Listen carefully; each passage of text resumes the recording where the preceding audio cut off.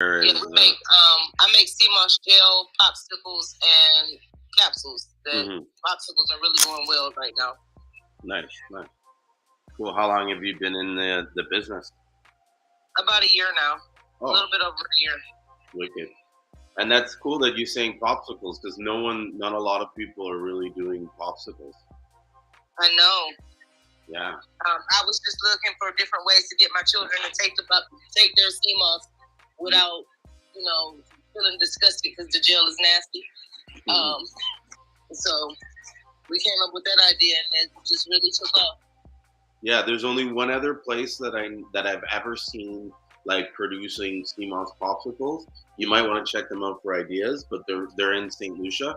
They're called Island Pops. Oh wow! I call mine Life Pops. Life Pops, nice. Yeah, our company is Life Products. So our popsicles are Life Pops. Our capsules are Life Caps. Our Seamoss gel is Life Moss. So we just put a life in front of everything. Cool. And do you sell locally or online, or? We sell locally online. We have customers in England, Canada, and all across. Oh, nice. I'm in Toronto, Canada right now. Oh, looks like she got a phone call. So I'll take that minute to say welcome, guys. I kind of just jumped in it because I decided to do something different today and start the clubhouse before I started the live stream. And then lo and behold, DJ was there in the room waiting for me right away. So we started a conversation. Welcome, Carla. Hope you are doing well this Wednesday evening. You guys have to excuse me. I'm not even on my computer. Oh, I thought I invited you to speak. One sec. Let me bring you up while I go and add some links to the chat room.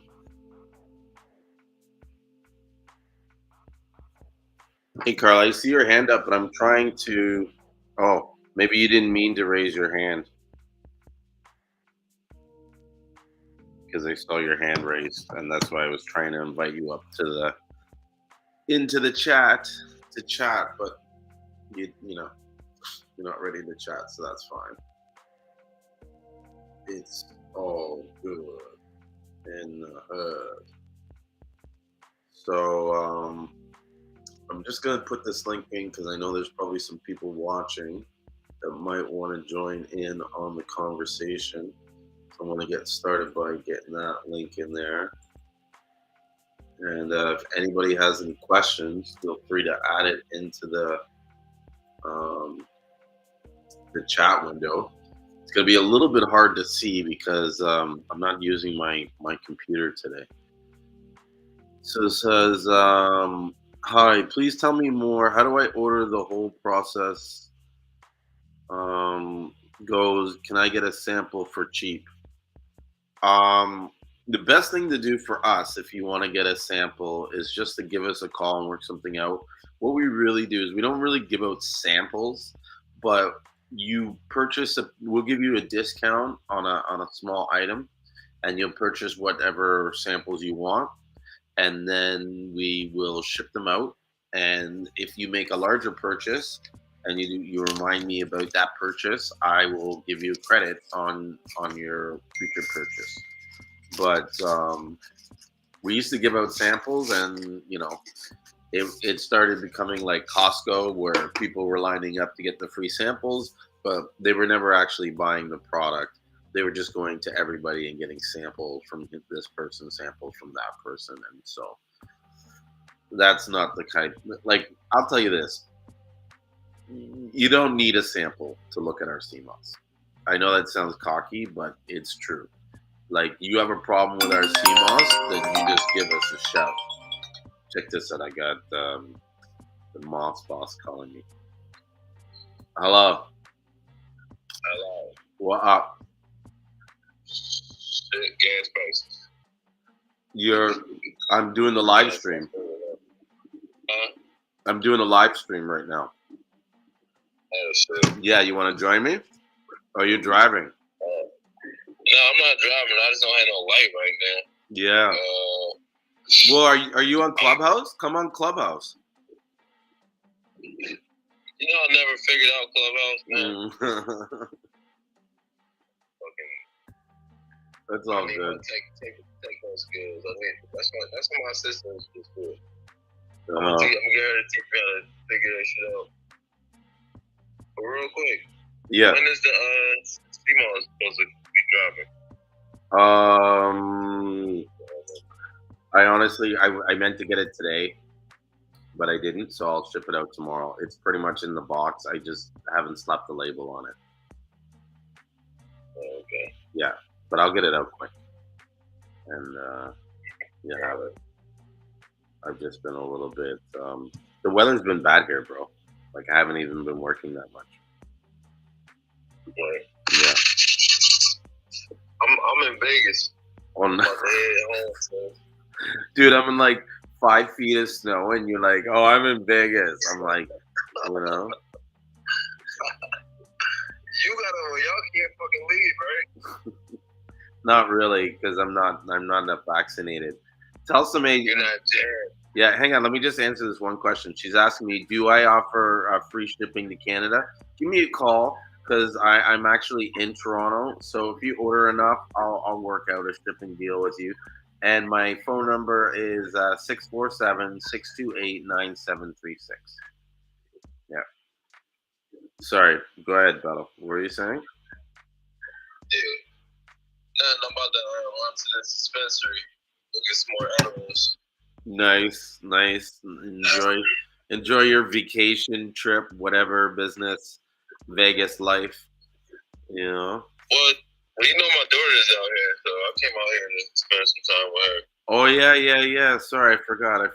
I'm always rubbing it in like you're having a party, and I forgot you're doing. Well, I am having a party too. Well, so she was in school. I was getting high all day.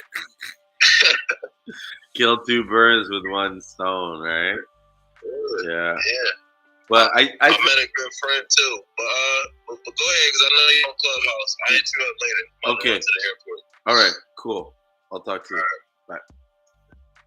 All right, man. So that's the Moss boss. I'm gonna go back to Clubhouse. Yeah, that's a Moss boss. He's from Philly, and he does Seamoss gels. He's in a lot of the different stores. And here, let me write it in the chat box. And actually, I'll give you our 1-800 number. See, I'm not even on my computer, and I'm like pressing this button, and I'm like, why is it not working? It's because I'm supposed to be using the mouse. So you're in Yukon. Oh, nice. So the phone number would be 1-866-681-4247. I think that's right. That's our 1-800 number there.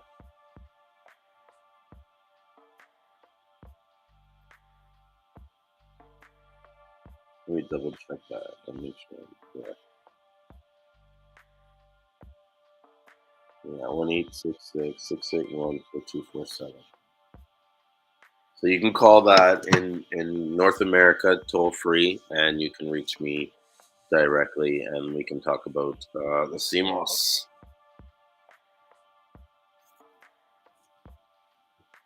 And we can see what goes on with that. So yeah, I mean I gotta review some of these past episodes, and actually I gotta download a bunch of them because ever since I lost my computer, I think that I haven't been. I missed. There's like several episodes that I've I guess no longer have access to, which is pretty sad. And whatever, it is what it is. But we were going to talk about something where I was like, okay, we'll continue. I always do it. I'm like, oh, we'll continue on the next episode, and then that episode comes and I don't remember what it was. Hey DJ, what's up? Hey, how are you? Good. I saw you got a call, then I got a call. That's all good. That's how life is. Yeah, it was it was my business partner. And I'm actually glad that I talked to him because he made me realize that I was forgetting to do something. So labeled my products with the ingredients. Mm-hmm. So you know what? People can't say, I was allergic to that and I didn't know, and now I'm going to sue you. Yeah, I've noticed that in America, you guys are so worried about getting sued. We don't really. America is the most litigious country in the world. Mm-hmm. They will sue you about any and everything. Mm-hmm. Like, I can't wait to escape America. Yeah, we don't have that like that in Canada. You know what I mean? Yeah. It's like you got to pay for the lawyer first, and lawyers are expensive. But people don't really sue it unless you're dead serious about it. No, you can. They have services called prepaid legal where you can just pay a monthly fee to have a lawyer on deck. Oh wow, that's how bad it is here. Like, that's crazy. I do not recommend America. And I work at where I work at for my regular job. Uh-huh. I see people who like come to this country from other places, like, and I'm like, why the fuck did you choose America? Like, it sucks here. Like propaganda. Yeah, like I'm like, dude, this is not the land of the free. The most incarcerated place in the world is not the land of the fucking free. Okay, this is what I'm saying. Like, it's all propaganda. They put it all in the movies. They're like, oh, America, Yeah, like my children did not even know that they were American citizens until Donald Trump got elected. No. Like, it's like, wait, Mom, are we gonna get deported? Cause we're Muslim, and I'm like, no, you're American. You're an American. It's like, no, we're not. We're Muslim. I was like, no, because you were born here, you're technically American. They was like, oh, okay. All of our friends thought we were about to get deported. I said, oh, you can't go back to my uterus, so y'all good. Like, nowhere for you to go. Good God. But it's crazy what these kids kind of like spread to each other, the misinformation, Oh my God, kids must have been having a heart attack.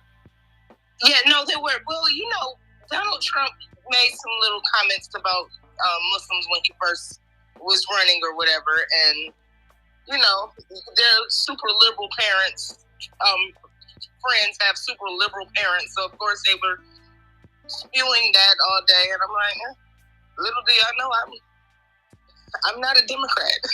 Yeah, but okay, carry on.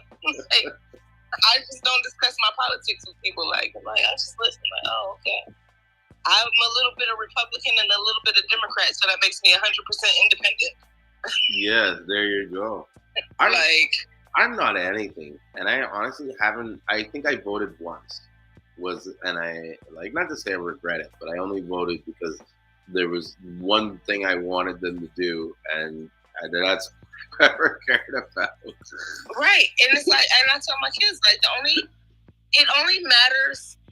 The president of the United States or whatever I am does not matter to me because nothing is going to stop my grind. I'm going to work hard, and I'm going to increase my capital to make sure that y'all are taken care of. So who the president is does not matter to me. Yeah. It does not matter. I'm not going to stop grinding, period. I am working so hard to figure out a way to not live in this country. Like, people have no idea. I'm trying to not live here. You don't understand what it's like when you leave, like, America and I've never been there, but like I see how sometimes you guys talk in the comments, and sometimes I have to remind myself, like, bro, you're in Canada and it is nothing like what it's like there. Like, here is nothing like what it's like there. Like, you guys talk about the systemic racism and all this stuff and how you're trying to keep these, like, like, maybe that is here in Canada, but I don't choose to see it.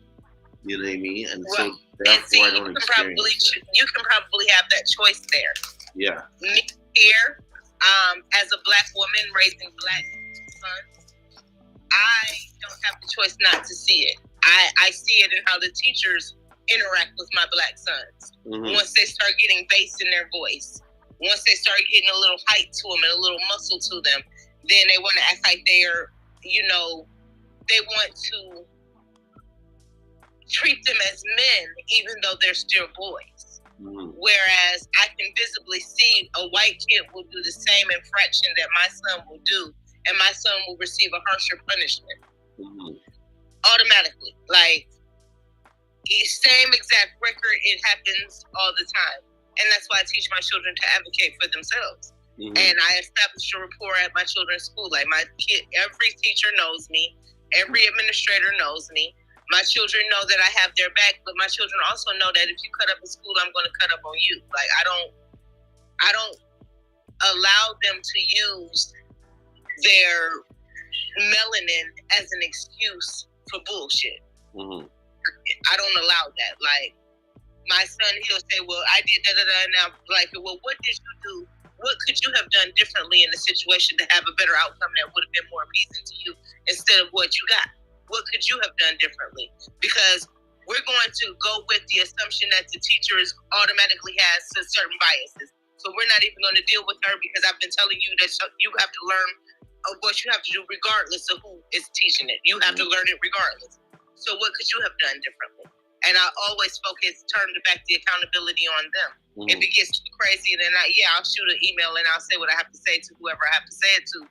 But for the most part, I try to teach my children to be accountable for themselves. So that way I know when they become adults that they're not going to be easily manipulated, because you see a lot of that here too.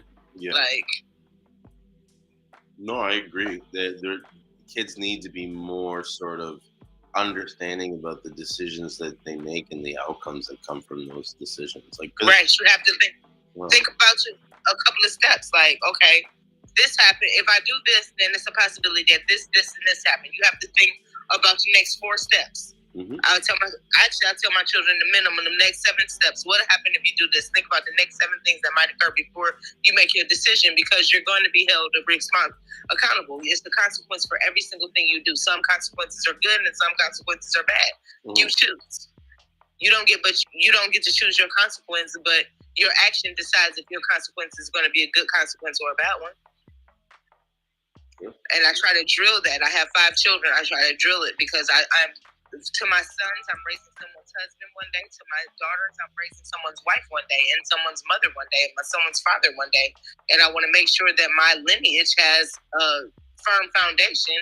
And if I don't give it to them, who else will? True. That's a fact. You know what I mean? I find sometimes, especially as Black people, don't really think about our future and how we're really sort of preparing these people, like, to represent us going forward. Like, I always tell my kids, look, like, when you're out on the street, you're representing our name, Jean-Pierre. Like, I don't want to see you going all out of here crazy, act like these kids, don't embarrass us. You know what right. I mean? I tell my children, when and where you enter, your whole race, your whole religion, and your whole family enters with you. And they're going to think that's how people like you act. Yep. So you got to act the way you're supposed to act. Yeah. Accordingly. Yep. Exactly. But I'm thankful to God that my children are better people than I was at the particular ages that all of them are. Yes, thank you, God. They are better than me, so I'm very pleased. Like, God gave me some very awesome people, and I'm hoping that I am being pleasing to Him in my raising of them. Yeah. So, but with parenthood, you don't know until it's too late anyway. By the time you know if you did it right or wrong, they grown. Yeah. Well, this is what I try to explain to my kids too. It's like, look, we're learning this as we go too. It's not like we're given a manual on exactly how to raise kids. You know what I mean? We think we know what we're doing, but we're gonna make mistakes. And if I make a mistake, if I do something wrong, I'm gonna own it. I'll. Yeah. If I fuck and up, I will apologize, unlike my mother. My mom's like there was no such thing as an apology. Like, okay. My mom apologized rarely, but at the same time, she was wrong. But she always taught us to speak our mind, and don't hold back our emotions, and just don't be afraid to go get what you want. You know what I mean? No, my mother was be seen and not heard, and me as a Leo, it was a very tumultuous situation. So therefore I graduated from high school when I was 16 years old, so I could get up out the house. Oh wow! I was not going to be able to contain my womanhood the way she needed me to contain it. My mother's a Sagittarius, so it was a constant bump head situation. Yeah, my whole entire existence. So I let my children speak very freely. I let them speak their minds, say what you have to say, feel how you have to feel, and then let's process your emotions and get. I hope I'm providing a safe space for them to process their emotion. So when they get grown, they don't be like, "No, I'm not talking to that lady. She's crazy as shit." Mm-hmm. Like, because I see that happen a lot. Like grown children who just don't even talk to their parents. Oh no. And them not even realize, the parents not even realizing that part of the reason why is because of the way you treated them as children. Mm-hmm. Like they remember, like, I don't have to talk to you now. When I was a kid, I had to deal with you. Now I don't have to, so I'm not going to. And I see it. Like, I went a decade without talking to my mother, so I don't ever want my children to feel that way about me. So I just make sure I hope I'm fostering that environment where they don't. That's crazy. Now, but yeah. I couldn't imagine a decade, not like a decade going by. I mean, I talk to my mom like almost every day. Wow. Yeah, my youngest child was 2 years old before she met my mother. Yeah. Now, mind you, every day my mom calls me to remind me about all the things I'm supposed to be doing that I'm not doing. That I fucked up this and I've screwed that. I don't know why I take her calls. Because you love her and you know she's right. I do. I love her, and I'm hoping this time it's something else. It's not going to be about that. And then she just starts into it. Well, did you remember to do this? And did you do this? And you know you have to get this done. Listen, I've been asking you to do this for months. See, like now, wow. We are at a place where it's so much better. I'm glad we are at our place that we are, like, because I sell the healing products or whatever. Like, she's sharing with me like this, and I'm like, okay, do this. She's like, everything you're saying is working. She's like, I should have believed in you sooner. And when she said that, it really made it turned a page in our relationship. And I don't even know if she realizes how much it turned the page. It's probably like not. In a positive direction. No, but you know, in some ways, what I found is like a lot of times these parents, they do and say things, and they sometimes don't realize like the effect and how it, you know, like how the other person's interpreting it. Like my dad is like that, and there was a couple times where my kids, like he's a very straight up, honest, like to your face. He'll tell you, I think you're rude, this and that. And then my kids, like he was really direct with my oldest daughter. My daughter's a very sensitive kind of girl, and she just wasn't used to him to like you know what I mean? Like a grown person talking to her the way he was. And it was like really upsetting to her, you know what I mean? And I had to tell him, like, Dad, you need to like relax a little bit. Like, okay, yes, she didn't say hi to you when she first walked in the room, but you know what I mean? You were talking, this was going on, she was waiting for an opportunity. Because he's always like, you know, you Canadian kids, you have no manners, you know, you walk in, you don't say hi to me, da da da da da. But right, like he's just the king of the castle. It must be, everything must bow to his will. Like, that's how my mother's husband acts, and I'm just like, shut the fuck up. Like, bingo. Calm the fuck down. Like, is he a Capricorn? He's a Scorpio. Oh. But literally, that is my dad right there. He calls himself the Federal Reserve, and what else does he say about himself? Like it's so extra for no fucking reason. Like, nigga, calm down. Yeah. Like, sit down. Do you need a hug? That's it. He is like, and it's like, yes, he always needs his flowers. Like, yes, you must acknowledge my presence. Yeah. Like, oh, you're not the most important. You're not the smartest person in the room all the time, and you're not always right. And think about, because if she had interrupted you speaking to say hi, that would have been a problem because she interrupted an adult conversation. Mm-hmm. So there was not a win for her. This is what I'm saying, and I'm trying to explain that to my dad, and he doesn't get it. But, you know. I had to be so frustrating because me, like, my mother's husband does that to my children, and I'm like, look, whoa, like, I'll step in front of them in a heartbeat. Like, look, talk to me then. Mm-hmm. You're not going to berate them the way you used to berate me. You're not going to do it, period. Mm-hmm. I'm setting this boundary, period. I don't care if you disagree. Yeah. Well, you can just take the kids home. Let's go. Well, see. Bye. See you next time.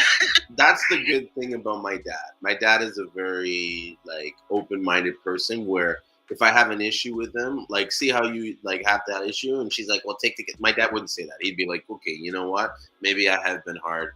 I'm sorry. I didn't mean it. This is what I meant. You know what I mean?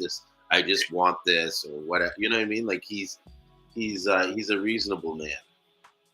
Oh no! So that's the Scorpio in him that makes him be reasonable because Capricorn don't have a reasonability about themselves. Period. No, probably not. No, but he's a cool guy. Like that's. And I just sit up there like, are you crazy? Like, you want to be right so bad even when you're wrong. Mm-hmm. Like, are you crazy, dude? So my kids just like, Mom, you know. We ready when you are. And I was like, well, don't miss my years because y'all wanted to come. Well, listen, my dad is always right. Always right. I don't even try to prove him wrong. There's no point. Even when you prove him wrong, he'll find a way to kind of like, well, if you think about it this way, then I'm right. And I'm just like, okay, Dad, whatever. Okay, I will admit I am guilty of that myself. Like, I have a need to do right. Mm-hmm. I do.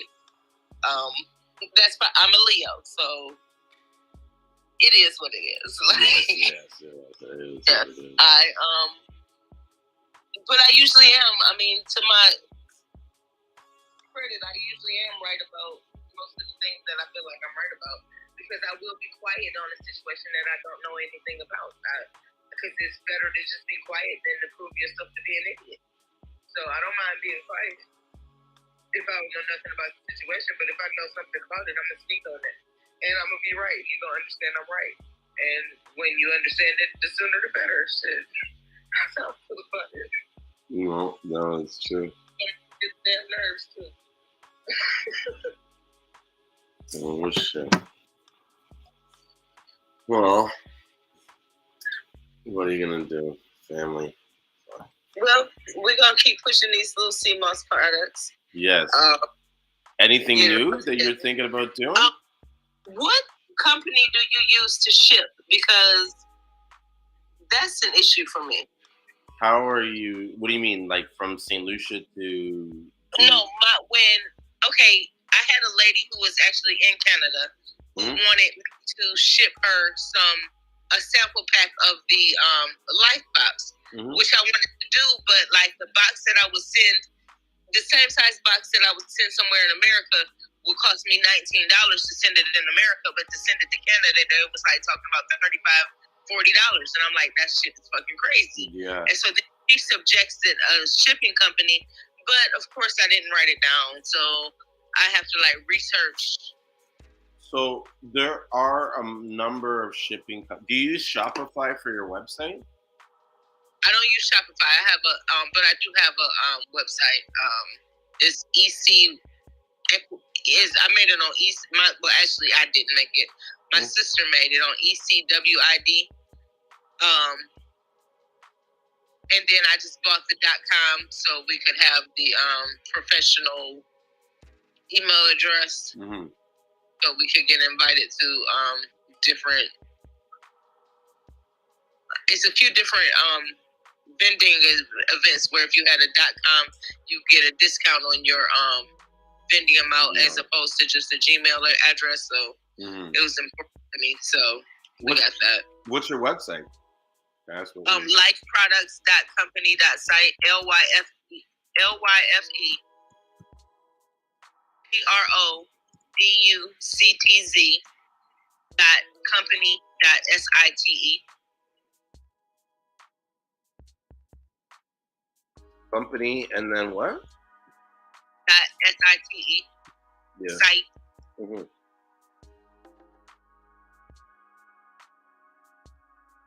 So I think I spelled that wrong. LYFD PROTC. PROD. It's like products. PRODCTZ. Yeah.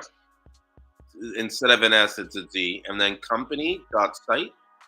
Yeah, I'm gonna send it to you in your little what is this called? I don't know what it's called. Back channel chat thing. Message thing. But I think I've seen you you do a lot of promoting on Instagram and Facebook. Yeah. I think I've seen you on some of the groups and stuff. Yeah. Yes. Like my great nephew and my grandson recently did their little review of the popsicle. My great nephew was like, "It's good," and then my daughter and my grandson was just talking about it. Was the most recent one, and hopefully, God willing, on Friday, my daughter's class, 4th grade class, will all be tasting some Life Pops and doing their review. That would be cool. You know. Hey, free promo. I'll take it. So I think I found it. I Googled it. Because, yeah, you're Life Moss. Yes, I'm Life Moss. Yeah. Just want to double check, make sure it's the same person I'm thinking of. Yeah. Yes, that's me. Yeah. So, yeah, this is a pretty cool site. Like, definitely for making, like, on your own. You know what I mean? Mm-hmm. I've never seen this. What is it? How's it pronounced? Equid? I say EC with because it doesn't like X with. I don't know. Yeah, I'm the worst at pronouncing things like phonetically and stuff like that. Yeah, imagine working at the welfare. Well, do y'all have welfare in Canada? Yeah, we have like stamps and medical. Like, do they give y'all like vouchers for food if you're poor? Not exactly. So we get money per month. We have a couple things now. So first we had, I think it was called welfare, and that's what, and no one wanted to get on it. It was like a big sort of like stigma when you're on it, right? And you would get a check, and then like mothers later on at some point. I remember growing up and like teenagers would be having all these kids because the more kids you had, the more money you would get for having like for the kid under the thing. Like you could get like a couple of actually. So after this thing happened, welfare, they came out with work to Ontario Works, right? So you basically they put you in a program where you had to find a job or else you wouldn't continue getting your welfare payments. Okay. Yeah, we got that. We passed bills like that in the 90s. Yeah, exactly. And then after that, now we have this thing called ODSB, which basically it's Ontario Disability. Like basically, you can go and say like I have anxiety and I don't work well in the workplace, and therefore I can't handle and hold down a job, and so I can get money from the government. That's bullshit. We had the same shit here. Yeah. Okay. Like I work. Sorry, I think that's bullshit. Mm-hmm. Like, I'm sorry. Like, and okay, so what I do for a living is I determine eligibility for those programs. Okay. Okay. So I am going to be honest. I get the biggest attitude when I have a grown-ass man who has 0 children and no documented disability that just wants to get food stamps. And what? Like, I was taught if you don't work, you don't eat. You know what I'm saying? So, like, I don't care if you have to shovel snow, kick rocks, sell sperm, do something. Like, do something. Like, it's a lot of shit you can do. Sell plasma. You know what I'm saying? Uber Eats. No, listen, one of the best things my mom ever did for me as a kid was, like, I lived in a neighborhood. Like, I was on the outskirts of this all-white neighborhood. So my school I went to all white kids as a school and everything like that. And so everybody had nice things, and I wanted this and that. And she was like, look, you want that shit? Go work for it. You know what I mean? And I had to go hustle and work to make like They'll get out shoveling snow, raking leaves, cutting grass. And all 5 of my children take a role in the business where they actually, make the little commercials or whatever you see where you. That's my children putting those together. Like nice. They hustle up the products wherever they go. Like my mom has a company called Life Products. You feeling sick? She makes some stuff to make you feel better. Like no, it worked. Like constantly promoting, putting in the mailings together, like everything like that. I'm trying to teach them how to run the business because American schools don't teach you how to be a successful individual. They teach you how to work for someone else. It's like facts. I don't, and then when they talk about the prison pipeline, like it really much is that. Like luckily, the school my children they go to an international baccalaureate school, so they are actually being taught how to think, not what to think. But most American schools to teach the children what to think, not how to think, and that's why you see it in the comments how basic the conversation is with most Americans. It's not complex. It's not deep. It's frustrating how simple the conversation is, and they don't see anything outside of America. Like, no, this is the greatest place in the world. Like, what?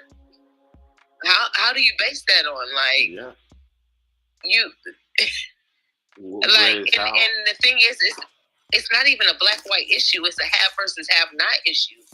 And that's what a lot of people don't understand. Like, there's white people getting gunned down by the police here, too. Like, the police here is, like, off the fucking chain. Like, when I say we'll fuck your ass up, we'll fuck your ass up in a heartbeat.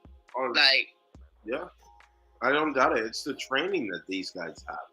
You know what I mean? And it's lack of education. Yeah, and it's the people that, like, who they hire.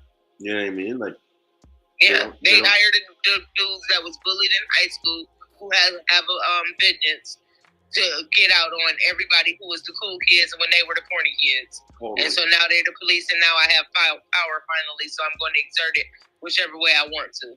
Totally. And that's how people end up with their face smashed into the ground and bullet in the head ass shit.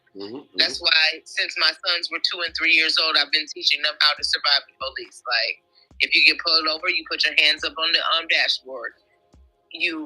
Everything you need to do, blah, blah, blah, blah. Like, I even made a pouch for once they start driving that I put on the inside window for them to put their license and their everything in. So if the occasion comes that they get pulled over, they can pull it out and have it readily available for when Officer Psychopath comes and approaches their ass. Your job is to make it home. Yes, sir. No, sir. No, I get it. Like that, I can't imagine that for us in cops. Like in some ways, like not to say we can bully the cops, but like a lot of times, like we have rights, and in Canada we know we have rights, and it's almost like when they try to step on you, like whoa, hold on, bro. You know what I mean? You're stepping out of the line. Like, and a couple Caucasians can do the whoa, bro, we have rights. Caucasians can do that here in America. But you have melanin in your skin, no. Though that Bill of Rights is not really for us. Yeah. No, and, you have to prepare your children, because if you don't, they can really end up in a sticky situation. So I try my best to prepare my 5. Like, listen, be respectful, but be quiet. If they want to question you, you ask for a lawyer and you don't say another word until your lawyer is present. It does not matter what they say. It's not your job to help them do their job, period. I don't care if they're telling you your brother's snitching on you. It does not matter. You don't say a word without your attorney, period. Not a word. And I've been drilling this in their heads since they were 2 and 3 years old. I hope they never have to use that knowledge. Yeah. No, like I said. So far, I haven't. I've never been arrested, so I hope that y'all will never be arrested. My 25-year-old, she's never been arrested thus far. Let's knock on wood that she don't happen for her. It don't happen for me. It don't happen for none of mine. God willing, please. Yeah, bullshit. Away from the precinct. Yeah, you don't want none of that. No, it's not fun. Yeah, no, I can't even imagine. Like, I do not look good in orange. I once spent a weekend in jail in Bermuda, and it was the worst experience of my life. Like in Bermuda, in an old ass foreign country. Oh yeah, and what's crazy is like when I walk into the place, everything seemed fine, right? And then all of a sudden you turn this corner, and it was like all of a sudden we went from like modern police station to like 1812. Like, where the fuck am I? Like, literally in the jail, there was like shit all fucking wiped on the walls. The blanket they gave me was like smelled like piss. Like, it was like horrible condition. You know what I mean? Yeah, it was. I was in an unfortunate situation where I was staying in a very fancy hotel, and the people that I was staying with decided that they wanted to smoke weed. And I specifically told them not to smoke weed in the hotel room and not to smoke weed in public because we were on an island where it was illegal. So they're from Canada and they think, oh, yeah, big deal. Canada, no one says. I'm like, no, it's fucking, like, you know what I mean? It was different. This is not home, dude. Yeah. Right, sir. Yeah, so no, not the Don jail. This is Bermudian jail. Someone asked me if it was the Don jail. In Toronto, we have this thing called Don jail. But no, so yeah, I stayed the weekend there, and luckily I had a good friend of me that was able to find a good lawyer that got me out. And yeah, it was an unfortunate experience, you know? Wow. For sure. Yeah. Like, that's another thing. Like, my 25-year-old, she's now at the age where she wants to travel and different things like that. And I just tell her, research the laws of the countries you're going to. Make sure you're not doing anything that's going to land you in a whatever prison because I don't have the means to come get you. That's period. Like, I'm not going to pretend like I do when I don't. Just don't put yourself in that position. Yeah, and it's easy to get caught up with the wrong people. You know what I mean?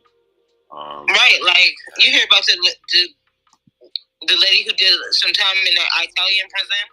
No. Some white American chick went over there thinking she could be American and not follow Italian laws, and then she ended up in jail. Oh wow. Or the white dude who got caned, who they whooped in the middle of the street in Taiwan or Korea or wherever he was. He did something and they basically beat him like a runaway slave. Oh wow. In the middle of the street. And he went to jail for a little while and then they sent his ass home. But he violated one of their country's laws and that was the punishment. Mm-hmm. And Americans were all in an uproar. Oh, that was so this, that. And I'm like, he violated their laws. This is their laws. This is the punishment in their country. So you don't get to say that he shouldn't have to suffer the punishment for a crime that he did commit. Like, period. That's true. Fuck out of here. Like, it might seem harsh to American standards, but I don't know why, because y'all will kill somebody in the middle of the street in a heartbeat for selling a Lucy cigarette. So that particular person, I think he had defiled a statue or something like that. So, you know, that's their punishment. You gotta deal with it. Keep it moving. Cool. Facts. Like, you gotta be careful. You know, that's all I gotta say. Be very careful. Like, I remember when I went to Amsterdam, I found out all of the rules.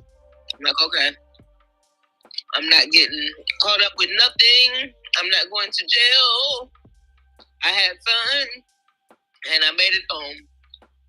In my 44 years, I've never been in the precinct with a snotty nose, never been in handcuffs. That's good. Unless I want it to be, so. No, for me, I've never, in Canada, I don't get too many interactions with cops. But for the most part, it's okay. I think what it really comes down to is you got to have a certain level of respect for them, and you have to and you got to talk to them professionally. You know what I mean? If you act all wild and all this and that, like you're not getting your point across at all. You know what I mean? And Yep. for me, I've always been able to get away or get around situations because I I just knew how to just calmly talk to them and just explain reason and logic. Like I remember when I was, I think it was either 15 or 16 years old, I had a house party. I used to have house parties like every year, and these were fucking like massive house parties. This was like 95 or so, 96, and like I would literally have like 400 kids in my house. Oh hell no! Yeah, like jumping off the roofs, everything. It was insane. And at one point, I charged money. I'll never forget because every weekend I would have a birthday party that started like every weekend, or sorry, every weekend. Once a year on my birthday, it always fell on a weekend that my mom went to Bible retreat. So she was gone that whole weekend for my birthday. So I would have a weekend party from Friday till Saturday, till Sunday morning, basically. Yeah. So, you know, and the cops would always break it up and all this craziness. And a lot of times the kids would spill out to the street and there would be madness, right? So this year, that particular year, the cops came to shut down the party. It was like probably around 11 o'clock or whatever. Party is fucking raging full force. It's insane.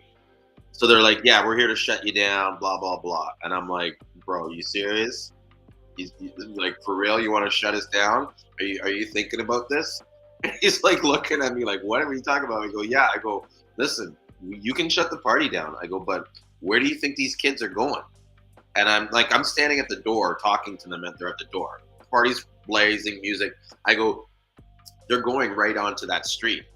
And you know what? Once they're on that street, they're your problem. They're not my problem, right? So yeah, if you want to crash the party, go ahead. I'll stay here with a couple of my buddies. We'll have some girls over, and we'll call it a night. You know what I mean? Like it's no skin off my back. I go, you're the ones who are gonna have to deal with these kids. So I go, so look, check this out. Why don't you come back around 1 o'clock, 2 o'clock?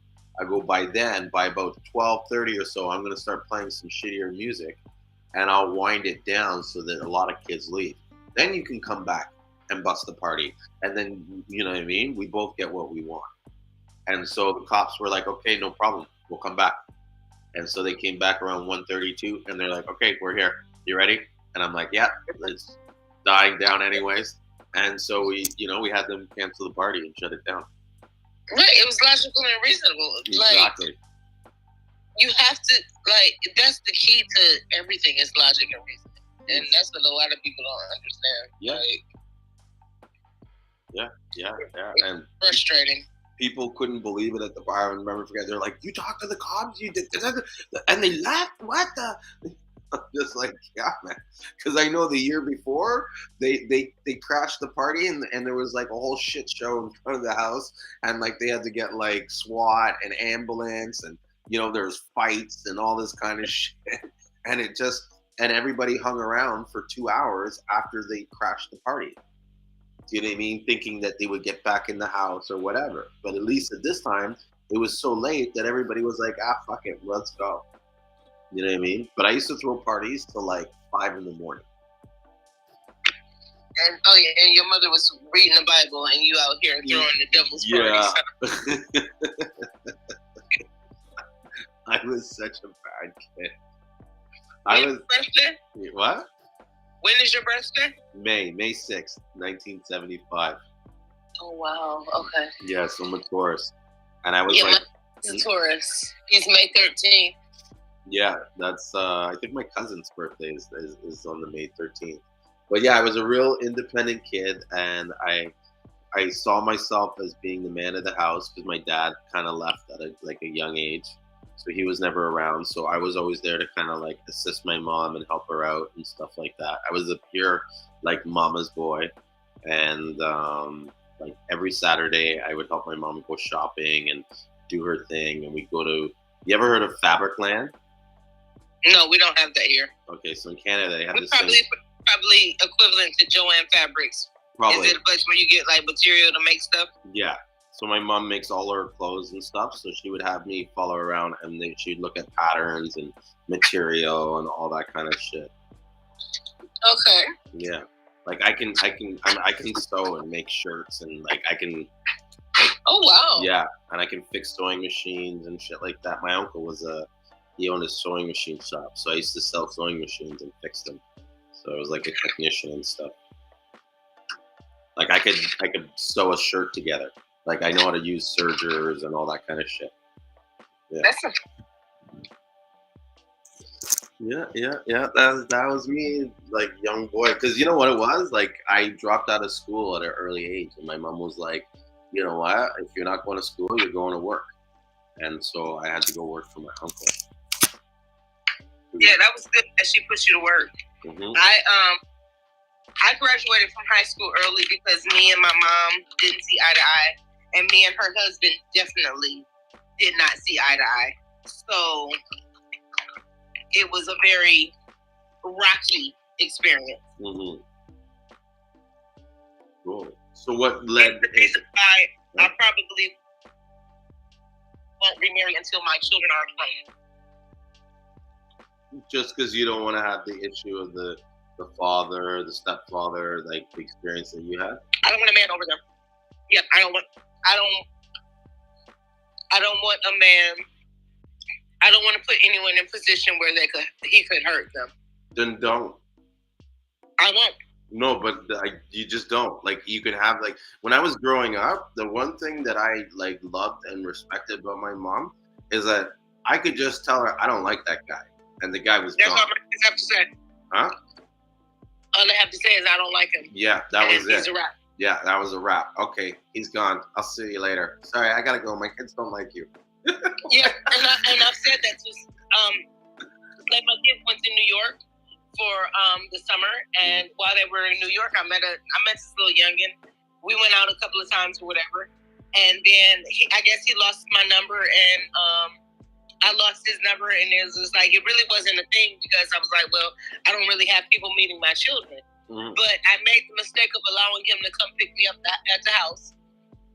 He popped up at the house unexpected, unannounced. Oh wow! And when he was in my driveway, and when we're getting home from school, it's somebody in the driveway. I'm confused because I don't know who it is. The kid's like, who the F is that? And I'm like, I don't know who the F that is too. My son, one son, he said, get the cat. I say, so I get the cat. And my other son say, pull in like Jumanji. Now you can't leave. Holy shit! That's what we did. So the dude get out, and I was like, oh, I know who it is, blah, blah, blah. My son, they get out the car. They're talking to me, but they're looking at him. Why he don't know that you don't just pop up at somebody's house? Yeah. Who is he? Why is he here? Like, just straight stone cold, like, why are you here? I was like, well, that was a bad idea. He was like, well, I just wanted to, like, leave, blah, blah, blah. I was like, you should have hit me on Instagram or something. Yeah. And this was a very, very bad idea. That's very stalkish. Yeah, my sons, and then my one son, he went in the house and grabbed brass knuckles, gave they had on each hand like. What's and then my one son looked at him. He's like, "Well, so what did you say? What did you say about my mother that made you want her number?" Like, like I'm like, "Damn, am I ugly?" He's like, "No, it's not that, but why your mother didn't teach you that you don't just pop up at somebody's house? Like, that's what we really want to know." Mm-hmm. I'm like, well, I'm just like, they had a point. He's like, your kids they got Black Air Force energy. It's not even that they have Black Air Force energy. You popped up at their house unannounced. Like, fuck, no one was allowed to pop up my house unannounced. Like, period. Like as the fact that you didn't know that you don't do that is fucking ridiculous. Wow. I remember I used to make my friends go down the street and phone me before they, like, because they'll come to the house and knock on the door, and I'd be like, yo, what's up? You know what I mean? Kind of like you can't just show up my house. Give me a call and I'll see if I'm free, kind of thing. Period. And like my daughters aren't even allowed to answer the door. Yeah. Like, period. My sons answer the door. My daughters are not allowed to answer the door. Period. My neighbor across the street, she said, I didn't even know you had daughters. I said, well, we Muslim, we keep our women covered and protected. Period. I'm a single mother, so I have to do what I have to do. But My daughters, Yeah. very much protected. Mm-hmm. So I'm curious, what made you start getting into the start life loss? Well, I've been using Seamoss since the 90s myself, but when COVID hit and people started asking me, what's that stuff that you use that make you stay healthy because you never get sick? I was telling them about it, so I just started selling it. What? It just evolved from there, and then I had a friend who I was getting the Seamoss from, and I was just basically selling his gel for him. And then he got mad at me and was like, I'm not going to allow you to sell Seamoss, but I'm like, whatever. What he didn't know is that I had already been talking to my uncle in Jamaica about getting me a plug for Seamoss, and I was just going to give it to him initially, like, here, like, because this is your thing. This is not even my thing. It wasn't even a hustle that I even thought about. But then he started acting like a dickhead. Like a dickhead. So I took the plug, and my uncle sent me 10 pounds of Seamoss for free to get me started, and I took it from there. God is good. You know what I mean? That's awesome. Because in some ways, like, I think that was probably just the way it happened. Like, it's almost like you were supposed to go out on your own, and this guy was gonna probably fuck you, like, just by the way that he got upset all of a sudden, like, oh, I don't want you. You know what I mean? Like, to me, it's kind of like, bro, are you not making money? Right. And then what bothered me so much is I was putting in a $300 order. Yeah. And then I had to scramble and get some Seamoss gel from somebody else. I was like, oh no. Yeah. Money's money, man. What do you care? Like, sometimes I think, like, people in the business, they get too emotional about certain aspects. Like there will be times where, you know, we'll make an arrangement with, like, a farmer or something, and someone will say to me, oh, like, well, what if they don't keep the agreement? What if they sell to someone else? It's like, so what? As long as I get my Seamoss, as long as he honors the agreement that I don't give a shit what he fucking does behind my back. Do you know what I mean? Like, too many times they're all trying to get this exclusivity and this control, and I want to have this area, and it's kind of like, I want to corner the market head ass shit. Like, you can't corner the market from something that grows in the fucking ocean. No. Stupid asses. Yeah. And to me, sometimes, like how do I say it? Like, it's not worth the effort trying to control people. Do you know what I mean? Like, it's just not. Like, they're either on board or they're not. They're either and like, at the end of the day, there's always going to be spillage, what I call spillage. There's always going to be a certain amount of thing where, you know what I mean? Like say in a business, there's always a certain amount of theft. There's a certain amount of loss everywhere. So what? Like, you know, let them make some extra money on the side. I tell my guys, go ahead. I go, if someone calls you and gives you a better price, sell them the Seamoss. Everybody can eat. Yeah. I'm like, don't wait on me. I go, if anything, take that guy, take me, and make more Seamoss. You know what I mean? Just don't fuck with my price.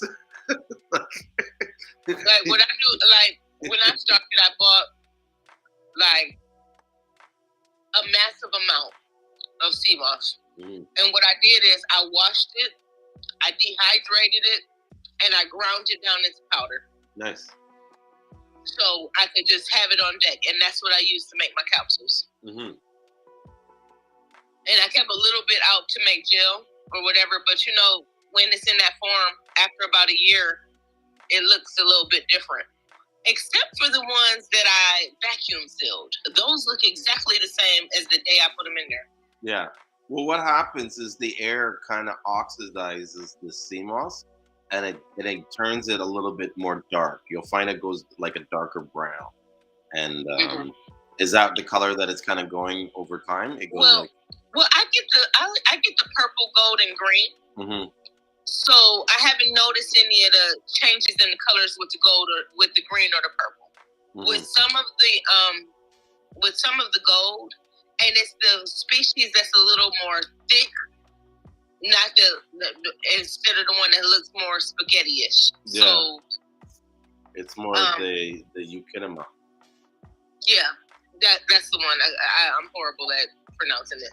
Yeah, so that one, and I noticed that one seems to have more sand in it when I'm like cleaning. When I get it fresh, when I get it chipped in, it has a lot of sand. And I know it's not salt because I tasted it.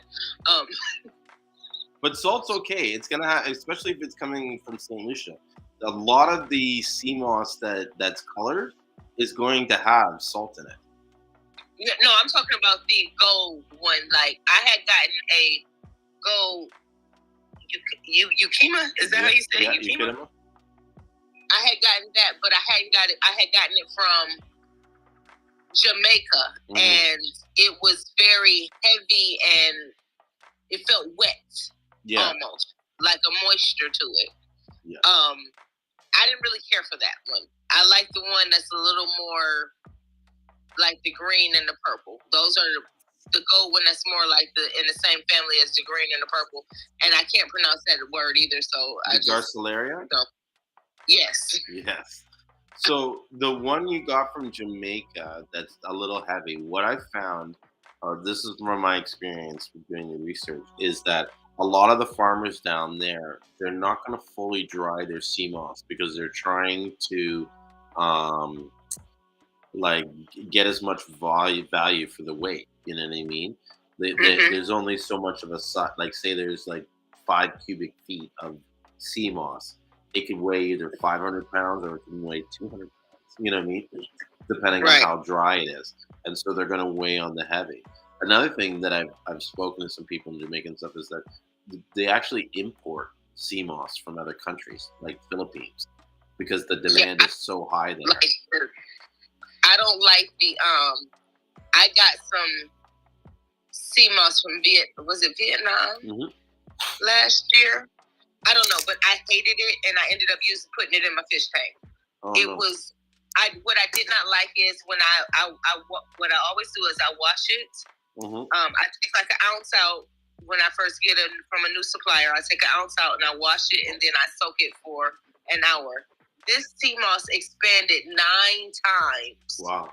The size. I'm like, what the hell kind of shit is this? Because the most I had ever seen it re-expand was like 3 times the size. Like, I don't know if there was on some super dehydration shit or what it was, but I just did not like it. And I'm like, not going to be using this. And then I heard Vietnam water is a little dirty anyway, so I'm like, Yeah. Some areas in Vietnam are a little dirty. Some I think are okay. But you got to really sort of like be aware of your source and stuff like that. Like it just didn't sit well with my spirit. Honest with you. And if my energy feels like it's wrong, then that's what I go with, and I can't waver from what my energy tells me. Like, no, you should totally trust your instincts. In that case, that's your spirit kind of like speaking to you, or you know what I mean. The whole I believe it's the Holy Spirit. Some people don't believe in that, but you know what I mean. Like you got to listen to your guides. Yeah, because every time I don't, I end up effed up. Seriously. Yeah. Hey, Yusuf, what's up? How you doing? I see you there sitting a little quiet. How's life? Oh, chill, man. Just on the trucks, doing nothing. Cool. We have, I don't know if you've met DJ. I call her that because I won't be able to pronounce her name. But she runs Life Moss or Life Products. Okay. Yeah. How you doing? I'm good. How are you, sir? All right. Yeah. She makes all kinds of different herbs, and is it just like what do you make besides Seamoss pops? We make we have the Seamoss popsicles, like I was talking to you about earlier, Life Pops. And then we have the Life Caps, which is the Seamoss capsules. But then we have the Max Caps that have the Seamoss, ashwagandha, soursop, black seed, and turmeric, and cayenne in it. That's really helped a lot of people. We do the gel, but I'm shying away from the gel because it's hard to ship it with the glass jars and everything. So, and the capsules are doing better, so I'm doing with that. I tried this little thing with the gummy bears last year, and I couldn't get the texture right, so it's like, I'm not gonna do that anymore either. So We're gonna stick to the popsicles and the capsules. How are the tinctures selling? This looks cool. Tincture. Oh, the tinctures. That's if you get the corona. It helps you beat the corona. The tinctures feel good. I've made a lot of money on them. Mm-hmm. Lots. And that's with this honey, cinnamon, turmeric, vanilla, black seed oil. Wow. Yeah, my actually all of the ingredients, with the exception of the Seamoss powder, is a family recipe that my grandmother used to put together for us when we would be sick as children. So my grandmother taught me how to forage when I was a little girl, so I can, identify the these and the that's and the hoo-has and the what's. Mm-hmm. So cool. And I see you got the full spectrum Seamoss, and your prices are pretty good. Yeah, I try to be reasonable because a lot of the people in Ohio that selling the Seamoss bait are so ridiculously high, and my thing is bring health to the people that can't really afford to bring health to. You know what I'm saying? Mm-hmm. Well, I think one of the things you're doing smart is you're selling them in 1 ounce increments. What I find a lot of times, everybody tries to move pounds, and I feel like pounds are not an ideal. Like it's a lot of Seamoss to buy a pound.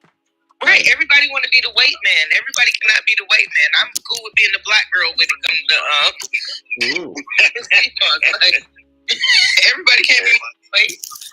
No, you're right, and but also sometimes being the weight man isn't always the best. Like, you know what I mean? Like I always sometimes like I have meetings with people when we're developing partnerships, and they're like, pushing to be number one, and I'm like, guys, listen, like number one is not always the best. I'd rather work half as hard and be number 3 than work twice as hard to be number 1. Fuck number 1. It's like, as long as we're making a certain threshold of money and we're happy and we're satisfied and we're working efficiently, what does number 1 really mean?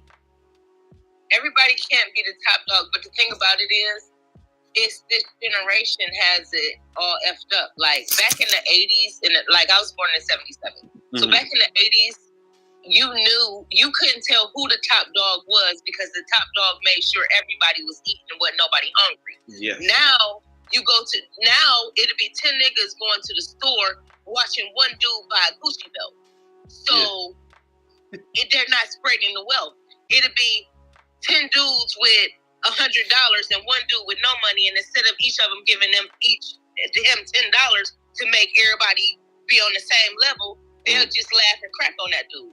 Yeah. That's why that hunger for number 1 is so the way it is now. Me, myself, I'm going to lay back and chill, and I'm going to walk my race on my own pace. And a lot of people don't understand that. I don't want to be the weight man when it comes to Seamoss. I don't. Mm-hmm. Like, I'm schooled with my little ounce here, ounce there for people who want to learn how to make it on their own. This is what you do, blah, blah, blah, blah. But I'm not trying to move pounds of Seamoss. I'm not. I don't have the capacity in my house to deal with that right now. Yeah, you need a lot of space. Man, I'm trying to move the weight. I'm trying to move the weight. Well, I'm always looking for several suppliers. So No, I'm no supplier. Shoot, no, I'm not trying to supply it for anybody. Like I like to have a variety of suppliers because selling Seamoss is much different from what I used to do back in the 90s. We'll just leave it at that. Listen, and to have several suppliers for what your product is, so you never have a drought. Yes. Like, it's not going to be no drought at Life Products, period, because I'm going to have 4 or 5 suppliers. It's funny you say that because... Sorry, what were you saying, Yusuf? No, I was saying that's cool to have different suppliers.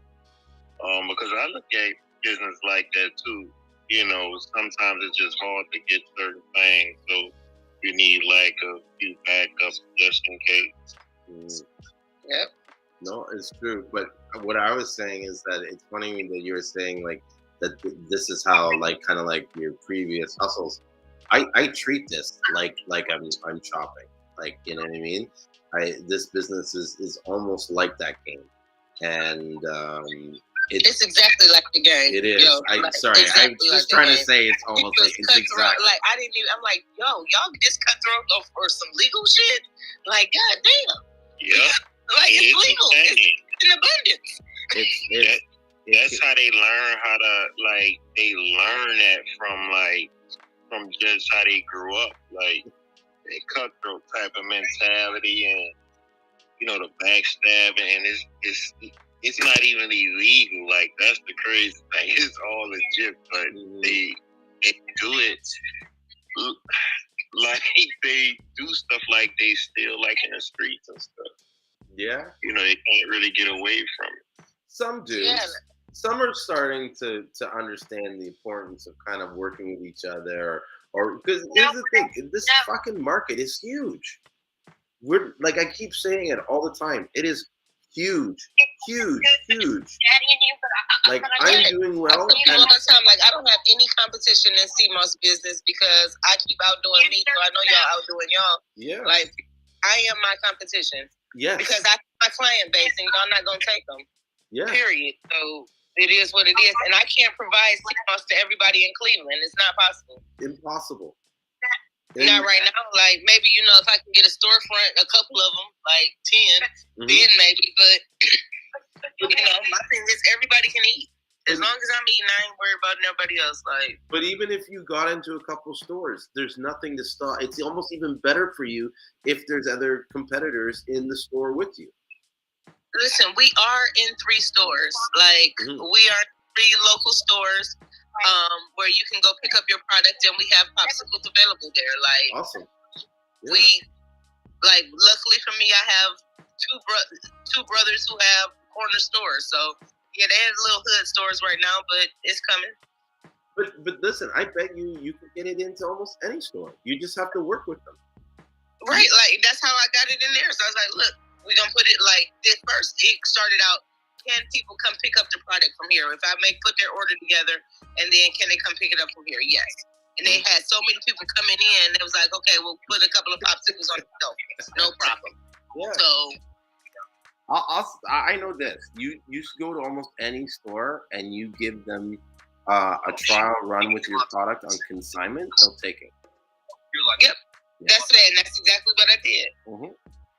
There's no risk. You got to create an environment where there's little to zero risk for them, and they'll take it, and they'll try it out. And if it doesn't work, it doesn't work. You know what I mean? On to the next. This is a numbers game. Any business is a numbers game. You know what I mean? How you want to play it? Like I hustle little corner stores. Like, listen, I had this product, boom, boom, boom, put some out there, blah, blah, blah. This is how much it costs. It retail it like on my website they are $1.50 each. Probably retail they probably need to sell them for $2 so we can both make a little something. Keep it like that. Y'all sell them for $2, and for every dollar y'all make, we split it down the middle. Nice and good. And I'm glad I just said that because I'm about to go hit up like 10 stores this weekend. Do it. That's what you gotta do. It's like you said, you're your own competitor. You're your own enemy, or I never really understood that statement. Like people used to always say that to me growing up. Oh, you're your own worst enemy. But as an adult now, I totally see how I'm my own. Like how I do things that like procrastination and all that kind of stuff. And so Mama tell me procrastination is like masturbation. All you do is fuck yourself. But what happens when you like fucking yourself? You get pleasure out of it. I responded that way, and I kind of had to pick up my lips after I said that. Like, well, sometimes you like it. So yeah, that's what you get for your back talk. Yeah, again, I 100% Leo. It's what it is. Oh shit. Because sometimes you do, like it is. Well, if you ever want to talk about being a supplier, or us being a supplier, I'm totally open to the discussion. You know what I mean? One of the things for me is you were saying before, you want to have multiple suppliers. so that you never run out. That was sort of our game plan from the get-go, is to always have Seamoss. Mm-hmm. And so we've invested in a huge amount. Like I will always have Seamoss. Right. Like right now, I'm sitting on 30 pounds. Yeah. I'm sitting on about 1,500 pounds in Toronto, another 800 pounds or 900, 700 pounds in Atlanta, and I'm about to ship over 3,000 pounds to Toronto this week. Right, and see you the pound man with the Seamoss. I'm just, my little 30 pounds. Well, but that, I'm not doing that to sort of like, oh, look at me. I'm more kind of saying that. What I'm saying from you is you are a distro. Like you're supplied. Yes. Like I would be a distro for you.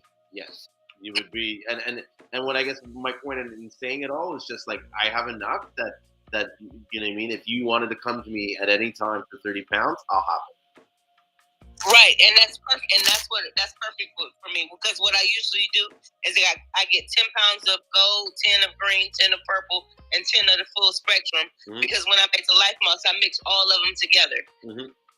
And then I make it, but I have some people who like just go, just whatever.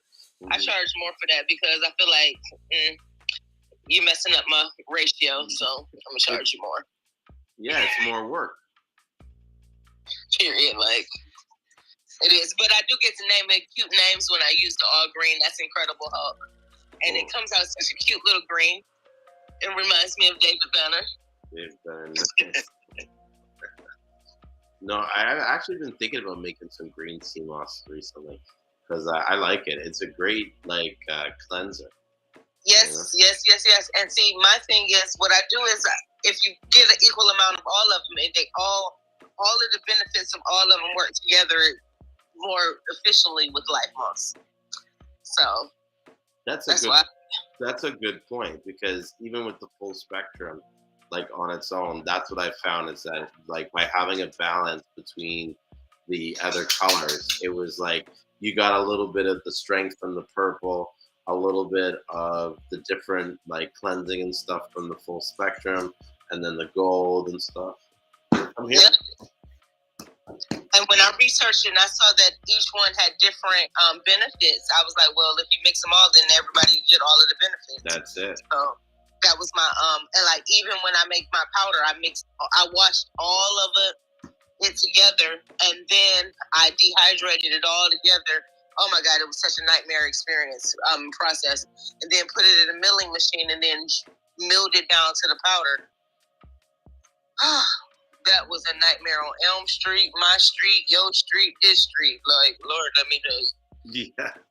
Well, it must have taken you some time to figure out how to get the powder right? Like, I know we've been doing a lot of research on testing, methods on making the powder.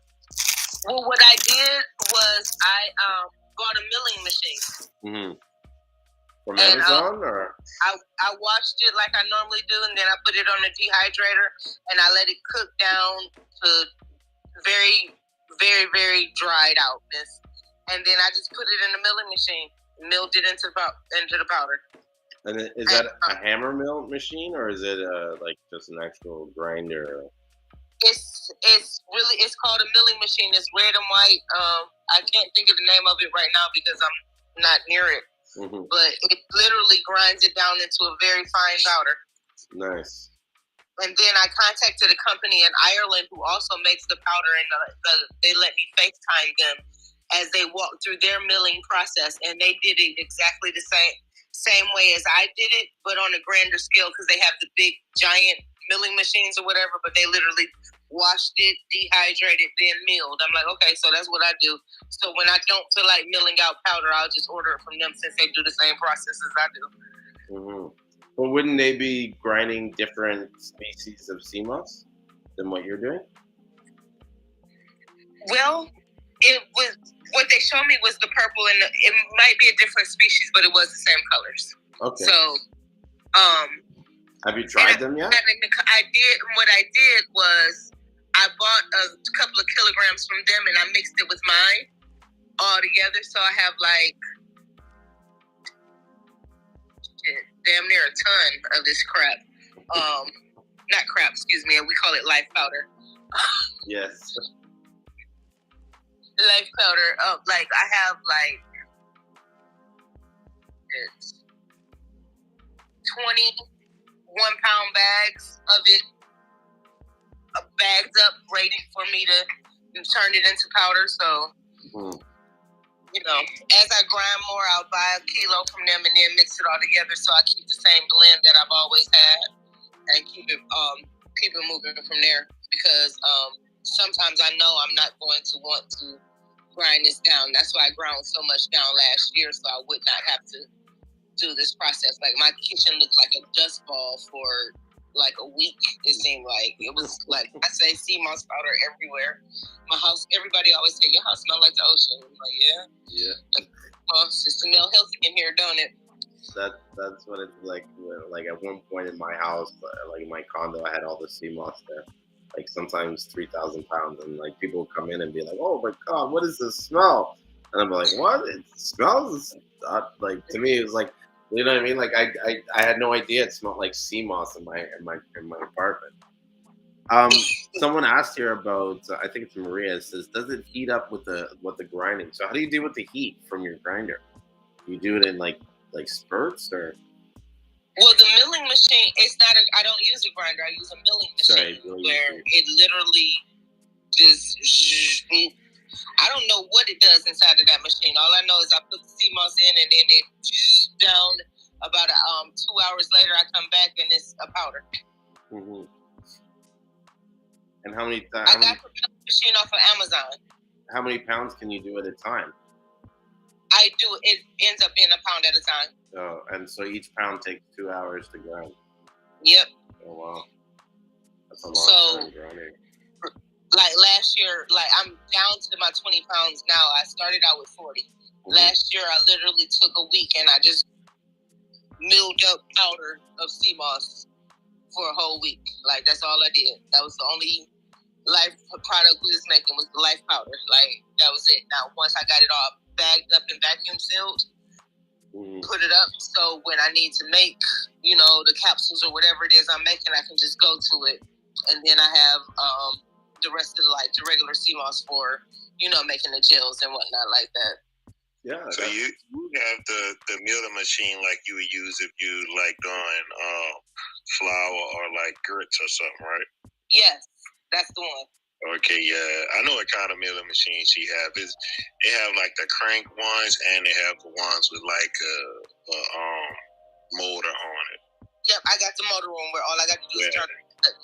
Yeah, it can fit on a counter. They don't really heat up like because it's just like it's really no heat going into the what a grinder is because it's not really rubbing. You know, if it was like in something, it would get hot or whatever. But that thing usually stays cool. You may like see a temperature change, but it doesn't get hot like at all. Ooh. Like we use those to make grits, you know. My grandmother had one, and that's what she used it for too. And I originally had her crank one that you crank with your arm, but I was going to end up with having Angela Bassett arms messing around with that one because my arms got to hurt, and I'm like, oh no. Angela Bassett did have some sex with she was sexy back in the day. Yeah, man, I used to have a crush on Angela Bassett. I was like, I don't know what you're talking about. And Angela Bassett was sexy back in the day, bro. Yeah, don't be talking about my Angela like that. Like, no. That was a very much accomplished compliment, but I know. I just fucking. My little arms couldn't take it no more. They couldn't take it no more. Yeah. It was sore. Like my toothbrush was heavy the next day. So like the milling machine, like I don't have a milling machine. I actually have like a Robo Coupe. It's a food processor. Mm-hmm. It's like the restaurant, actually the one from the restaurant, because that's where it comes from. Yeah, it can make certain stuff in a powder, but you can't. Like Seamoss ain't gonna turn into powder. Everything else it can like turn into powder, grains and stuff like that. But herbs and stuff, it doesn't make anything like really out of powder. It's good though. I guess that's more for cooking, So I make a lot of different type of foods with it. Like I use garbanzo beans and I would grind it up a little to make like a mock tuna fish. I said, "Oh, okay," to the mock tuna fish. Yeah, with garbanzo beans, lightly cooked, and I just like grind up a little into they like small flakes, and I would make it just like tuna fish. I used to bring that out on a road with me, and keep it on my refrigerator on my truck, and I would just make sandwiches in it. But it works pretty good depending on what you're trying to do. Food, if you're trying to make foods, it works pretty good. Mm-hmm. But I never thought of like a milling machine to make, to grind up the herbs and stuff. That's really, it's stupid of me because I always worked for food and I just never thought about using that. I always would use like a coffee grinder or something. Now I started out with the coffee grinders. Those I was running out the motor on. Yeah, that would happen. Got frustrated, and then I researched like what can I do to make it into a fine powder, and then ding ding ding. I said, okay, boom. So now they had this new one that I want that cost a lot more than the one that I paid for. That's supposed to be able to grind out a lot more than what mine do. Yeah, they have a few of them. They can get pricey. Yeah, they get real pricey.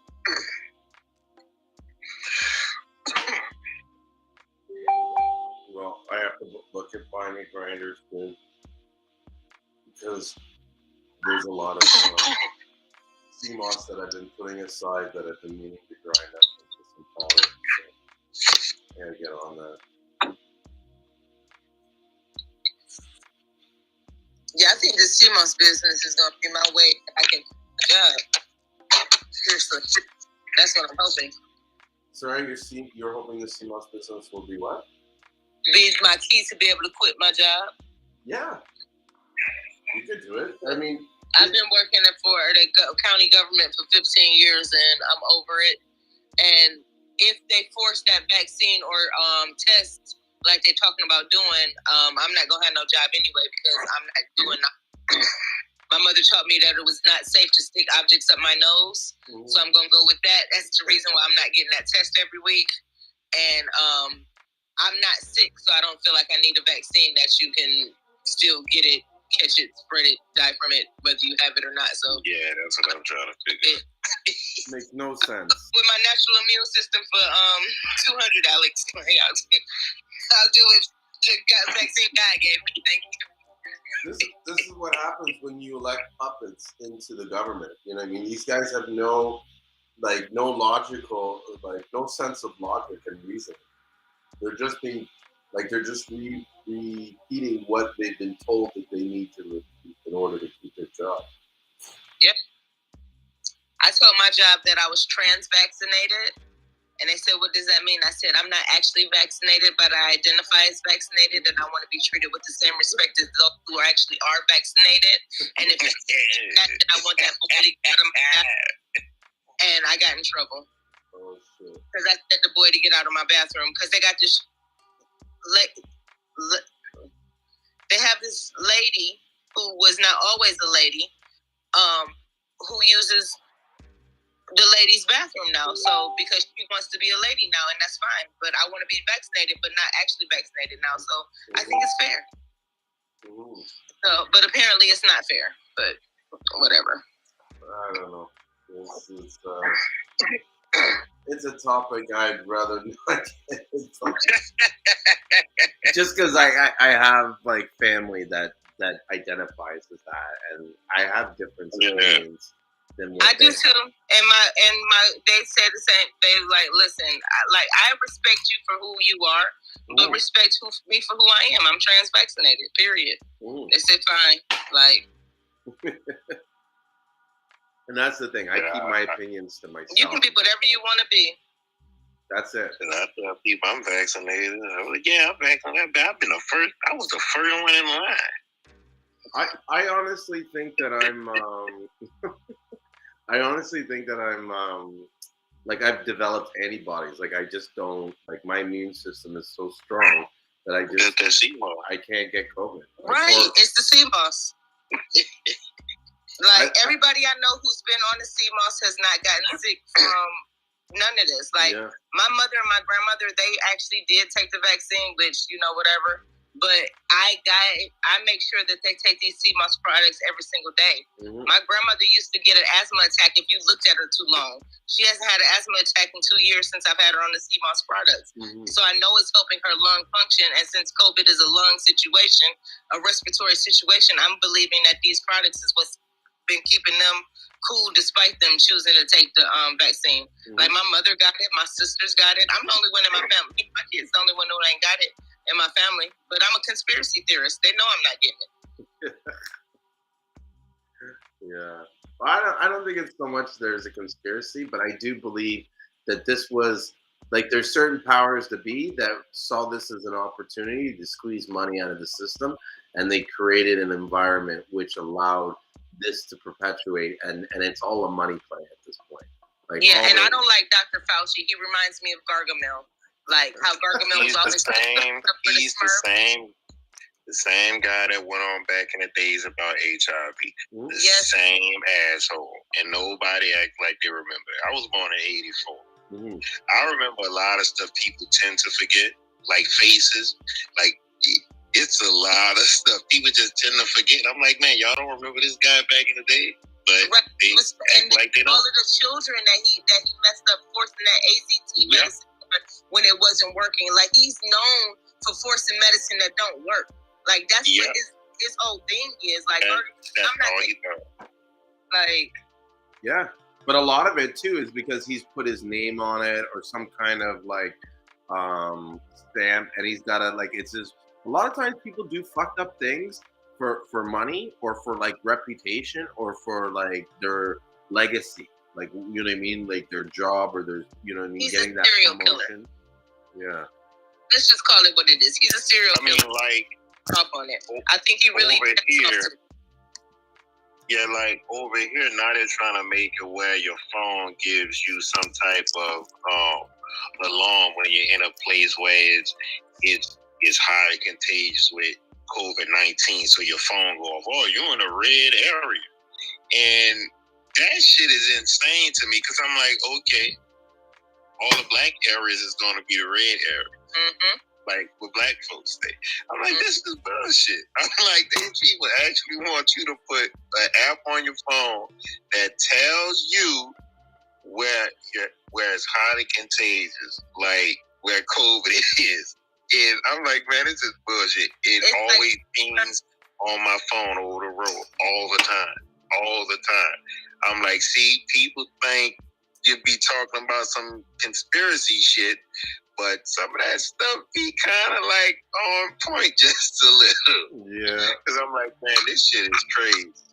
Like, I'm going to start taking pictures of it when I do that shit on my phone. Like, this is bullshit. Right. You know, if you make a TikTok page about it, they're going to ban your ass for telling the truth. Yeah, I don't fool with TikTok because TikTok steal your information off your phone. Oh, yeah, no, my kids got banned. They was telling the truth. So yeah, you gotta watch all those social media platforms. They're watching you when you least expect it. I put a picture of my dog on Instagram and called him Fat Man. They said that was against their policy. I was like, what the? I was like, because you called your dog Fat Man? Yeah, it was my little puppy. I said Fat Man, and they told me that's against their policy. I should put that up there. No fat shaming. Crazy. And they've been going back for posts like years ago and community violating them. Like, back in 2015, I put a picture of bleach, like basically telling somebody to drink bleach. And they came back a couple of weeks ago talking about how I violated community standards. I'm like, what? What about that shit? You know what happened to me? We can't hear you, woman.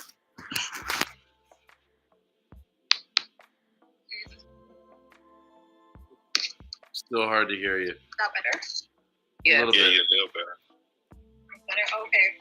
So it was a couple weeks ago. A couple weeks ago. And I posted something about all my stories, on my Instagram stories about Harriet Tubman, right? And like what she did, right? It was just like a small little like a few sentences. And then they fact checked me. They're like it was like partly false. You know how sometimes they do that? I've never. I've seen them do the fact checking, but not something where they're like, "Oh, this is not 100% true," or some of it. That's crazy. I got fact checked when I posted remember the nurse who took the vaccine and then she fainted and second intensity or whatever. I posted that and I got partially fact checked because they was trying to say, well, it wasn't from the vaccine that made her faint. Like the vaccine and then she fainted 20 minutes later, but it wasn't from the vaccine. Make it make sense. Yeah, the first one, right? She had like and no one has seen nurse. I think nurse. I don't remember Nurse Tiffany. I think her name was Tiffany. No one has seen her. Then, like, what happened to Nurse Tiffany? Someone needs to investigate. I feel like those are kind of like fake. I know that's kind of hard to believe, but it's like they try to get us with our emotions. You know, I don't know. That's just what I think. Some of them, not all of them. What, you think that the video was fake? Yeah, they do that. They do that to like. Obviously, she most likely did not even get it, right? So what I feel like is that sometimes they do that just to like trigger us. Yep. Listen, the more that they can get you divided and freaked out, it's like, you know what I mean? Like it fuels them. It fuels their agenda, whatever that agenda is. I think that there's just people on this earth that just are out to just make negativity, like negative energy. Absolutely. Mm-hmm. I believe that there are definitely evil beings that just want to make it as hard for people as possible. Yeah. And people forget that. And so they create these videos to get these reactions to just stir shit up and just see how people just work people in a frenzy.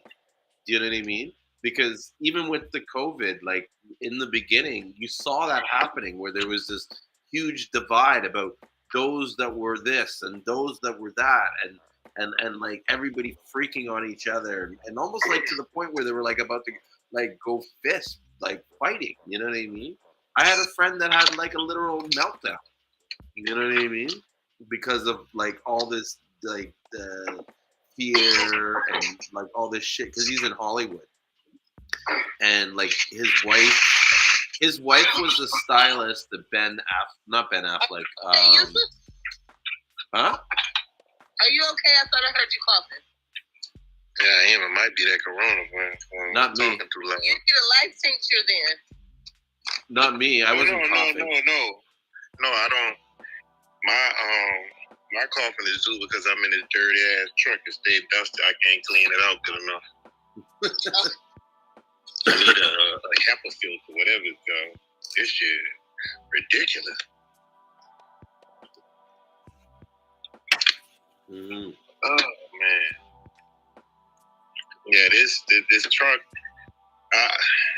I mean, the truck. I get soles in my nose and stuff. Like it's bad up in this truck. Is that your truck or is that someone else's truck? Nah, it's my truck because I'm leasing it, but it's the company truck that they can have it back. But this is my last month in this truck, and I'm quitting. Yeah, you're quitting the whole trucking business, or are you quitting the company? No, I'm gonna drive for somebody else, and then after I get what I need to get, I'm gonna walk away from it. I don't like it. I've been doing this for like 4 years. Yeah. And I haven't even been home for 2 weeks since I started this job. Okay. 2 weeks straight, that is. Well, I remember you were planning to get your own truck, so is that kind of out of the question? Yeah, I don't even think I'm gonna do that anymore. I'm just like I really don't want to work. I don't want to work for nobody, so I'm trying to start a few things because I like getting up when I like getting up, and I already spend 8 hours on my life for somebody else's. So, 12 hours because I'm like, really longer than that, but. Listen, at the end of the day, and you were, DJ, you were talking about this earlier about like getting your own business. You just got to create a plan and figure out like how to, like, what is it that you need to do to make this certain amount of money to cover the bills that you have every month, and how much work it is, and you just put that work until you know what I mean. You get to that point where you're comfortable. Like it's how I say it. It's hard to say when that switch is because like I work in my like original career is real estate, and so I watch a lot of people in the real estate field struggle trying to move from a full-time job into the real estate. And what they don't realize, like, or what they find, or what the part of the problem is that they can never make enough money because they can't put the time into the real estate to generate the profit enough to leave the business. So they're always stuck on that fence where they're kind of just sort of juggling or reacting to things. And this is why I say you need to create the plan, because if you broke it down to like, okay, I need to make $5,000 a month. How many sales do I need to make 5,000? What do I, you know what I mean? Yep. What kind of stuff do I need to do that? For life products each month, I put a monthly goal of how much money we need to make. How much I want to make this particular month. Okay, so I want to put $1,000 this month. I need to sell X amount of capsules, X amount of this, X amount of that, and then I hustle that shit. Like I hustle it like it's dope. Like that's it. Yeah, you re-up, you pay your bills, you know what I mean? You kind of flip it and get more, and that's it, you know? And see, when I started, I bought such a supply of everything that I would need that I won't have to re-up for a minute. So this is smart. On deck, so that helps out too.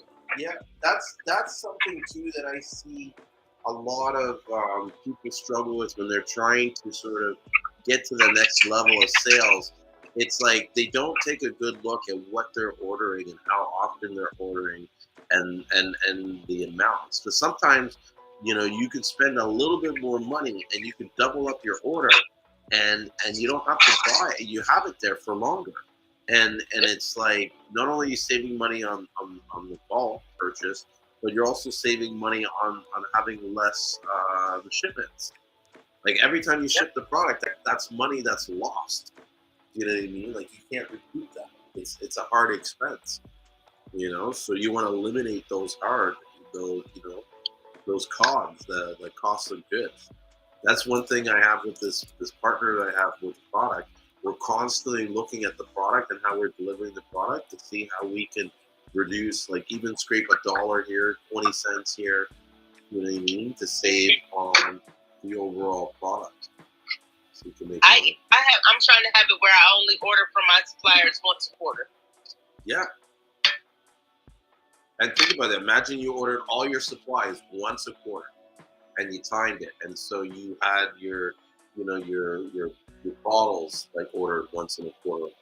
And even like go to your supplier and say, look, I'm going to buy this much over the year, but I'm going to, break it into this many shipments. Give me a price on the year commitment for this amount of bottles or this amount of containers.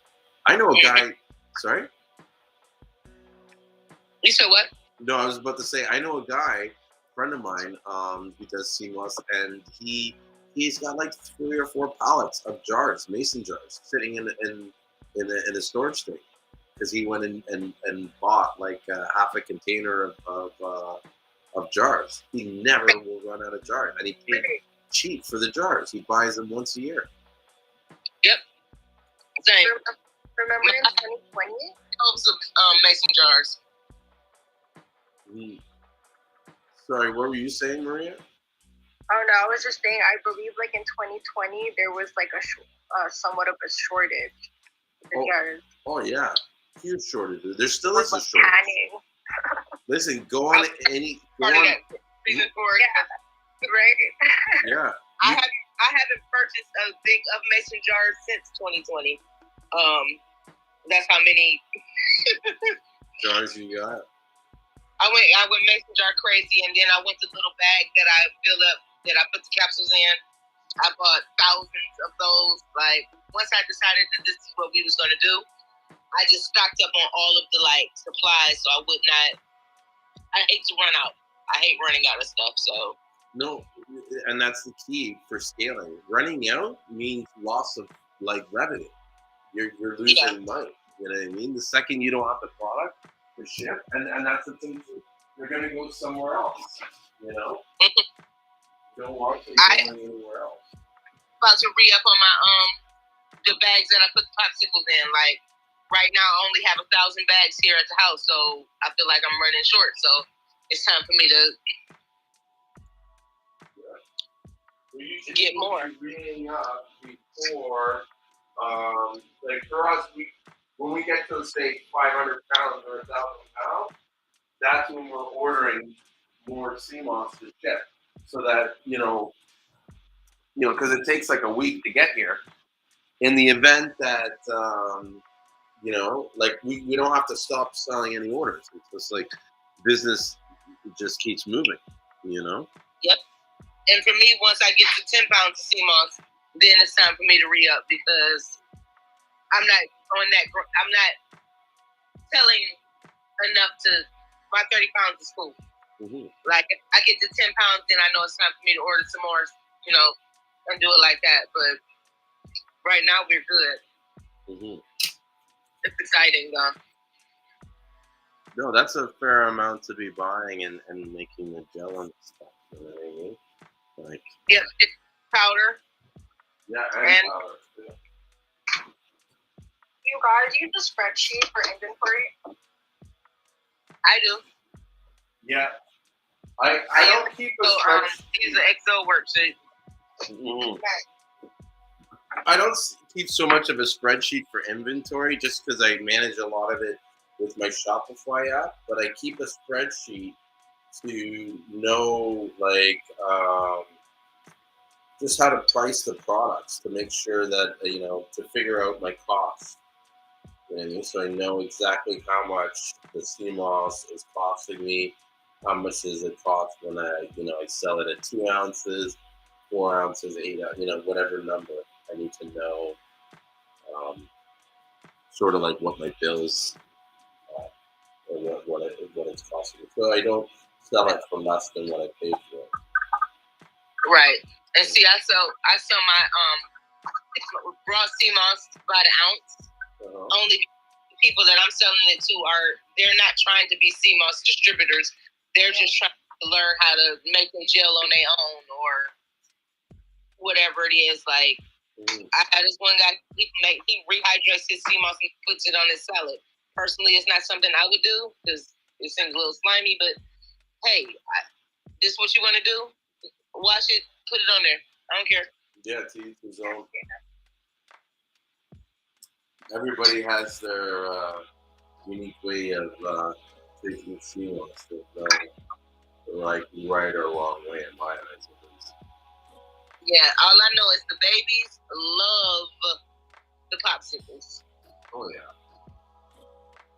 No, I don't doubt that at all. And what flavors of popsicles do you have? We have mango lemonade, lavender lemonade, a blue dragon, that's blueberries and dragon fruit, passion dragon, that's passion fruit and dragon fruit. And there was another one, tropical blends. Basically, we buy a thing of frozen fruit. Mm-hmm. In the wintertime, we use frozen fruit and blend it in with our ingredients with some Seamoss, and then make it until it liquefies into basically a juice, and then we freeze it up in the freeze spot bag. It's very, very simple. Yeah, nice. It sounds good too. Have you ever thought of doing tamarind? Ooh, as a flavor. Yeah, I love tamarind. I'm surprised you don't. But then again, I guess it's not easy to get sour sauce in Cleveland, right? No, I have like 3 kilograms of soursop powder and probably about 100 soursop leaves, so I could do a soursop flavored one. I could do soursop, I could do elderberry, passion fruit, basically whatever fruit you have, like you can think of, I can make it. And then I use agave instead of honey, so it's vegan and friendly to the vegans. Because I used to use honey, and then I read that vegans don't like honey, so I was like, well, let me change it to agave because I want people who of all food groups, what should you call it? Yeah, like all different food groups or whatever whatever your eating lifestyle is, I want you to be able to take a life pop. Yeah. So, but if you're vegan and I put honey in it, then you don't want it because vegans don't fool with the honey. But if it has agave in it, everybody can take that. Whether you're a vegan or a pescatarian or this or that or whatever, it's just a popsicle for you. Mm-hmm. Yeah, which is crazy because, like, I don't know. They're crazy about the honey, like vegans not liking honey. Because the only reason why they don't is because something about, like, they don't like the fact that the bees are making the honey and we're taking away from the bees and all this kind of stuff. But, like, I'm a beekeeper, and if you like, how do I say it? It's like leave the with the bees is more harmful for to leave the honey with the bees than to take the honey from the dog. So if you really cared about the bees, you would want to be consuming what their product is because God made them to make the damn for us. Shit. Exactly. Preservative. Exactly. People is still, but stuff for law. They're not dumb. They're just unaware. It is what it is. Yeah. But I do use honey in my tincture, so I let vegans know, like, in my tincture, that's only honey because of the healing properties that honey has. Mm-hmm. Yeah, well, yeah. Honey's so good for you. It's sad that they don't like honey because they're missing it. Yeah, like, I put honey, I use a half a cup of honey in my tincture because my grandmother told me honey is the base. So, when I say I make that tincture exactly the way my grandmother made it, it's exactly 100%. The only thing I added was the Seamoss. Mm-hmm. But she didn't use Seamoss back in the days, or? She did not because she was not aware of it then. My grandmother is 80 years old. She didn't have a St. Lucian or Jamaican connect to send her no Seamoss. Well, where is she from? You guys aren't Caribbean, or?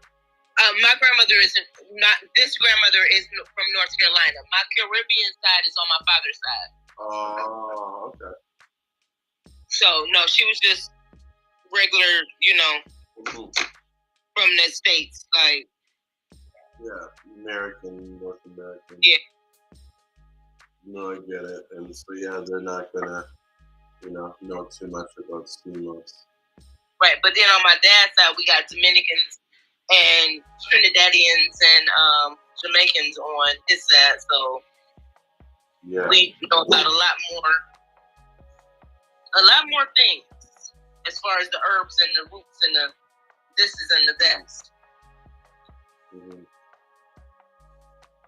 Yeah, there's a lot of Trinidad actually has some in Tobago. They get some good Seamoss. Actually, yes. Yep. Right. No, I was agreeing with you. They do have good stuff. Yeah, they do. I actually had a guy. He runs a company called CGI Green. He was on here last Sunday talking about his Seamoss business, and he's from Trinidad. But then he also sells the St. Lucian Seamoss and stuff. Mm-hmm. And so you get your Seamoss shipped directly from St. Lucia, or do you have someone? Yeah, directly. What's her name? Dandy Seamoss. Is that how you say it? Her name. I'm probably mispronouncing her name on Facebook or whatever. But yeah, she sends it directly to me. Oh, nice. And she supplies my soursop, my bay leaves, all my herbs and everything. Like, she's really, really nice. I like her. Yeah, and I went from this lady named So Mossy. I got quite a bit.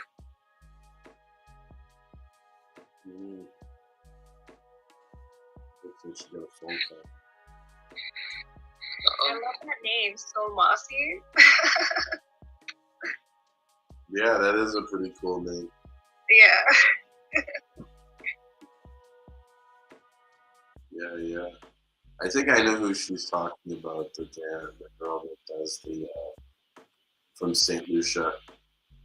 Trying to remember what the company name is, but it's good to see. What? The one from Trinidad. Like, is it more? I know it kind of varies, right? But is it usually? Do they usually have the Gracilaria one? In Trinidad, I think it's more of a Gracilaria than Okay. It's similar to the one that they would get in St. Lucia, which to me it's like a mix, like a Eukinema Gracilaria mix, because a lot of times it's hard to tell the difference between the two. Yeah, that's when I look at yours, I'm just like, okay, is this Gracilaria or what? Sometimes it's Gracilaria, sometimes it's Eukinema. Sometimes the Eukinema looks like Gracilaria, and vice versa. It's very, very difficult to tell. I mean, sometimes there's clear like indications. Like the Eukinema is going to be more of a thicker branches and more bushy and stuff. You know, like more hands. Yeah. Okay. Or not more fronds, but more. Well, they would be more like branches, but they're more densely together. Like think about like a difference between like a tree and a bush. Okay. Yeah, like the tree would have the canopy that spreads out, and you have these branches that are going out the other place. Where bushes, like they have the branches and stuff, but they're more densely packed into each other. Do you remember in the group there was this one person that posted a photo, right? Like asking, is there something wrong with this moss? And then you commented that it looks like it's like a young sea moss, like it harvested pretty young, or it's like a not premature. But do you remember that photo? Yes, because it had all the different. It looked very kind of bushy like. And it had the small, different branches and stuff like that, and they were thin. Yeah. Okay, so that's how it usually looks like? How it usually looks like. Okay, I totally forgot. I didn't even save it, but I was doing a little bit of researching, I think like a week ago, and I believe that's actually a certain species. It's possible. But but they all look so alike. Like when you look at all like the photos, they really do all look alike. Though, like when you see one species, it can look like another species. And so on. And not only that, but the one species appearance, depending on the water conditions and the location, can look like the other species. Yeah. I think that's what you even just said. But a lot of times it's just even like the water condition stuff. So that could be like a new species or a different species. But I also, I remember looking at it, it was like when you see the Garcilaria growing or the Eukinema growing from like actual like small kind of seed and stuff, it mimics that kind of appearance where it's like it has the branches, it has these like long sort of strands, but because the Seamoss is so new and like in its infant stage, it's more of on a smaller, thinner scale, and it's not until after a little bit of time that it gets thicker and grows larger. Okay, okay, that makes sense. Yeah, and also sometimes with the Conjures Crispus, I do get some of that kind of how that looks in the photo, the one that we were talking about. Mm-hmm. Sometimes I get that. Like whenever I wash it, and then I see like small pieces of it as well. Mm. So that was, Of like baby branches, and I think it's consistent with a lot of the Seamoss when it's getting first sort of developed. You know what I mean? And so that's why I was kind of like that. You know, looks like it's new Seamoss. Like the Conjures Crispus, as it's growing and developing, it's going to kind of look like that at a more infant scale. okay, Yeah. But I know that area doesn't have.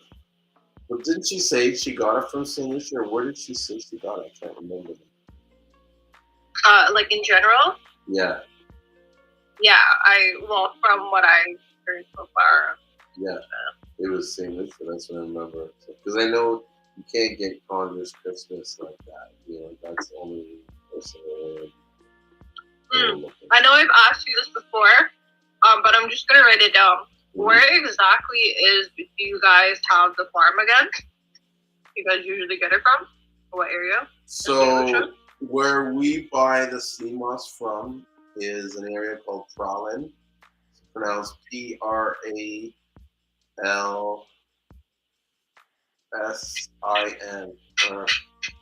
Fuck, I'm the worst at spelling. Let me see if I can look it up and see exactly how to spell it. Or okay. Hold on. Yeah, I'm gonna write it down this time. I don't know. I'm just a very curious cat. Yeah. No, it's yeah. So it's Praslin. So there's Pralin, there's Mikud, and then there's also Savins Bay and Bois Chadon, which means lots of sea eggs. Lots of sea eggs? Yeah. Really is. Yeah. So the main farm that we have, that we actually own ourselves, that's in an area called Bois Chadon. Okay. Yeah, and it's in a protective mangrove area, and there's no houses nearby, and very what's the word I'm looking for? Deserted area. Okay, ready.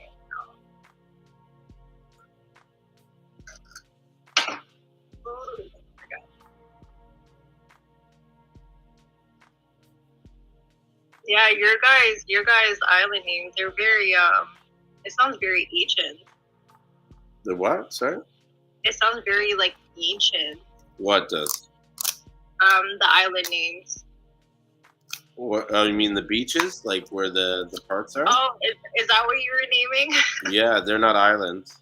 Okay. Yeah, there's only one. Well, I guess there's a couple small islands in St. Lucia. But no, these are sort of like communities or like beaches, areas, and stuff like that.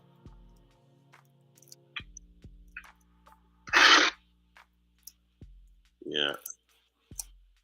Looks like we lost DJ. I wonder if she's coming back. Nice lady. Her company's a really good company. I've watched her and noticed her for a while. And I really hope she gets to that level where she can quit her job and focus more on her. That would be amazing. Yeah, on more of her business. It's tough though. You know what I mean? Like I was saying with the real estate, lots of guys struggle with trying to balance. Like, how do I jump into this new job and or this new business and make sure it supports me, and you know what I mean, like that I'm like, what happens if we don't make any money, you know what I mean, or the sales go down. Like we've had a couple situations where it was like, oh fuck, like are we gonna make, payroll this month or whatever, not payroll because we don't have payroll, but you know what I mean. Like, we don't want to wind in a situation where we can't pay our bills. How right? Yeah, seriously. Because that's what most of you guys are just like relying on. Mm-hmm. How was it in like 2019 and 2020? What do you mean? As in, sorry, yeah, good question. The market, Huh? like, was, because I've noticed that like so many people were selling. I believe like 2020. So many people were moving out. So many people were just like selling their houses. So, like, were people like buying too around that time? What was the real estate market like in the beginning of 2000? No, 2019 and 2020. So last year people were buying crazy. People from 2019, the market hasn't really slowed down. It slowed down for like 3 months. And it was mainly because the government barred doing showings. There was no open houses. People were in somewhat of a panic and stuff like that. But after a certain time, the housing market just took off, and now it's fucking insane. Like it's literally insane how I sold a condo last night. And we had 20 people fighting over this condo. If I really wanted to, I could have pushed these guys. I don't know how. I could have pushed them to see how far they could go. At a certain point, I felt like, okay, no, you know what? This is not right. I'm playing with, I knew I was playing with their emotions. You know what I mean? Because they wanted the house so bad. And they knew they had to beat the person, you know what I mean, before them. And they didn't want to lose the house over a couple $1,000s. But we listed that condo for $499. We ended up selling it for $715. Holy shit! What area? Scarborough. Midland. Yeah, Midland and Danforth Road. Midland and Danforth? Yeah. Oh wow. That's like. Yeah. Like, I don't want to say like a good area or anything, but I don't know how it is now. It's not a bad area. Yeah, it's not so bad, but yeah, it's not like Kennedy and like Eglinton type of thing. I don't know. Yeah. Wow, that's freaking crazy. Holy crap. And like, was it just one person or was it a couple? Well, I had like I said, I had 20 offers. So we sold 2 houses. I mean, like the person that bought it. I think it was a couple, like a family. They were developing a family and stuff. So I sold 2 houses last night with my wife, and it was whatchamacallit. We sold the bungalow and the condo, and the bungalow we listed for $799. And that one ended up selling for 1.170. Wow. Yeah, crazy. Yeah, like I've been moving around quite a few times this past few years, and like out of my apartments, right? And or sometimes basements as well. And there's just so many people like looking to like rent these places as well, where sometimes like these students that's coming from like Asia would literally like do a 6-month deposit ahead of time, and then there were other times where like, oh hey, you know what, hey, I can't move now, I can move in like a few months from now. So can I just give you extra monthly type of thing where I had to do that, just to pay my spot type of thing. Like so like people in that situation, they probably could have like just like upped the price, increased the price as well too. Mm-hmm. I've had clients who had to put a year's deposit on the rent to get it. Now, I even had a client. Now, this is before all these. Like, it was really tough to get leases in Toronto, but he did a maneuver where he offered the landlord the rent for the year up front in exchange for a discount on the rent, and he got like something like $4,000 or $5,000 off. You know what I mean? So his rent went down from, I think it was $2,200 down to $1,700 or $1,750. Okay. So that's actually $6,000 approximately that he saved by putting up his money up front. And a lot of people would be like, "Oh no, I wouldn't do that. That's crazy. That's risky." But why is it risky? You know what I mean? You're gonna live in that place. You know what I mean? As long as everything's fine and you like the place, put the money up. You know what I mean? You invest in yourself in a sense. Right. And I mean, like, that transaction is legal anyways, so it's like there's gonna be like paperwork done regardless too, and like proof. So. What did you say? What's legal or illegal? What did you just say? I missed it. I didn't understand it. Sorry, am I cutting off? No, it was just a little blurry, like when I was listening. Okay. What I was saying was that like they shouldn't really be in that type of situation. They shouldn't really be like skeptical about that because that is, I feel like, isn't that legal? Like that transaction is legal to like pay upfront like ahead of time. So if they choose to. It is. There's some. First of all, I think it's changed since recently, but back in the days, what it was is you as a landlord couldn't demand that the tenant paid that much up front. But if a tenant came to you and said, "Hey, I want this place and I'm willing to give you this much," you as a landlord could accept it, and it was legal. So it was more of a like how the deal came about that was determined. Mm-hmm. But I think now the landlords can ask for months up because they do it a lot more. They do it a lot more than they did before. Yeah, it's getting a little bit crazy because like there's a lot of shitty landlords, but then there's a lot of shitty tenants as well. Mm-hmm. So, yeah, I could.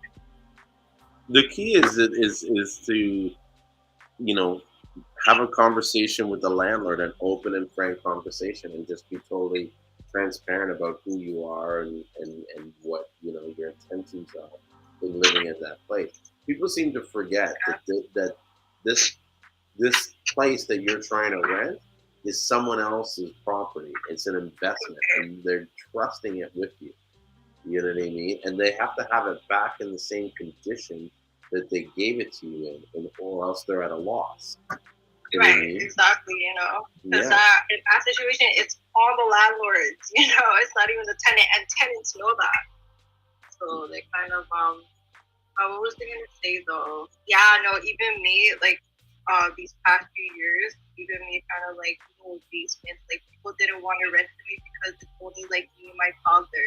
Mm-hmm. They're like, well, then how are you gonna, like, pay for this and that in their head, Yeah. It's not only that too. Their fear is like, oh, what if she brings in a boyfriend and he moves in, and then they have fights and this, that. And... Which is the usual thing. Like usually people would say that, hey, like I'm single, but then after later on they do bring someone, which they can, and that's why like landlords usually try to avoid that. Mm-hmm. Yeah. So hey, check it out. We have someone that I'm on like this laptop's not mine, and I keep forgetting that I need to use in order to make it work. I didn't mean to join it like this, but I guess I could do it. What's up, man? What's up, Julian? Dylan? What? Can you hear me? Yeah.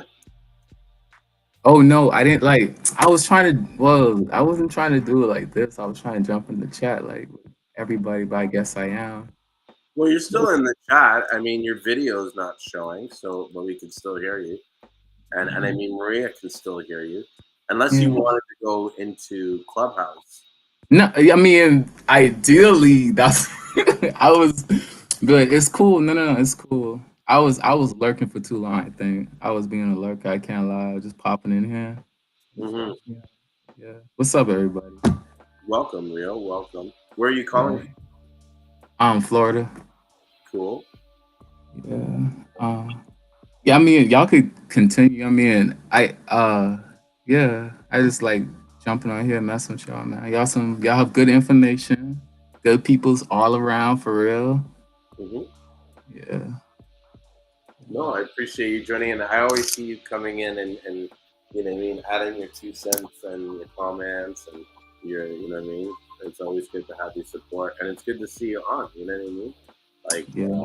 most people shy away from trying to come on the stage or get in the video and stuff like that. Sure. I'm gonna get some Seamoss from you. I'm gonna buy some from you just off the strength of what you doing. I swear.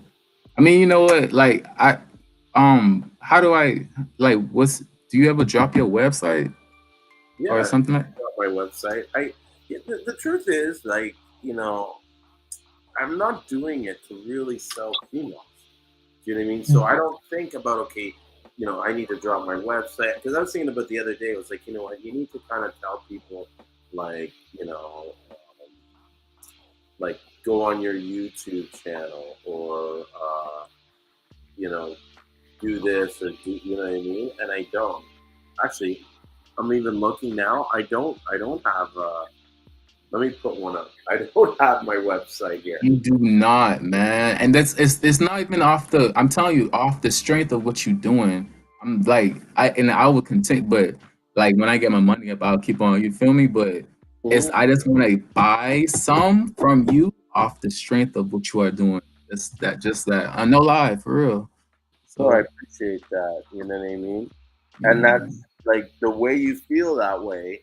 People need to understand that that is the law of reciprocation. Because I've given you something of value, and you've received it and received value from it, yeah, you have a natural instinct or inclination to give back, to give something back of value to me. You know what I mean? And exactly.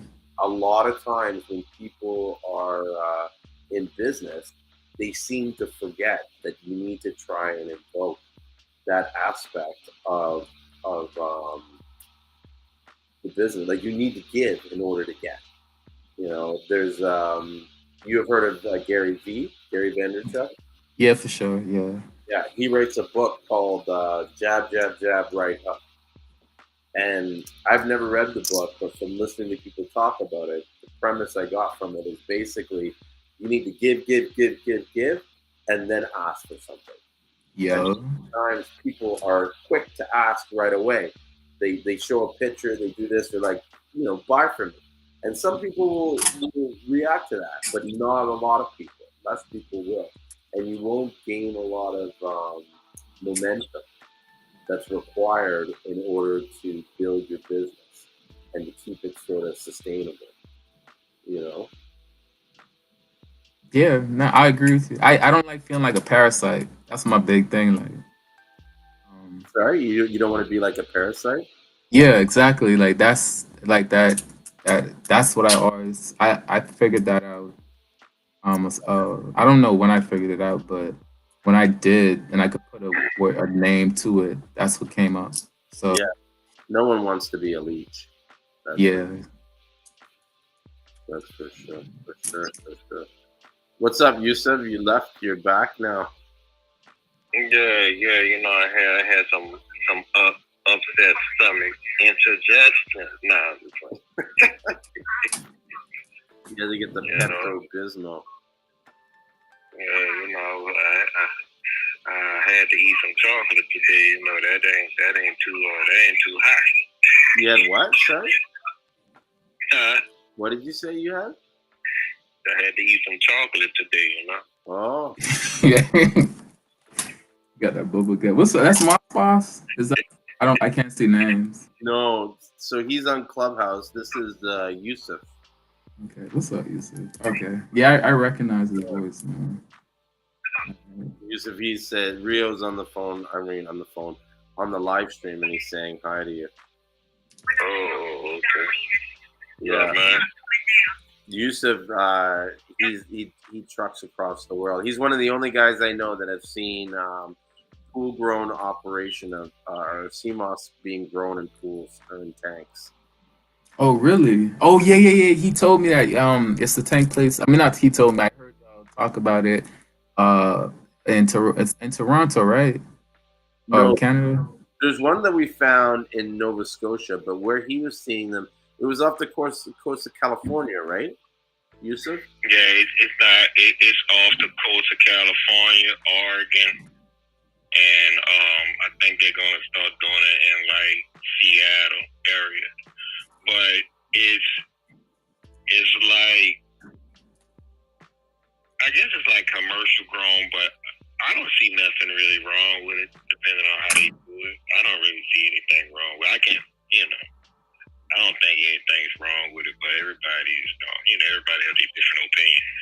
But I mean, the seawater going through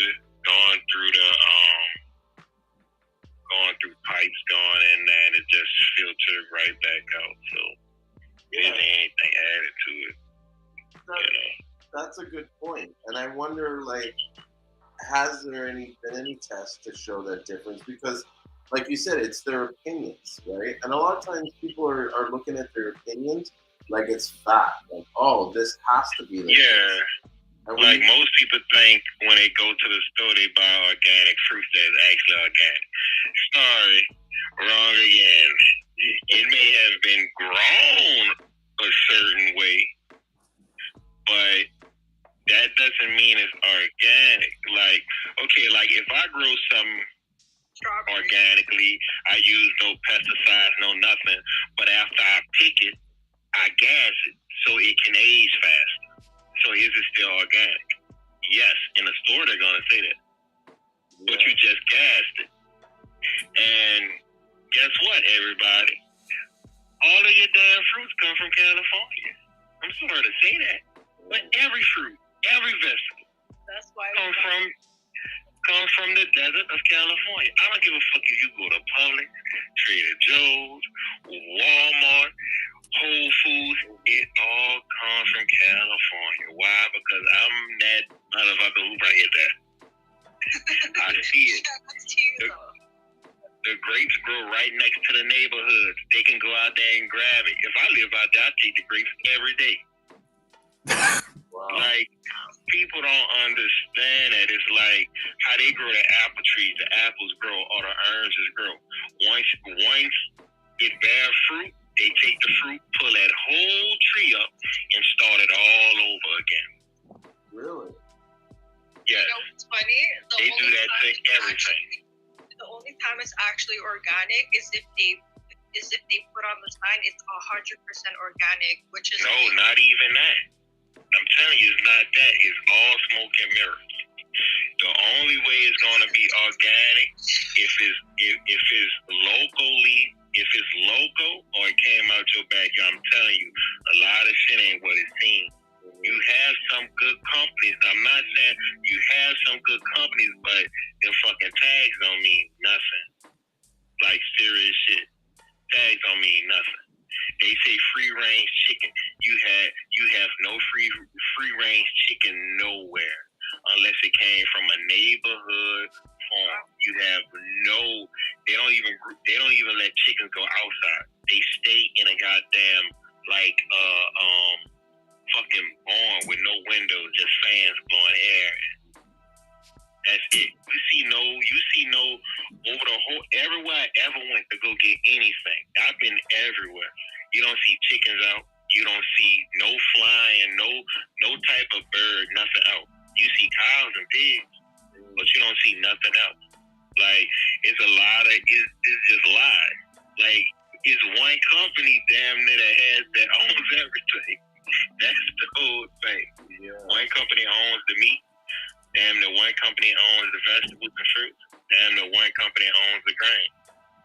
That's just how it is. Feed the animals though. All the leftovers of the corn, all of the what is it? The little beans, the soybeans. Yeah, and like the rest of like all of the grains that just didn't make the cut. That's the feed for the cows. That's also the feed for the dogs. When horses die, when they have no need for the horses no more, guess what that turns to? Dog food.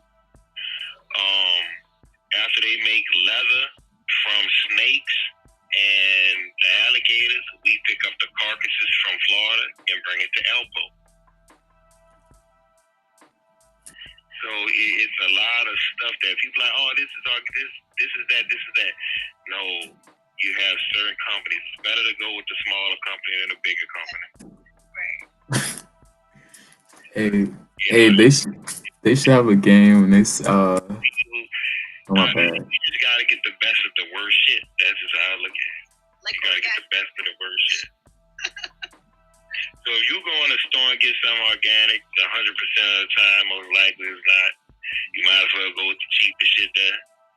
But you might as well just find local farms. Yeah. Like I'm like on some real shit. I'm telling you, where I get the organic from, I also get the shit that's not organic.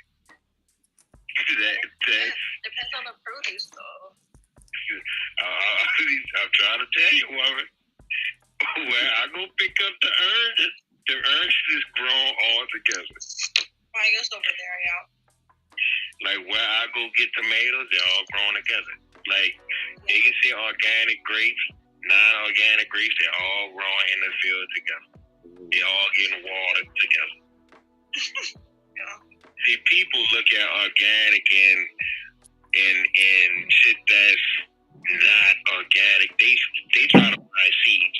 Not having seeds don't make it organic or not organic. Like people still think that shit. Like I can grow oranges in my backyard. If I bend the branch a certain way, it's not gonna produce seeds. If I keep cutting the leaves off, it's not gonna produce seeds. A lot of people don't know how to grow those things without it producing seeds. There's methods to do that. Like there's ways to do that. So I don't even follow that shit anymore. Why? Because I know better.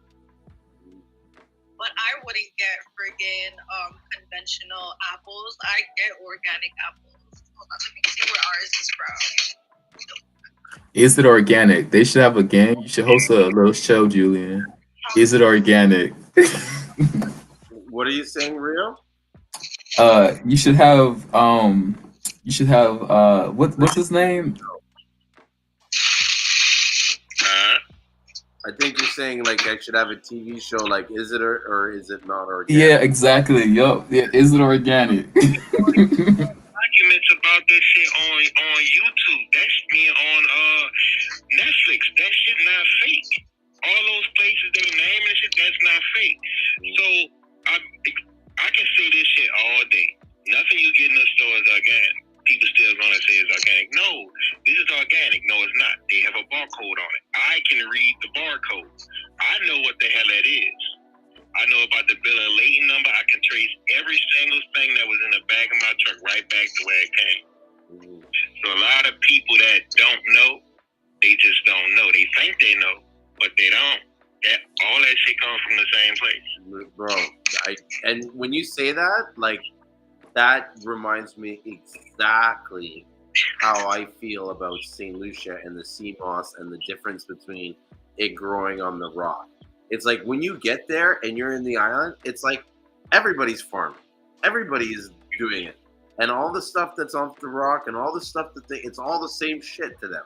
The same thing. Like no one sits there and says, "Oh, this is different Seamoss," or it's all the same quality.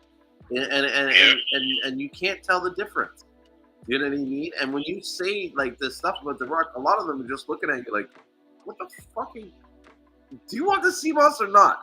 Like, you know what I mean? Like, what are you talking about? Wild crafted, ocean grown, this harvest. This is Seamoss. It's good. It's clean Seamoss. Do you want this Most of the time it's floating off of the rocks and you can just grab it once it come on shore, just like they do in Ireland. They don't go dive for that shit all the time like that. What they do is they have horses and they have the rakes. They rake all that shit up when it washes on shore. Like that's why you have more flakes than you have more whole kind of stretches. You have more flakes. Why? Because they rake that shit off for the beach. Yeah, that's why it always has sand and dirt in it. Well, there are some guys that make their money off collecting the sea moss off the beach, but for the most part, it's you know what I mean. It's from the farmers, but it's how do I say it? It's devastating though at times because for a lot of these farmers, it's like one bad storm, and all their sea moss breaks off their road and washes up on the beach.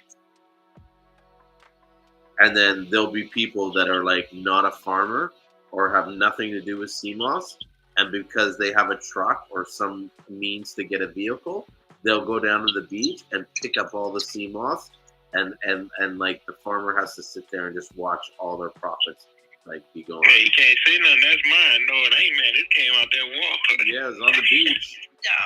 Yeah, everything on the beach is free. The only people I don't really see farm sea moss is in the Bahamas. Like as far as like Freeport and Nassau. Yeah. I don't never see them dealing with the sea moss. I'm like, they have it, but I don't see no farms over there. I thought they would have like farms and stuff like, but they don't. Yeah, I'd have to see why, but I do believe that they have like commercial processing facilities for processing sea moss. You say they do have some?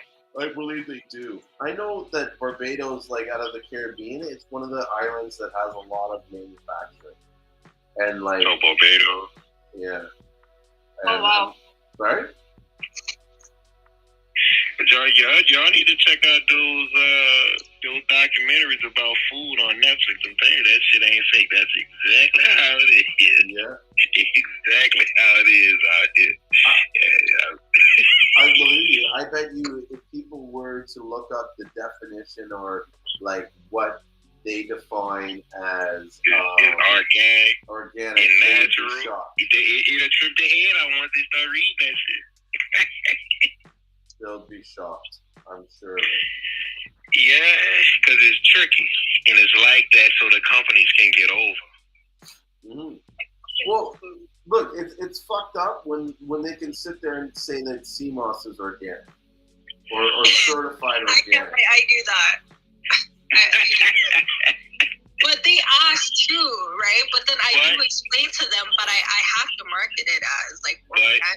In a sense, it is organic. It is wildcraft. Oh, that's the thing. I can't argue with the fact that they say it, but the way they kind of put it, like, well, mine's certified.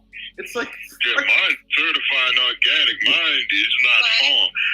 I'd rather get farm raised sea moss any day of the week before I get some shit somebody that hopped in some water and pulled it out and they ain't know where it come from.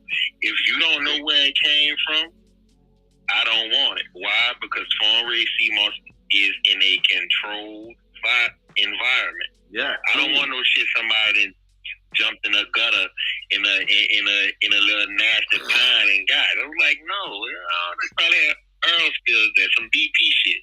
I don't want that. Why? Because I experienced how bad sea moss is. I got some shit. I ain't gonna say where I got it from, but I got some shit from somebody, and the shit was like, damn. I was like, my head was spinning. It was spinning, hurting bad, and I also took that same sea moss and sent it to my friend in Florida to test it out. Because he told me, let me know how you feel after you take that. And I took this stuff, and it's this shit that they call purple moss. It's called purple moss now. It's not Gossalari, it's not Condus Christmas. It's this shit they call purple moss. Purple moss, that paradise purple moss shit. That shit had me messed up. Like, totally messed up. And nobody even know what strand of Seamoss that is. Nobody knows. It may be a mixture of both. Not saying it's bad or good. Definitely not saying it's bad, Seamoss. But the batch I had was bad. That's when I knew you can't get Seamoss from anybody. You have to know where that shit come from. Yeah. I'm never doing that shit again. Yeah. No kidding. And I mean, you could have gotten Seamoss that was just like from a bad area, or like had like there's these like toxic algae blooms that happen in the ocean. You know what I mean? That if your Seamoss is around that, it's not good. The Seamoss picks up everything. It's known to even have radioactive material in it. It feeds off of fucking radiation. You have to know where you get it from. You can't get Seamoss from around fucking Hiroshima because you're going to die. That shit grows so big over there. Exactly. So just fuck around and get some shit where they said drop the nuke at you messed up. And you know what's interesting? What I learned recently is that the Seamoss, especially in its dry state, it's highly absorbent. So if there's something in the air, like a perfume or some kind of smell, and the Seamoss is around it, the Seamoss will absorb that scent and it will start smelling like whatever that was in the air. That's extremely, that's how it is. It's going to do that. But, like you said, when you be talking about damn Seamoss, I would advise, don't buy no wet Seamoss, man. Yeah. Like, get your shit dry. Like, that Angel brand shit, don't get that Angel brand shit. Angel brand, they gonna tell you some shit. It still have snails in it. That shit it have snails in it. It ain't even, it's wet. They got water in the bag. You see like a fish floating by. All warm, bacterial filled, fungus. Like, come on, man. Like, you can't do that shit. Yeah, water is the enemy. You don't want moisture.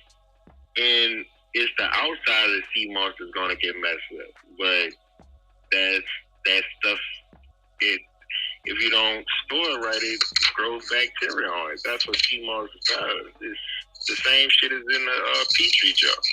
You have to cure that shit. Definitely. You know what I mean? They make this stuff out of they make Petri dishes out of yeah, because I actually want to take the Seamoss and make the Petri dishes to make to duplicate the spores to make mushrooms. I really want to get into mushrooms too. I actually want to get into that, as well. Mushrooms probably the only thing that you can actually say, oh, this is 100% organic. Because, I mean, you can only grow it one way. You can only grow it one way. I don't give a fuck if you use organic or non-organic material. The mushroom gonna be a mushroom. Mushrooms only take out of the soil or whatever it grows on. It only takes out what it needs. Right. So it's like certified organic is pretty much just a certificate that there. Basically, but I mean, like for moss, for seaweed. I mean, most seaweed is organic. I would say all the seaweed is organic that's grown. Some of them just grown good, some of them grown bad, some of them not, stored properly or dried properly. But all of it, the same. Just don't get Angel brand. I tell you, I'm a big person. I'm against Angel brand totally.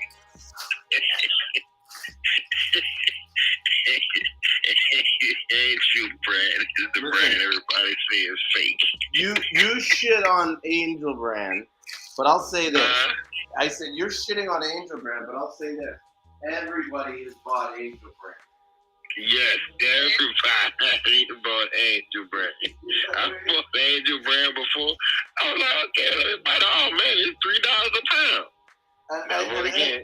$3 a pound, they gonna see you at number wet people. And I think in some ways it might be smart to study the company and see it, like, how did these guys get their penetration and get where they are?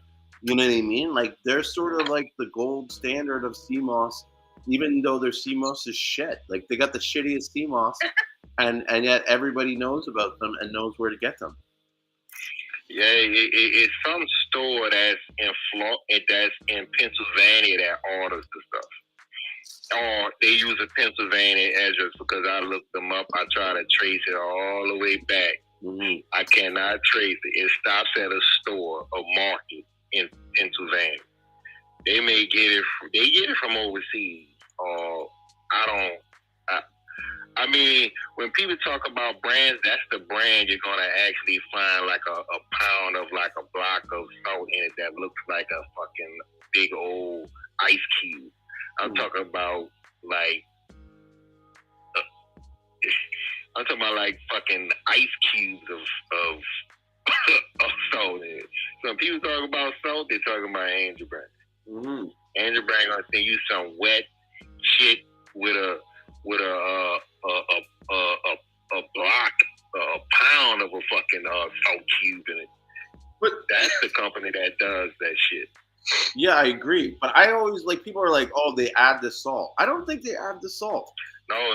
You have to see it, Julie. I'm telling you. It's not like your salt. It's not like nothing. This shit is actually like a salt where I can take it and grind this motherfucker up and make salt. It's not like a few cubes. It's like, oh, this is a chunk. No, I know. I know, but imagine they're using a machine to dry the Seamoss or air dry it or something, and those salt crystals are forming inside. Now, I've been doing some research on making salt, and depending on the heat applied and the temperature and the environment, right, the humidity, the salt crystals can grow at different rates and different size. Like, it's possible to make a salt crystal like that looks like a block. Well, yeah, I mean, that can have that shit comes like blocks in there. It comes like a wet big ass block. Yeah, I just and the breath there have snails on your shit. No, with the amount of moisture that's in there, it's hard to convince me that someone would want to pay the cost to add salt when there's so much salt in it normally. Yeah. I can see that. I mean, that's what probably is happening. It is like so many chunks and blocks of salt in the Angel Brand. But Angel Brand is the only company that actually comes wet. It's not moist. It actually comes wet. Mm. Like the bag is like water in it. Yeah, you can see the humidity. The sea snails and shit on it. So it comes from out some type of water, but they send it to you dirty. And I guess it depends on how you buy it. Mm-hmm. I bought like 20 pounds. I'm like, oh, 20 pounds. By the time you get it and wash it and dry it, it's only like 15 pounds. Wow, you bought 20 pounds of Angel Brand Seamoss? Yeah. Why? Because the company that was in when I first really started dealing with it and wanted some. The first company that I saw with it was in the Bahamas. Mm-hmm. And I was like, okay, this is the stuff they order. And they order Angel Brand because it's cheap. I'm not saying a company that use it up there, but they're actually successful with buying Angel Brand products. Yeah, that's all I'm saying. It's Angel Brand products. So, how they helping people up there? The Angel Brand is helping people up there. Mm-hmm. I'm shit. Yeah. But Angel Brand just send you they shit that they send you some shit that looks like, it just comes like trash. But it grows in the sea because it has sea snails and stuff on it when I got it before. So, it's Seamoss, but, people go, oh, that's fake Seamoss. No, it's not. How do you think people taking rubber and plastic and making it out of Seamoss?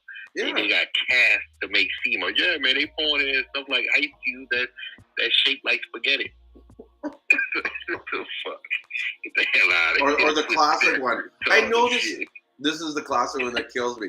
I know it's growing in a pool. I can smell the chlorine. It's like, buddy, Seamoss can't grow in chlorine. Like, hello. The whole thing is wherever you have water, wherever the ocean goes, you can have some type of salt, and you're going to have some type of chlorine, not man-made shit. You're going to have something like this, so it's going to smell like that a little. Mm-hmm. But you can't smell you can't smell chlorine because they're not going to grow it in chlorine. Fungus does not grow in chlorine. Mm. Seamoss is like a fungus. It cannot grow in chlorine. It's an I algae. don't give a shit what you do. You cannot grow algae. You cannot grow Seamoss in a chlorine environment. It's not going to work. No. It's like a fungus. It has spores. That's how it grows. Yeah. Can't grow in no damn chlorine. That shit not going to work. So people saying that, they don't know it. And when they grow it in the pools, it's actually seawater that's being siphoned out of the sea to go in those tanks and put right back in the sea, and it's just a rotation. Yeah. That's all it is. And you can find those videos and documents on YouTube. Oh, really? It is right there for you to see. Yeah. And then you have to know how to search for it. When you looking for like Asian Seamoss, I think you have to put bird nest of the sea is going to come up. They eat Seamoss up there like spaghetti. Uh-huh. There's different terms and people call it different things.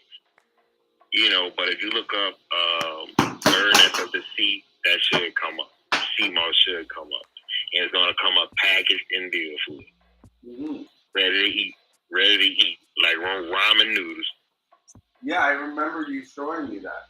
And they were like huge, like lots of companies that were just specializing in the commercial growing of the Seamoss. Yeah, they do a lot. You know, Asians do a lot with Seamoss. Agar is Seamoss. The agar, that's actually Seamoss. It's just frozen, thawed out, frozen again, thawed out, frozen again, thawed out. Mm-hmm. That's agar. The same exact thing as Seamoss. You know, that's same thing. Mm-hmm. So, I mean, everybody uses Seamoss. All of the food, the whole food industry uses Seamoss. Anybody that deals with their ice cream, they use Seamoss. Anybody that deals with sauces, like white cream sauces, they deal with Seamoss. L'Oreal, right outside, I think, Little Rock, Arkansas, the makeup company, I think that's in Little Rock, around Little Rock. I think it's in Arkansas. They use Seamoss. They have to use it because they make lotion, any type of rubbing product, any type of mask. They use Seamoss. They need a bonding agent. They use Seamoss. So a lot of the trash Seamoss that they sell, like the stuff that's not for human consumption, because they're supposed to tell you, well, if it's for human consumption, because they're going to grow it a different type of way. The stuff that's not for human consumption is the stuff that they take, sterilize, meaning boiling and filtering it, and use it for lotion, shampoo, and makeup, things like that, or hair products. You know, so it's different. That's a big ass industry. Seamoss. That's a big ass industry. Most people get their Seamoss from Asian companies. Right? That's where most of it comes from. But they're trying to make it like in Oregon and like Maine, which I don't think is going to grow in Maine because it's cold water in Maine. The kind of citrus grows up there, and other types of seaweed, but that they have commercial seaweed farmers. Maine is going to be big. California, and they was talking about like $16 billion industry. Like people, they're trying to give people grants to start growing seaweed and stuff like that. They have a guy who grows the seaweed in his garage in Texas. He grows different types of seaweeds in his garage in Texas in tanks. And he sells it at like farmers markets and things like that. Mm-hmm. You can find all these people on YouTube. All you have to do is search for these people. Just search for it. You're gonna find it. Like all that shit is there. And his seaweeds look immaculate. Like Maine has some of the best looking seaweed ever.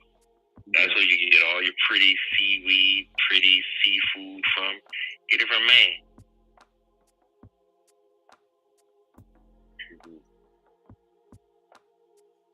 Well, I know they what is the main? There's isn't it the main sea or is it the seed vegetable place? Isn't there a Seamoss company that does all kinds of like not just like regular Seamoss, like they do all kinds of sea vegetables on it. The one in Maine you're talking about? Yeah, I think it's called the Maine Seamoss company, but sea vegetable company. I think it's called, let me see, because I keep all of them on my, phone, but it should be like, it's something seaweed company. Let me see, because I actually keep all the seaweed companies on my, oh, no, that's the one from UK, because the UK grow it as well. The kind of system.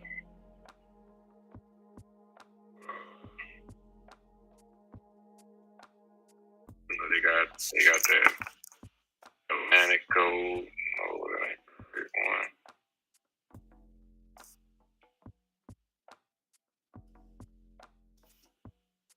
And you have the sea vegetables, Maine.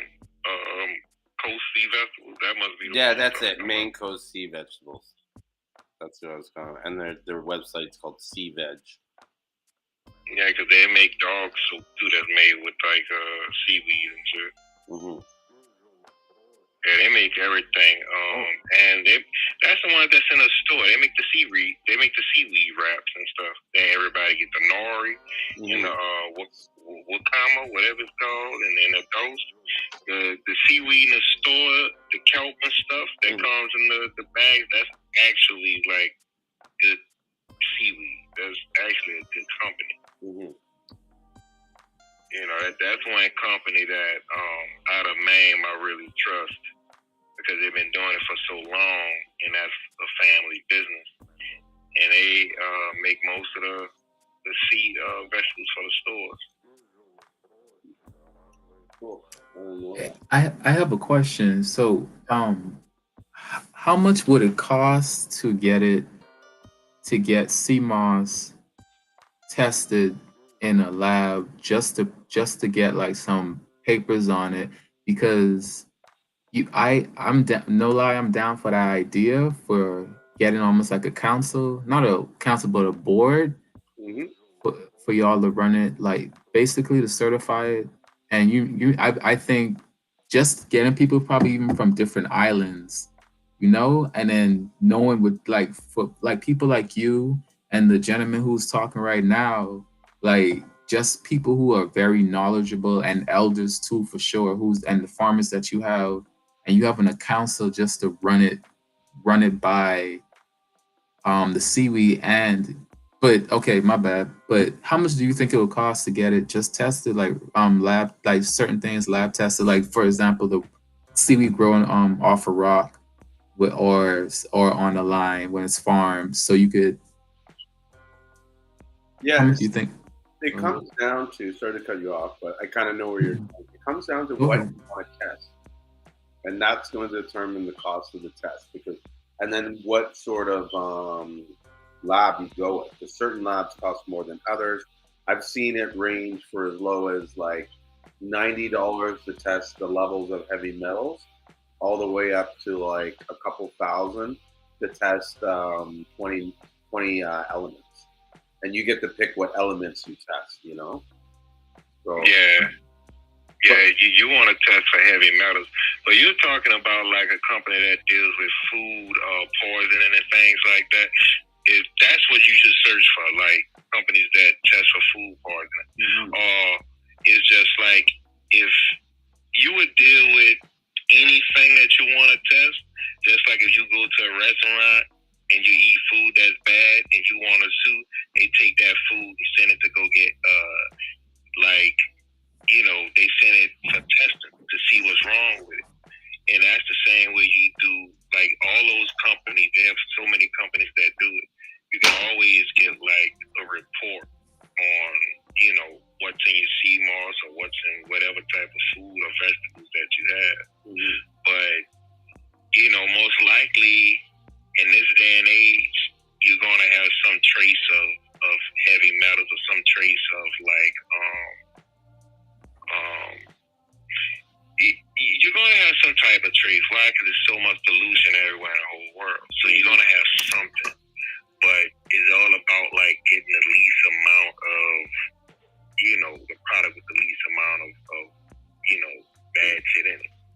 But nowadays it's like you really can't get away from that shit. Even like you get some fresh like cacao, chocolate. Even that is going to have a trace of bad shit in it. And the lowest, like the best one you can get is from Mountain Rose. And that's a shame that it's like that. But the best you can get, like the ones that have been tested, they have the lowest amount of contaminants in it. But every single place that deals with chocolate has contaminants in it. Every single one of them. Unless it's like some local farm that never dealt with anything or no other, but other than that, every company that ever been tested, they have traces of some type of shit in it. The least amount, Mountain Rose product, as far as when it comes down to cacao or chocolate. Well, I know what Rio was talking about too. It's about also trying to test the Seamoss to get some kind of, I guess, I don't want to say standard. To see if it's grown on a rope or grown on a rock. Yeah. No. It's not. Go ahead. Chondrus crispus or this or that. Like, there's too many of these guys trying to make these claims, and no one. And that's my argument. No one has the proof. Yeah. You don't see me making any claims about our Seamoss, except for our Seamoss is the best that comes out of St. Lucia. That's the only claim we really make. But we don't say, oh, ours is better, because we don't know. And even with the best out of St. Lucia, it's like, we don't know for sure, but I'm pretty confident that, and I've said it before in these videos, that like, there may be people with the same quality that I have, but I don't think there's anybody that has better than what I have. I don't think there can get any better than what I have. Yeah, that's true. That's true. Like, what you said is the truth. I told you once before, I said, bro, there's only one other company that can stand next, like, that really Seamoss is like yours. And they're out of, the little island, right? Like, close to y'all. That's the only other farmer that's like that. St. Vincent. But right? No. It's I can't even pronounce this. Antigua? No. Antigua? Let me see. Antigua? Yeah, something like that. I think that's what it is, like Antigua or something like that. Antigua. I think that's what it is. It's let me see. I think it's a ways away from y'all. But I was looking at it on a map. I was like, okay, that is close to St. Lucia. Yeah, they're all in the same regions, but yeah, like There's good Seamoss everywhere. Like even like I go on, oh yeah, St. Lucia.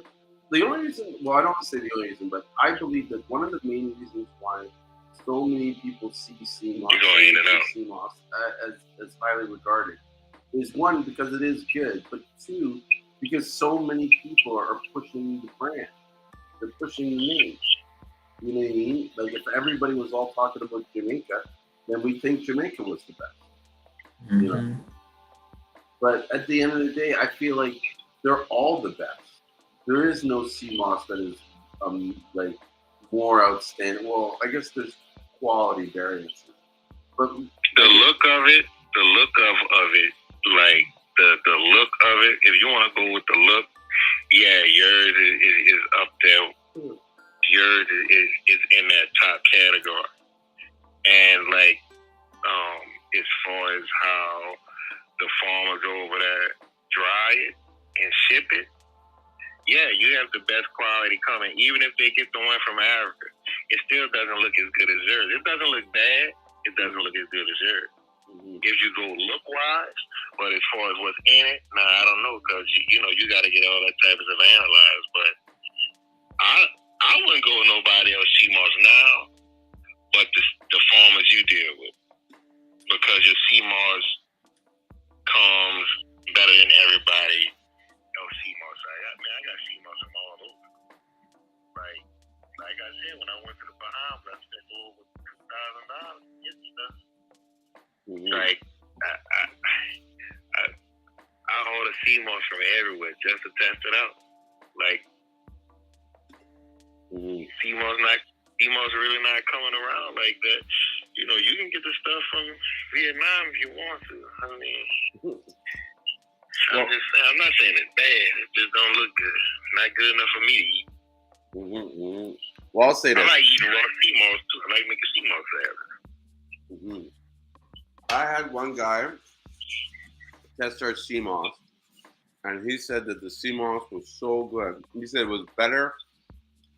Like our worst Seamoss was better than the 40 other like areas that he tested. Like he was basically testing Seamoss all over the world because he wanted to launch these products and he wanted to like nail down a good source on where he could get the supply from.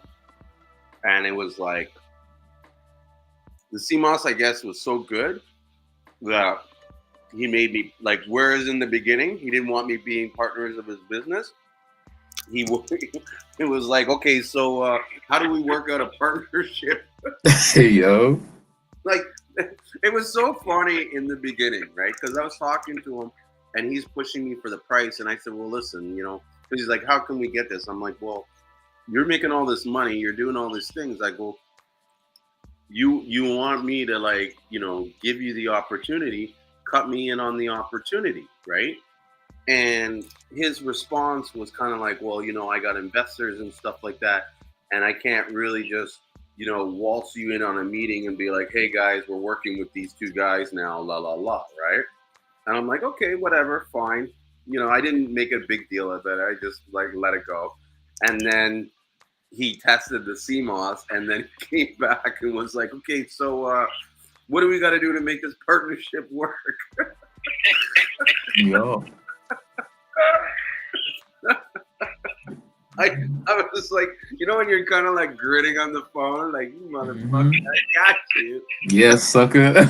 You know, so it was funny. But he's a cool guy, and I like working with him.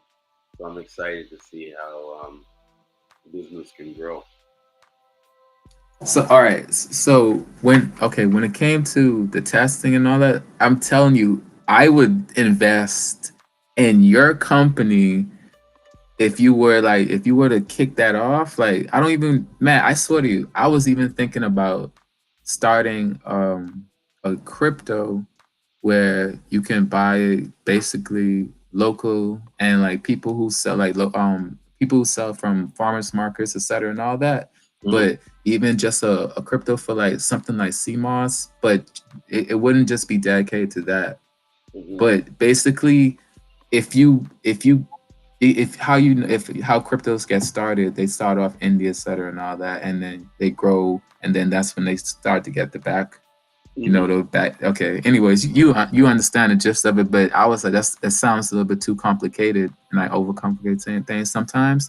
Yep. But it's if you just got people to invest in you and then get it tested, just because I mean you have pay almost like that's having the papers, just being like, yo, I'm about to get like the whole when you were talking about just getting a board together. I'm going back to the board, but getting that together, and so y'all could quality control and all that. That'll be a part of it. All of that will be a part of it because you get quality control, you get fact backing behind it, and all that goodness, man. And I know you seem so fair, and you don't seem biased. Like you would call shit for shit. So that's what I'm saying. Like I will invest in that so quick because it just seems right, and that's the way I think I see it going. They've been using CMOS for the longest, but as you can't really find the proof that everybody talking about it, even with the vitamins and minerals. Like you don't find the proof. I mean, you could they tested for it, of course, right, to see it, but you don't see the papers for it or how they did it, et cetera, and all that. No, I agree. And if we do get the CMOS Association kind of off the ground, that would be one of the sort of features of having the group is that you'd be able to buy from companies that were tested. But what I would even probably do is find a company and go to them and say, look, I got this organization. We have all these approved vendors. Because see, I don't want to like, and this is where I'm kind of like slow to get it off the ground. It's almost like a conflict of interest for me to set this up when I'm running a CMOS business. And Mm-hmm. so the question is, how do I make it fair for all these other companies to come in and work? Because I don't want it to be a situation where it's like, you know what I mean? St. Lucian CMOS is the only approved vendor, or you know what I mean? Like it's too self-serving, And so Yeah, you don't really have to worry about that, though. Like, you get an analysis report and all that type of stuff. Like, I mean, I feel like you should do it, even if it just start with the stuff you have. Like, you ain't gonna hurt nobody. True. Yeah, I feel for real like going. I mean, but at the same time, after it gets to a certain point, if you want to leave, not you selling CMOS, but since you are going to be one of the people, the gatekeepers to it, I can't lie to you.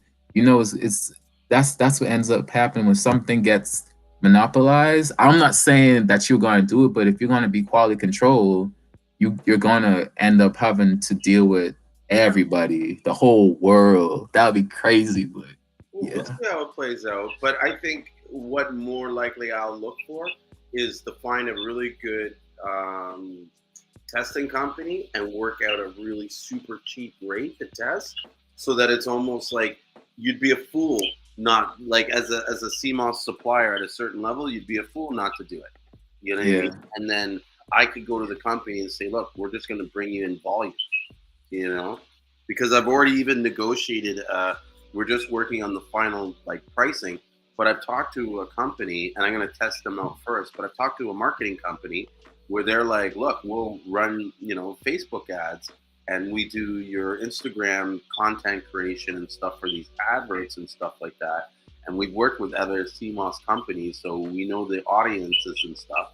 And so I was like, because they were trying to sell it on me, and I was like, okay, well, what if I brought you 100 people to do this? What price would you give me? And he was like, what? And I'm like, bro, I got a group that I manage that has 7,000 people. Every one of them will want to use this service. It's the price, like, because they're charging like $1,000 a month for this, right? So $1,000 a month plus your ad spend. It's not cheap. Nah. But if I can get that down to $500 a month, more people would buy it, and I can show the returns where you increase your sales, where you're making $1,000 a day. If you're making $1,000 a day in sales, $500 on a company that makes that $1,000 a day sales happen, that's a no-brainer, bro. I'd give you 2,000. So that's what they're guaranteeing that We're that not company. guaranteeing anything. Oh, okay. Good. Okay, you understand. Okay. But what they're saying is, look, for $1,000, we'll manage your ads and we'll go and we'll get sales. I know from doing advertising that if it's done right, it's not uncommon for you to get $1,000 a day, $2,000 a day sales on spending, say, $100 worth of ads. Have you thought about asking someone just to get it kind of trending on like the TikToks, you feel me? Like, have you ever thought about going to like an influencer almost? Like, I even how you put when go ahead. Yeah. Well, this company is sort of like that. They're not the influencers, but they're more the guys that will create the content and put the Mhm. ads out and manage your campaigns for the marketing. But my problem in all this, even with these guys, I got to do more vetting, is that I've done the advertising, I've done the stuff, and so what they're claiming to achieve, I've been able to achieve it. So Mhm. to me, it's kind of like, well, why am I paying you $1,000 If you when can do it. well, not even I can do it. If I am able to master this, how valuable is your work? Understood.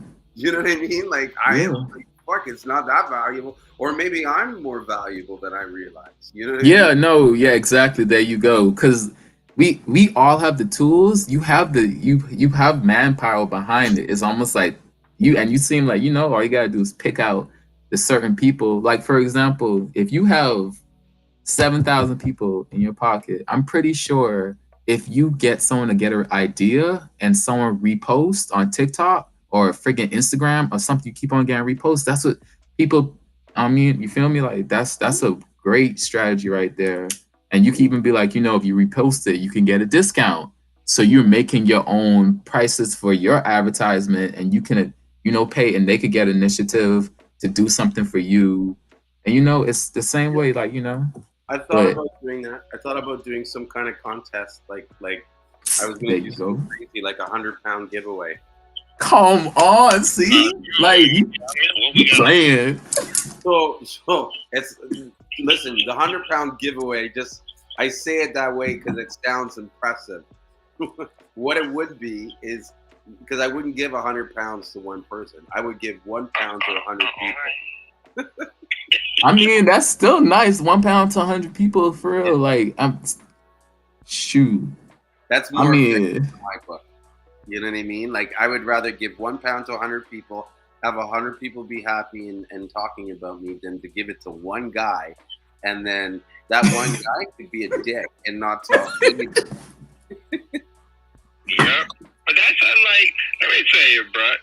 The whole thing is everybody that buy from you should be able to repost your stuff or should be able to like advertise your stuff for you. Now, most people not gonna do it because they buying it from you to sell it themselves. Yeah. But trust me, bro. Everybody I come along, like everybody that talks to me, everybody that wants to know about Seamoss, I send them every single source of Seamoss companies that I know.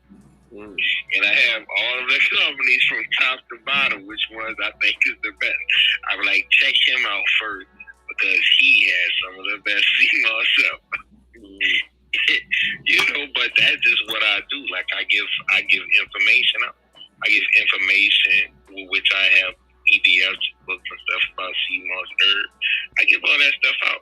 And if I don't give it to them, then I just tell them the websites where to go to get free books and stuff like that from. Like that way you don't have to go to Barnes and Noble and buy like $500 books when you can download it for free. Yeah.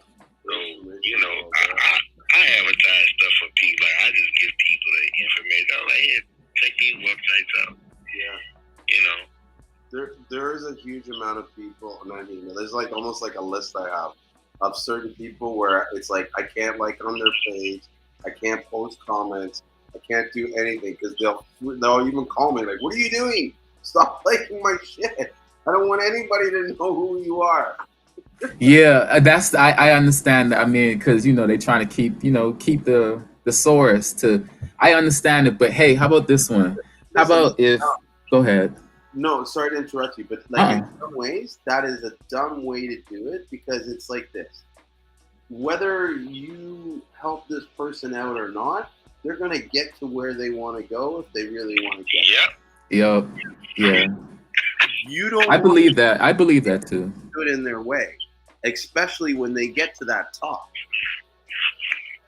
Like people Okay. always look at me like I'm crazy, like because I'm willing to help everybody out.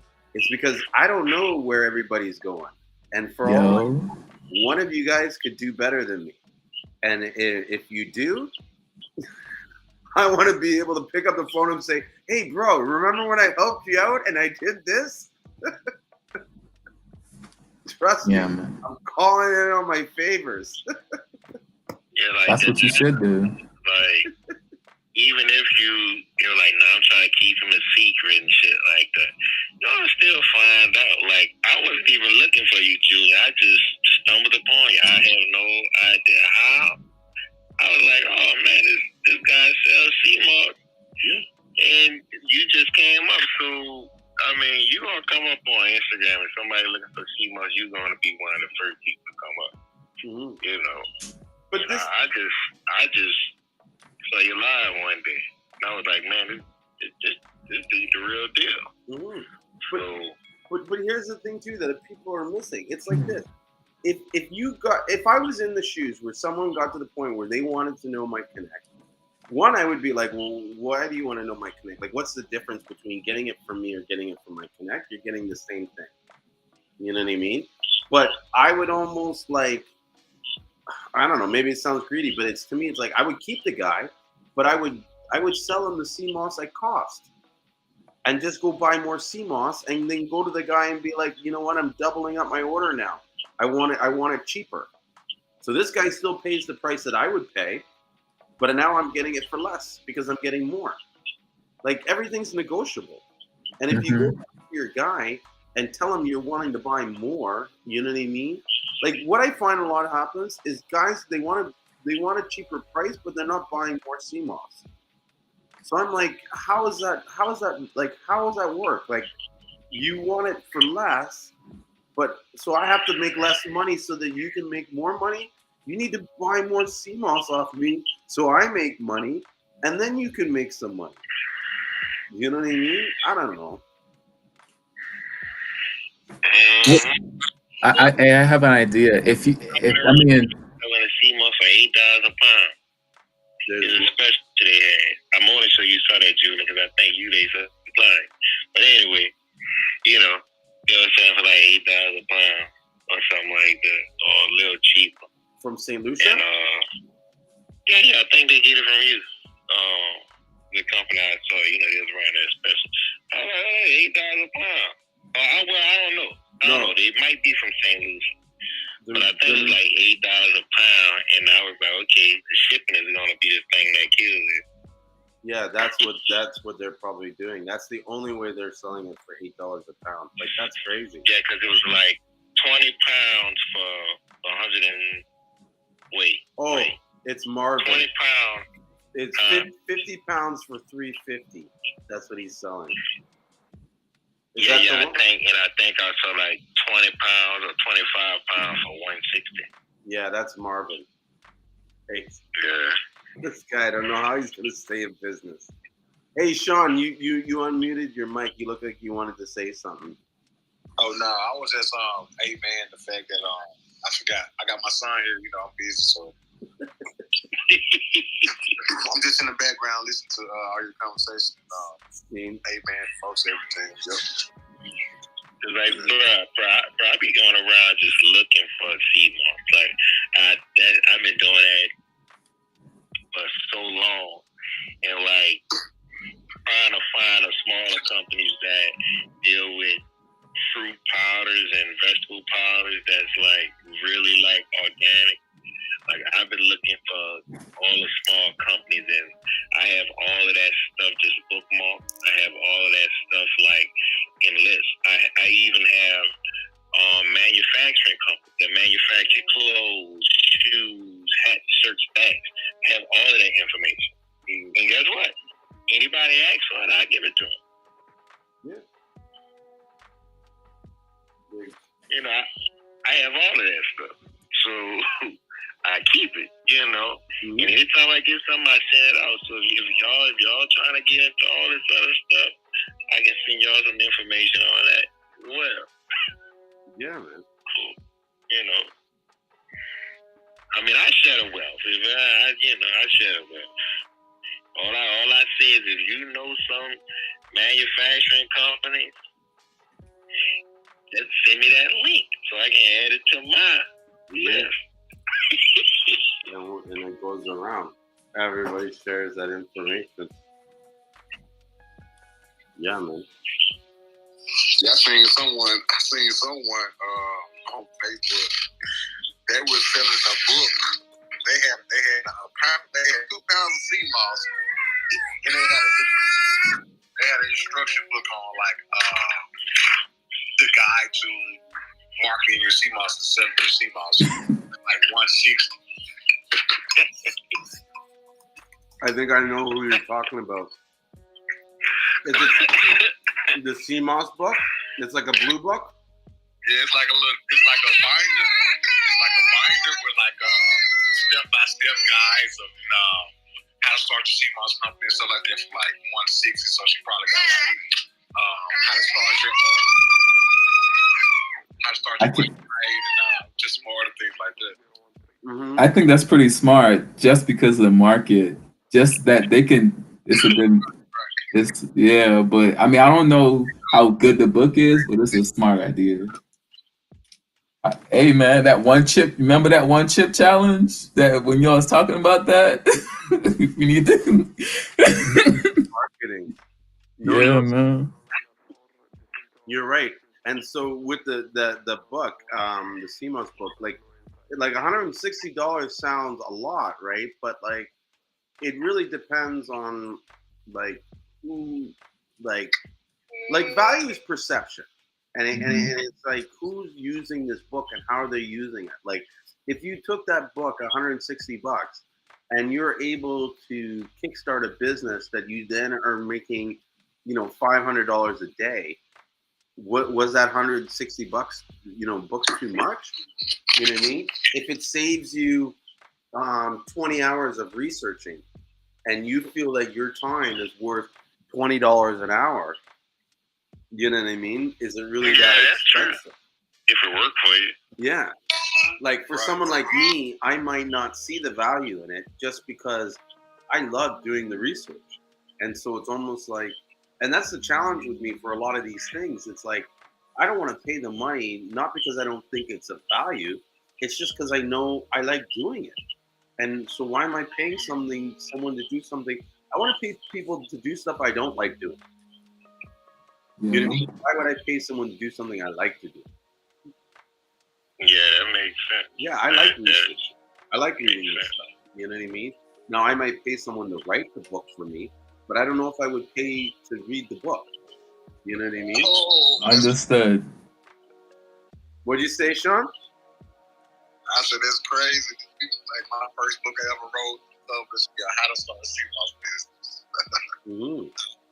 But I see. I'll say this: if it was me in their shoes, I would price the book high, but I would almost give it away for free, like or give it away as an incentive for a lot of things. And I definitely would I wouldn't look to just sell the book, because I think there's only so many people that would see that book of value. And what would happen is you would kind of miss, there's too many missed opportunities. You know what I mean? Because besides selling the book and making profit, you can use that book as a leverage to give as a gift. Use it as a prize or something like that to obtain some details or information about people. You know what I mean? You can use it as a way to join my newsletter and you get this free book that we sell for like $250. I don't know. That's kind of like I wouldn't look at it as a tool to just for generating money. Although I would set a high value on it so that people perceive it being worth a lot. Yeah. That makes sense. Yeah, I just wouldn't expect to make money off it. Hey, real quick question: have you ever soaked your sea moss in any different liquids? I've been playing around with that. No, only I water. I've soaked it only in. water. Yeah. I soaked it in coconut. And it's fresh coconut water. It was cut from a coconut. I Nice. soaked it in coconut water, and it did not absorb the coconut water. It was wild. I don't Really? know why. Yeah, I soaked it. I'm thinking about soaking it in some cane juice next, and I don't know if it's gonna absorb that, but I don't know why it didn't absorb it, and it didn't absorb the coconut. I don't know. Probably too thick. Say it again. I said coconut water is a little thicker than just water. Well, coconut juice is thicker than water. It's probably because the thickness of the coconut juice. Yeah, that's what. It's a little thick, but you can't really tell. But you can tell that it's not water. It's Yeah, slightly thickness to it. and what I did too, just so I was didn't think I was tripping. I got the same one. I put it in some regular water, well, fresh water, spring water, and I bet you probably know about spring water too, like every, but I put some in some coconut water, and I watched it grow, and then man, it was wild to me. So I said, what I'm going to try to do is just to see exactly. Well, I'll do some research eventually about it. But another thing I did too was I started putting it in, like, okay, I put it in chickpeas whilst it was soaking, and it started making the chickpeas pop. And I don't even know what it made, a chemical reaction to it. I don't know why. Yeah, like, because when you soak chickpeas, they don't pop like that. I never heard it pop. When I put sea moss in it, they started to pop. Like they started to make a popping sound. And I don't know. But anyways, I was just Just saying. had dry as chickpeas. Say it again. You probably just had some dry ass chickpeas. Yeah, man, they always dry. Yeah, yeah. Yeah, that's Yeah. why they did that. But usually chickpeas come a little damp or something like that. Chickpeas, they gonna do that. I deal with chickpeas a lot. Oh, so you think they were just like extra dry? Yeah. If you get super dry chickpeas, they most likely gonna do that. But yeah, I think that's probably because it was like super dry. Okay, so I'm going to do it. I'm like, so I'll just try. I'll do it. I'll get like some different brands of chickpeas, etc. And they might be coming all from the same place. I don't know, but I'm going to. He's like, yeah, and I'm going to do, like, I'm just going to put it in different ones and see if they still pop. Just to run that experiment back, and all that. Yeah, I've never heard anybody like soaking stuff like coconut oil, but I did hear someone who told me that they blend it, the gel with coconut. See, and okay, I did that too, and it stayed a little bit. It came out like that applesauce consistency, and the other one I did when in water, it didn't do that. It did not come out like that. I did the one I soaked in the water, and I Mm-hmm. did that one, and it came out in a total different consistency. It's almost like it was like oil and water. That's how it was acting, just like that in a way. It was not combining. Yeah, that's because the coconut water is thicker. Like the coconut juice is thicker than water. But because coconut juice also can turn to jelly. Yeah, yeah. You could, if it's the high fat content in it. And that's probably what's stopping the absorption is the high fat content. You know what I mean? I didn't think Less about that. or H2O or whatever, and then it's thick because it's got a lot of fat in it. You have a filter for your water. The water that I use, no, I just get some bottled water. I know it's not good, but I'd rather use that because I don't have a. Bottled water filter too, whatever. Bottled water is filtered. Take that filter down water because better they give it water. But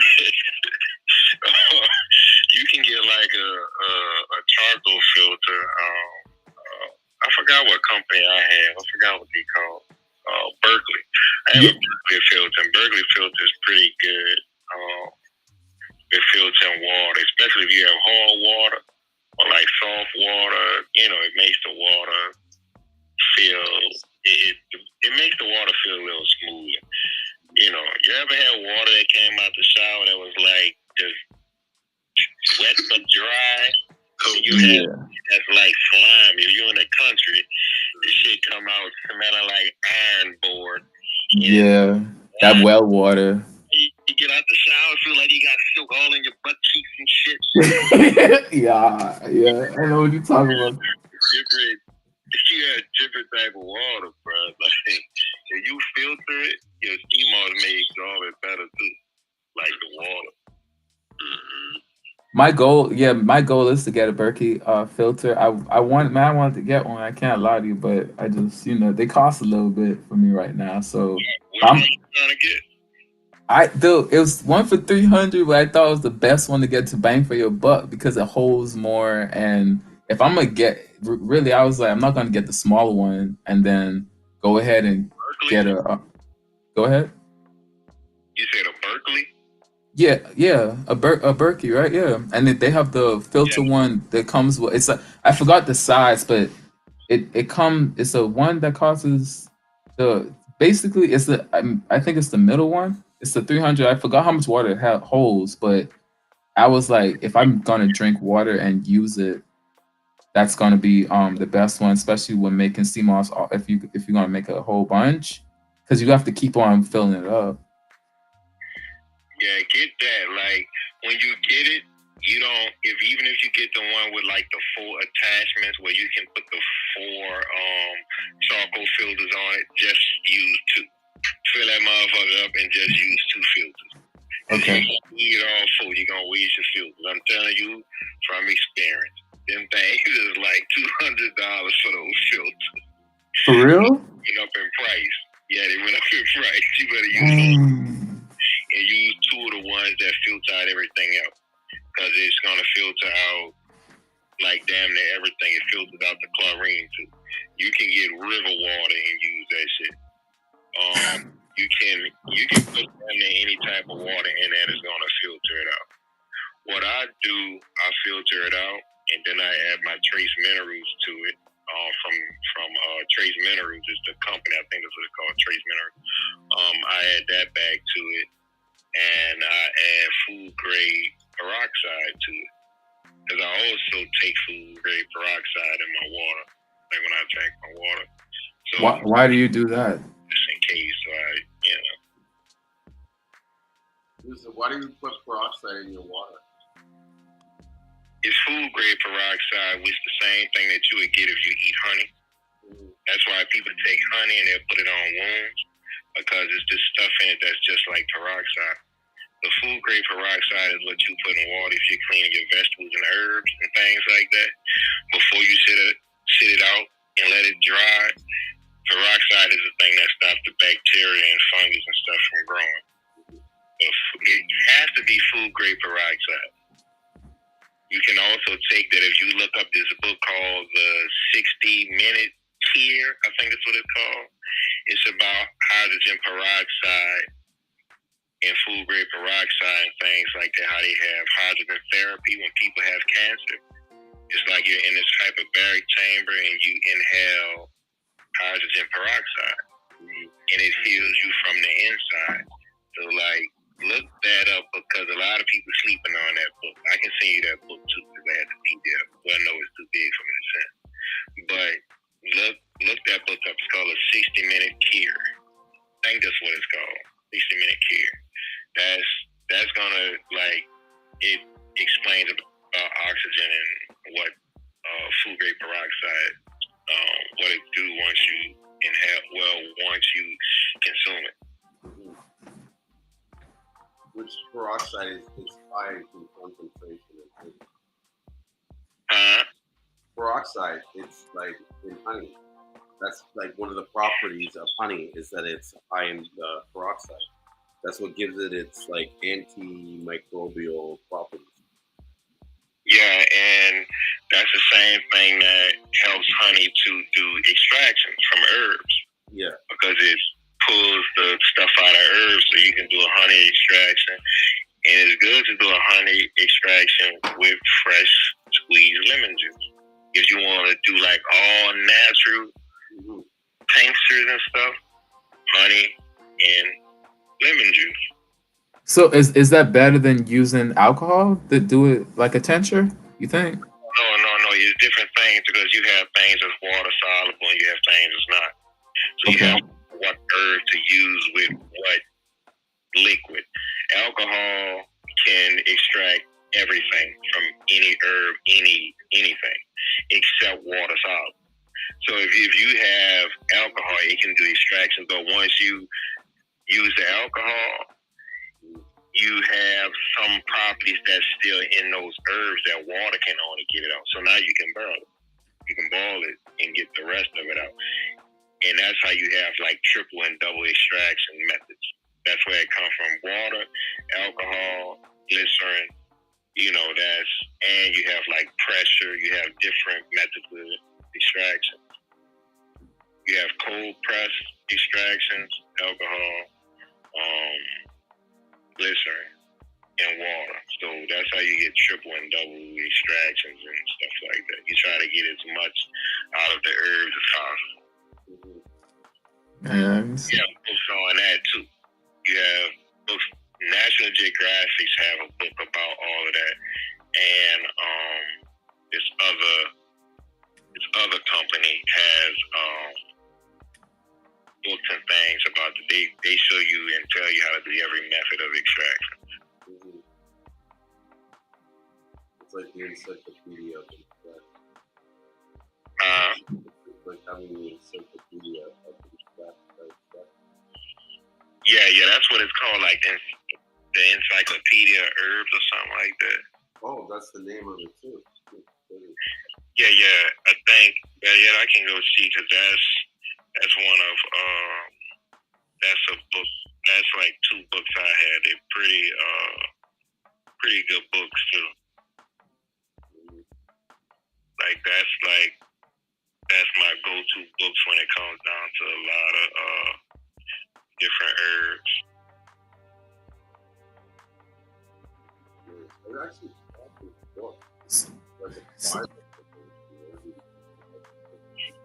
So do y'all prefer to boil y'all Seamoss or just soak and blend it? I do both. I just blend it, but I don't see I don't say I don't see any difference. It's different, but like to me, there's nothing wrong with boiling. But there's a lot of ideas that the minerals are less, or this and that. I mean, there's no proof of anything like that. But for sure, one thing I know is that my dad's been taking it for years, and it's worked for him. So the boiling? Yeah, boiling. And everybody in the Caribbean, for the most part, boil. We only do the blending in North America. Yeah. So I've noticed when I do my mines, when I boil it, it does last a little longer. Yeah. And man, it if you get, I don't know about the taste, but okay. Do you, what do y'all soak y'all Seamoss in? Do y'all do like lime, just the lime? I do sometimes lime, sometimes lemon, or sometimes nothing at all. Okay. Water. The longer you soak, the less flavor it'll have too. Like, especially if you're trying to cook with it, just to cook with it. Some Seamoss I just cook with. Like, I'm not even using it for no health benefits. I'm just trying to cook. I use it for picking up soup, sauces, and I don't really care how they get. I don't care, barrel it, whatever. I'm just cooking with it. Yeah, when I'm cooking with it like that, I just actually once it's soaked, I'll just throw it in whole like that, and it'll just break down. But when it comes to the soaking method, like for especially people who don't have the palate for it yet, I try to just to ease the taste, but to try to keep. I don't see. I don't know how much my knowledge, how far it is, and how right about. So I just basically go off of like trial and error and it's experimenting. But I don't say anything like it's fact. I when I deliver my message, I just let them know, like this is my experience. But when I soak it in lime, and then for people who can't palate it that much, I use man, Julian, you look like you fighting, boy. But now you good, relax. But the lime, I do lime and a cinnamon stick, and it makes it. The cinnamon sticks helps it out for the taste a lot, but it does absorb the color. It turns it a little bit brown, but sea moss kind of really comes out brown, but it just gives it a little darker. But if you know anybody, like if you just want to give it just like raw dog, McGee, and you just like that, and they just can't palate too much. They complain about the taste, even though it's still not. You add in cinnamon too, like a cinnamon stick, as you're soaking with the lime. It helps it out a lot, tremendously. And then I boil it. Boiling it too helps out, lighten up the taste. I can't on a low. I do a low boil, a very low boil, until it starts to basically you just see it. It looks like little worms in it. I'm not trying to make it sound gross, but it looks like just worms going through. I let it cool down, and then and I put it in the blender after that, and the texture always comes out really smooth, like a. Go ahead. Hold on, both of you guys were talking at the same time. What were you saying, Yusuf? Start again. Yusuf, what were you saying? I was saying I noticed when you boil the Seamoss, well, when I boil it, I noticed it helps me more with my digestion. I use fast, a lot smoother, when I boil it. And if I just cook it cold, if I don't boil it and blend it, it don't really have that effect. When I like take it warm, or if I boil it, it's like to the restaurant.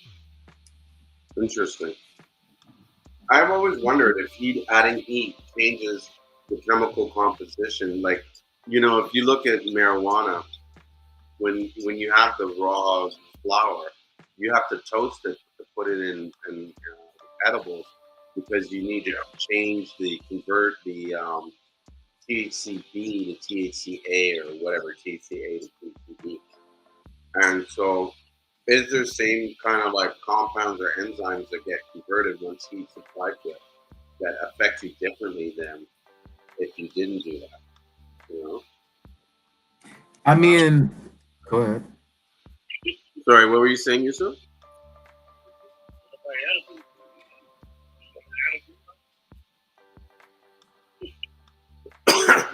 Oh yeah, I've done a lot of research on edibles, and done a lot of research on edibles. And one of the things I've thought about is if how would Seamoss play in making edible compounds? Because one of the things that happens when I used to make weed butter or weed oil, we would add in, I think it was grapeseed oil, or there was some product that we would add in, and it acted as an emulsifier. And the idea was that the reason why you added this stuff in is that with making wheat butter, it's possible for certain parts of the butter to have higher concentration of THC. And so in order to create a more uniform and balanced product throughout the whole product piece, you had to put in this product. I think it was grapeseed oil, or maybe it was grapeseed cup. Huh? No, it wasn't coconut oil. It had to be grapeseed oil. And part of the fact, because I see that in a lot of grapeseed. Oh, you know what? Let me look it up.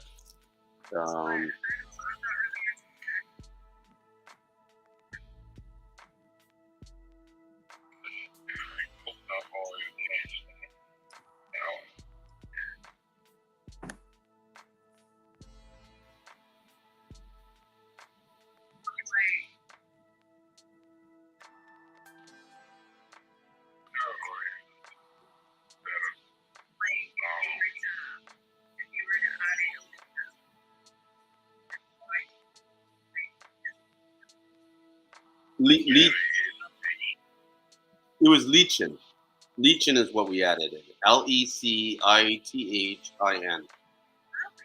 Yeah. Yeah, so it says you're probably wondering why you should use lechin in your cannabis edibles. Well, there are two main reasons why. Lechin acts as an emulsifier and a stabilizer, allowing for the combination of both oil and water, perfect for making perfect recipes for cannabis gummies, cookies, cakes, and brownies. So that might even be something to use too in making gummies for Seamoss. I wonder how lechin would change it.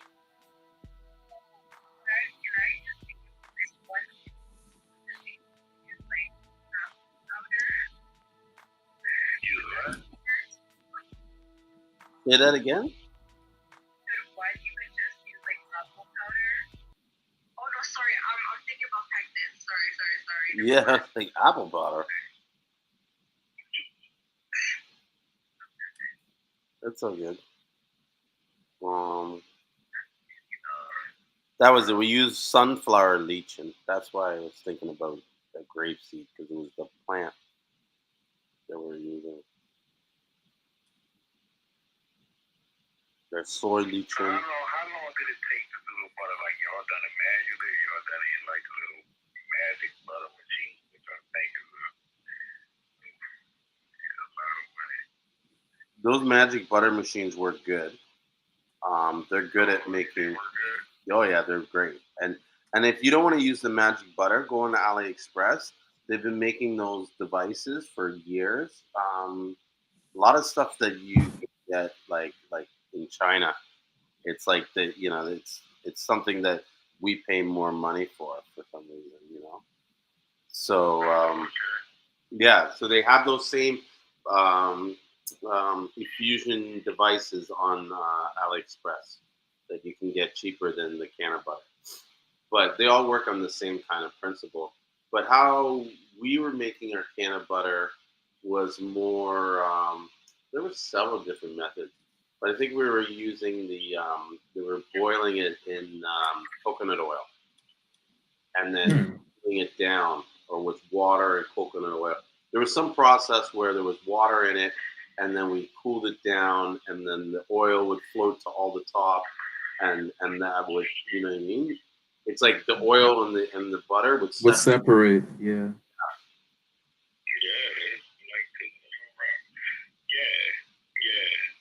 I heard of that method before. Yeah, so we'd make it with that, and then from that butter, then we would add in the lechin, the soy lechin in it to make it kind of thicker and more stabilized.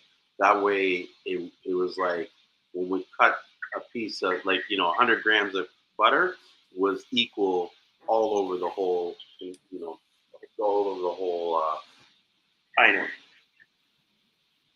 But yeah, I like edibles. So.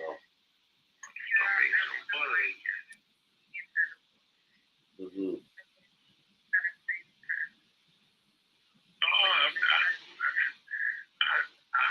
I got you. I got two partners that deal with it. I was talking to them today. I'm trying to go into business. I'm trying to get different streams of revenue going on. Yeah, got it. Make that product. Can of butter.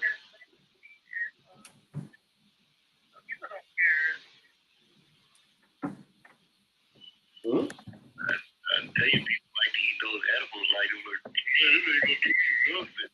Really good, but I ate like 5 minutes ago. I don't feel nothing, and then they eat the other cookie. Man, this shit weak. Eat the other cookie.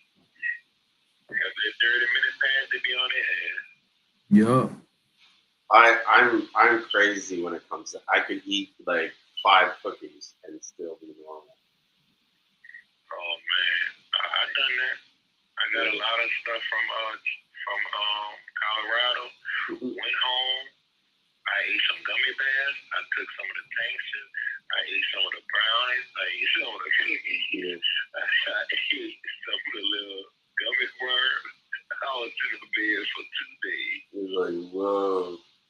Yeah, you don't want to move when you're in that condition.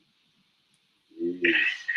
That's crazy. I was in a bed for 2 days. I'm like, I ain't never done that again. No. Time I ever made edibles in the last time, I actually threw up, and the person that was with me, we just knocked out. They just fell asleep. That's I was a smoker that time, so I don't know what happened there. That you gotta be careful, you know. Exactly. Yeah, edibles seem like they make you high and higher as the hours pass. Don't laugh. As soon as you laugh, you're gonna get a little higher. Yeah. I think edibles hit you hard. I smoke and I don't touch edibles that much just because when I do, it just all comes at one time, man. And I'm like, dang, where did it come from? I do exactly what you said. Oh man, I don't feel nothing. Pop, pop, pop. Yeah. Yeah, you have to be careful when you're taking edibles because the way it interacts with your body really depends on what you ate that day or what you ate even recently. If you eat a lot of fatty foods or you're on an empty stomach, it's going to hit you harder than if you were just eating like a salad all day or something. Man, you ain't lying. You know? No, bro. I used to own a dispensary, like so. I had to do a lot of studying on that shit so that I could understand what I'm serving to people and stuff. And that's another thing, like with the Seamoss business. Like I took it from my like experience in that sort of space, where it's like you gotta really know your product in order for people to trust you. You know. Yeah, like you're almost being like a doctor. You're literally like prescribing them a dosage or a health treatment plan. So the more you know, the better.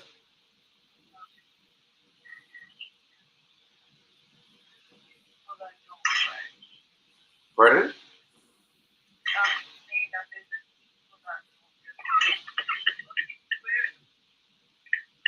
Sell whatever to anybody. Go take it at all. Yeah, they got people selling tree moss. You know the moss that grow on a tree? Yeah, y'all probably don't have it. I'm in the south. The beard that grow on a tree be looking like a little gray beard. But Oh, they really sell that for real? it can be used in herbal medicine and stuff like that, topical stuff. I think. People eat that? Uh, People eat that? No, I think it can be used topical. I'm not sure if you can eat it, but they call it man beard or something like that, or old man's beard. But it's like this tree moss that only grows in the south, some type of I guess fungus type stuff because how it grows. It actually looks like dried up ass sea moss. Some type of moss, but I think some type of fungus type stuff, but they have a symbiotic relationship with the oak trees. Mm-hmm. No, I'm in the south, so I see that shit all the time. That shit eerie. Mm-hmm. No, I haven't seen anybody selling like tree moss, but you know. It's like green. It kind of looks like the ones on the rock, you know? Mm-hmm. Like the stone. This shit, no. I'm talking about the gray shit. This look like old man gray beard growing on a tree. It be hanging. It's tree moss. But they use it topical. I think it's good for your skin. You know, if you get rashes and stuff, people use it. I think for wounds and stuff. Yeah, I'm from the South too. You know, I see tree moss should be white looking, hanging from trees and stuff like that. Yeah. You know what I'm talking about because it be on an oak tree. It usually only grow on an oak tree because it's the symbiotic relationship with that motherfucker. Like they usually only grow on oak trees. Yeah, it don't. Ain't that shit eerie? That shit reminds me of back in the days. I ain't gonna even lie. You go to an old house, like you see an oak moss. Now you go in there.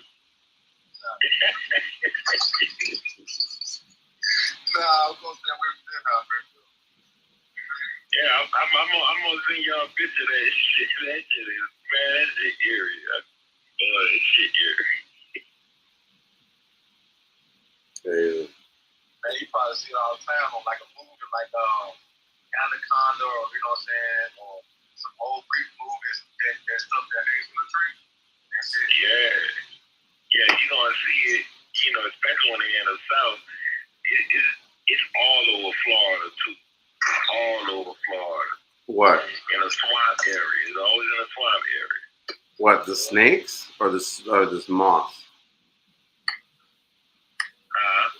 I said, weren't you guys talking? Are you talking about snakes or moss right now? I'm confused. I can't hear you. I was saying, are you talking about snakes or moss? No, we're talking about this tree moss, not Oh, yeah. green moss. But they do have green moss, but this moss I'm talking about hanging from the branches on down. Oh yeah. This shit just creepy. It's like cobwebby shit. Yeah, that's how it is. And it's actually a plant. It's a plant, and they always grow on oak trees, like the tree they used to, like it used to be in. But it's those type of trees. Cool. You know, the kente type of trees and shit. With, is that type of shit in the South. Right. That's why it's so eerie. Every time I see it, I think about that shit. Like, if you grew up in the South, like, you gonna feel some type of way. Man, I'm trying to tell you, hold on, speak on. It's so eerie, bro. Oh, shit. How long are you going to be on, Julian? I don't know. It's been, what, 4 hours? How long you been on? I'm tired. You look mad tired, like, for real. I'm a little bit tired. You know what it is? You on a video on Facebook? Yeah, I'm on Facebook, and so they can see me kind of like trying to keep. Julian, all you be doing an Instagram live no more, man. I ain't on Facebook. I have, you know what? I tried to set this. I tried to set this up so that I can do it on Instagram too, but it doesn't work. I gotta run some tests on it. Yeah, yeah, you can check me out on YouTube. I don't even tell people that I'm on YouTube. I should. Yeah, let me. Oh, you know what? Let me. I didn't even thumb up. I always forget to do that so the algorithm could catch you, give you a thumbs up, man. Maybe I can. Hold up. And then here, if you search for us on St. Lucian Seamoss Company on YouTube, you'll see us. And I'm actually starting to get some new subscribers from there, and this and that. But at the end of the day, my view is like what I've learned is kind of like just focus on putting out good shit. You know what I mean? These platforms will recognize you and see you eventually. Like right now, I'm probably getting like almost minimal views on YouTube. But I know if I do this for another 2-3 months, like I have been doing, it's like one day it's just gonna blow up. One video will just crash. And that's how this kind of market is nowadays. It's like you have to test until you find the right product at the right combination at the right time, and it just blows up. But if you don't test, if you don't try, then you're not going to get out of the gate. You'll always be in the warm up area. Oh yeah. I see you. I see you on. I see you on YouTube. Yeah, no, he doesn't look so tired.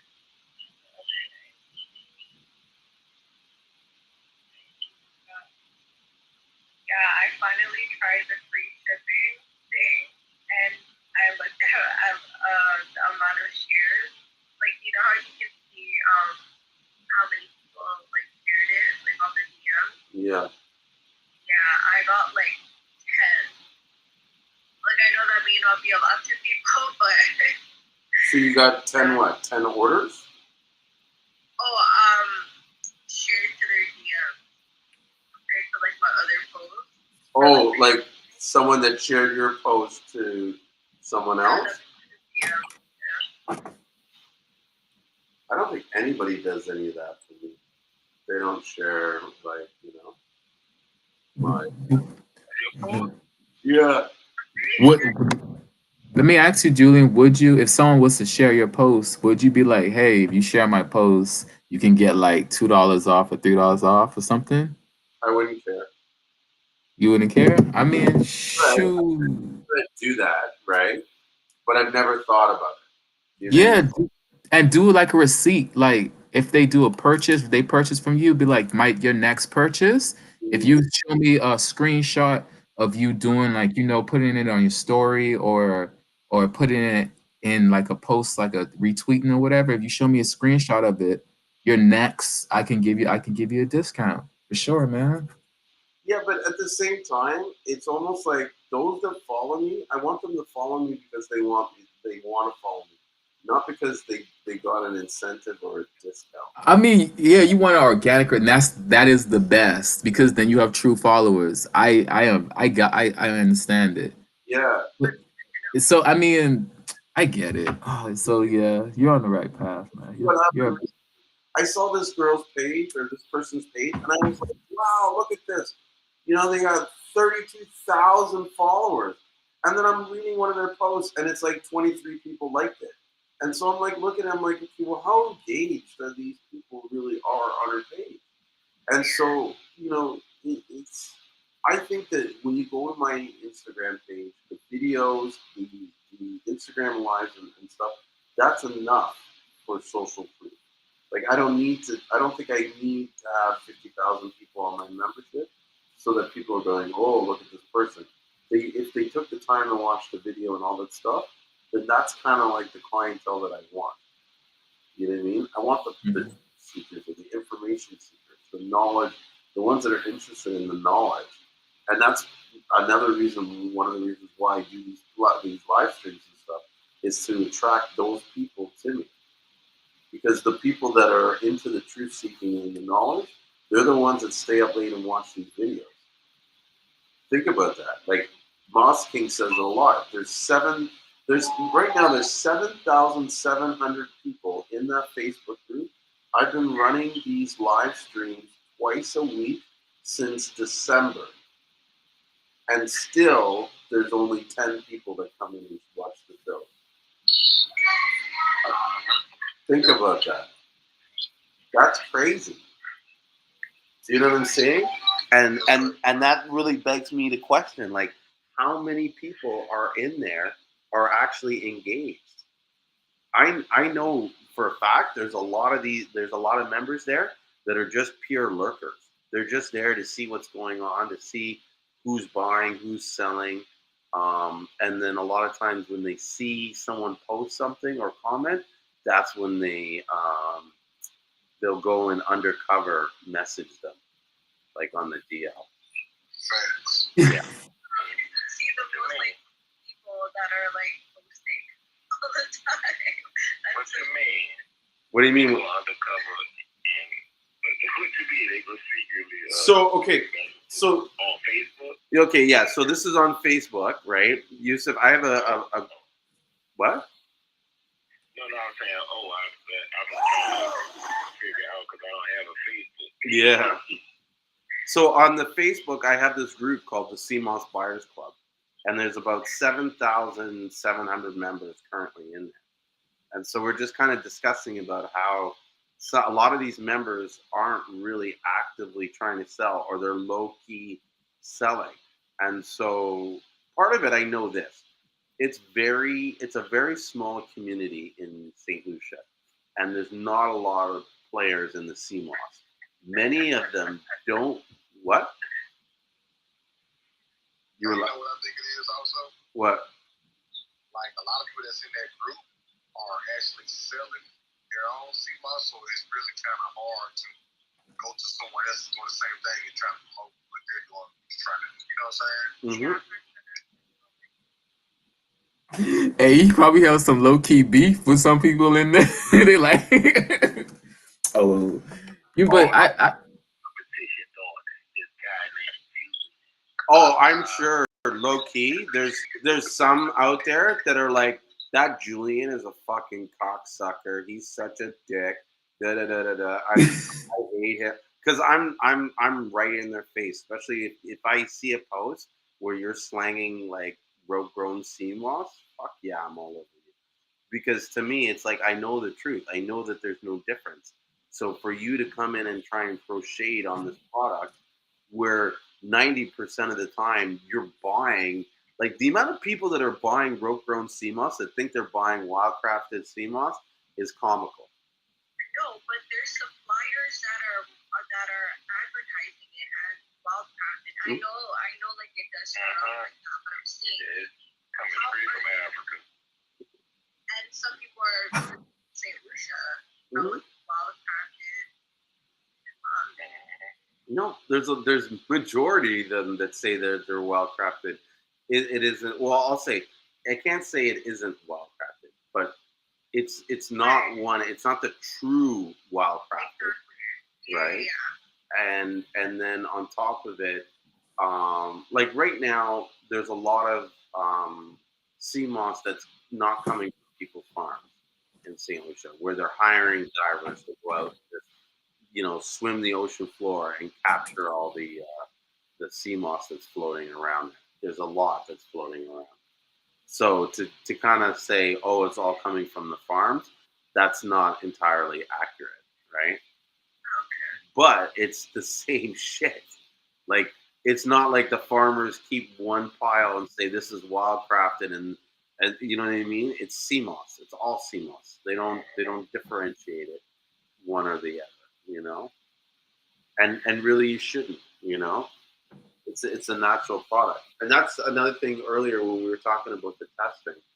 Like it's hard to test to get an accurate testing, especially when you're comparing two different products from two different areas because the quality of the sea moss can be like it can vary, based on the temperatures of the water, where it was harvested from, the time it was harvested from, how long was that sea moss in the water, and so it's almost like it's impossible to test them accurately and still have a sort of like method of controlling the differences. So I Value label. Right? They really need that for Seamoss to the nutritional value labels on it. But it's still not that accurate. But it just gives you a percentage though, like if, what if, like type of. Yeah. What you're saying. Yeah, maybe that's something that we could do if we do form this like CMOS association, is create the testing to get some kind of standard to show that this is the nutritional value of that product, and then maybe even having That's what you really. what? You really only need to do it one time. You gotta do it for everything a piece of Seamoss, bro. You know, but it wouldn't I don't think it should be just like not like one time, but okay, so when you would test like a pure testing, exactly everything that you said, the criteria is about the water that is grown, and you can test, like for example, you could test the Bahamian waters versus St. Lucia's, just be like, okay, these waters was tested at this time, they had it growing from this time to this time, and this is the ones that was grown off a line, and you just list everything. It has to be a pure test, because if you do it like that, you don't have anybody later on being like, well, you didn't do it like this. No, just do it right. So even if it was growing off a rock, you list that this one was growing off a rock. So we don't have exactly, but we seeing that with this one, it had when we tested it, we picked up just as much minerals as it was growing on the line. So we can knock that out the park. That it doesn't make a difference. But if you did get that okay, you got this grown off a rock and it had more minerals, it wouldn't knock yours. It wouldn't knock something that was growing off a line, because guess what? If you can find more growing off a rock, that's more value. Point blank, period. If that is the case, if that was the case, I'm not saying that's the case, but with anything, just that's how we value stuff as humans. Anything that's rare or something like that, that's what we want. You want the creme de la creme. I want the best of the best. I want high grade friggin' weed. Like. But at the end of the day, all you gotta do is really smoke more. You feel me? Is about if that's what you want to start spending more. But anyways, I mean, no, That's not the truth. That's not the truth. Don't. But okay. But anyways, but yeah, man, like doing a pure test one time. And I mean, that's what I'm trying to say. Like, I know you can't do it by yourself because that sounds like a lot of money. But if you do get it, get it started up, man. Like, I want a piece because I want to contribute to something like that because I want to actually invest into more and like something where everybody could thrive from. Because you, if you grab have those papers, everybody that you deal with thrives. Every single person because you have facts backing you up. Like, why you think organic stuff costs more is stupid. Just like he could go ahead, he could tell you like just because it has the papers behind it, but it does. It's not even. But just being a pure test, that's it. All right, I'm done. I'm off the soapbox. No, but I totally get what you mean, and yeah, I gotta just spend some. It's in the back of my mind that I gotta do this because I feel like it's needed for the industry. It's just I gotta focus on the like put some time aside on it and just really kind of figure out how to make it fair for everyone. You know what I mean? Like I want to make it fair for the sellers and fair for the buyers. But I also want to create something where it's like almost like we're collectively buying together to offset the cost. Because if I know how much people want CMOS on a monthly basis or even like on a weekly basis, I can go out and pre-order for the next 2-3 months and have all that CMOS waiting. You know what I mean? I could get a price on it.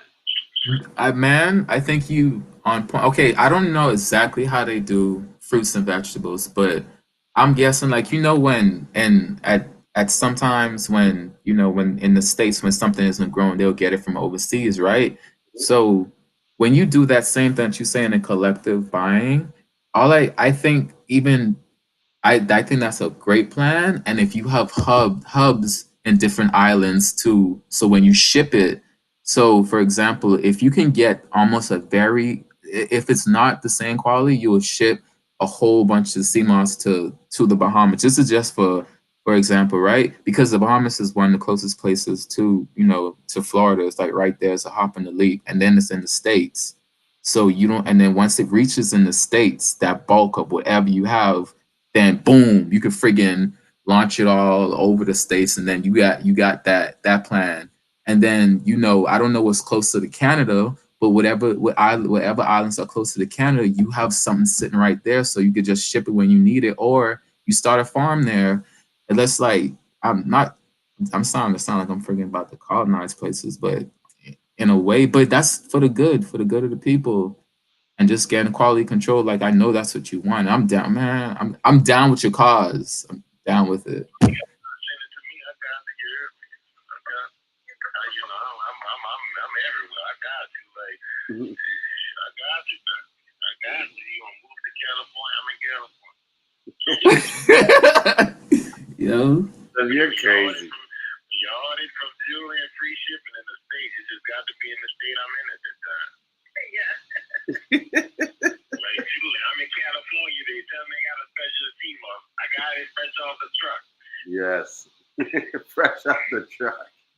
Yeah, for real. That's a good idea. There you go. There you go. Actually, I think I'm gonna put some CMOS on my face. I got this. Yo, okay, I was thinking about a challenge, right? You know how you put CMOS on your face and you look like you age, like an old person? You feel me? Instead of I'm just joking. I was thinking about that. Just doing some crazy crap with CMOS, man. Just getting people. I've heard of that. Putting it on the like old person, but I keep the gel in the fridge. And I don't have like when you're like down to that little bit left. Yeah, that little.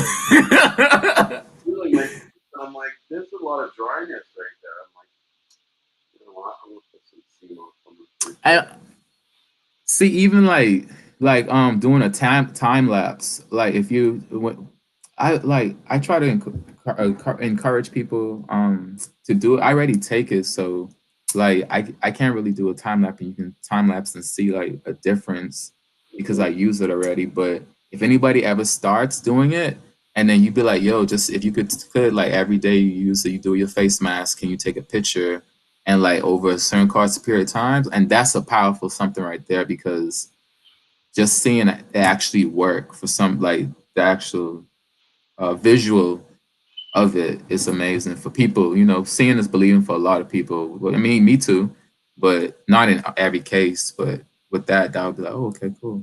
Proof would be in the pudding. Yeah. Maybe I should start doing that. I was thinking about doing some kind of like 30-day Seamoss challenge or something like that, where I get everybody kind of into doing some kind of like, you know what I mean, like taking the Seamoss for 30 days or something like that, and then I'd sell like almost like a package kit. You might have some soursop leaves, a few other stuff that you would use over the 30 days to kind of like fast back to health. Okay. And like for example, like how I think it's Maria who makes the hair products, right? She could even bring her like jumping on it and put like the challenge for people to use the her hair products and see how much like inches you grow. Like, oh yeah, try it for 30 days and let's see how much inches you grow. And whoever grows the most inches, you can get my spectacular Seamoss gel. You feel me? Like Yeah. stuff like Well, it's one go of ahead. the ideas that I started to cut you off. One of the ideas that I had for the SEMA, this association, is that like to create like almost like a trade vendors list of what Mhm. everybody makes. So Maria would put her hair products there, and someone else would put skin products there, this and that. And then we would reach out to them to say, hey, like, do you want to be a part of this promotion? You don't have to give us free stuff, but give it to us like cost or something like that. And Yeah, that'd be awesome. yeah, we'll promote the product and you know help get the word out. Another idea was to create like in the association is to create like an approved vendors list, and then so it's almost like Maria makes these hair products, right? You as a member, you want to sell hair products, but you don't want to make your own hair products.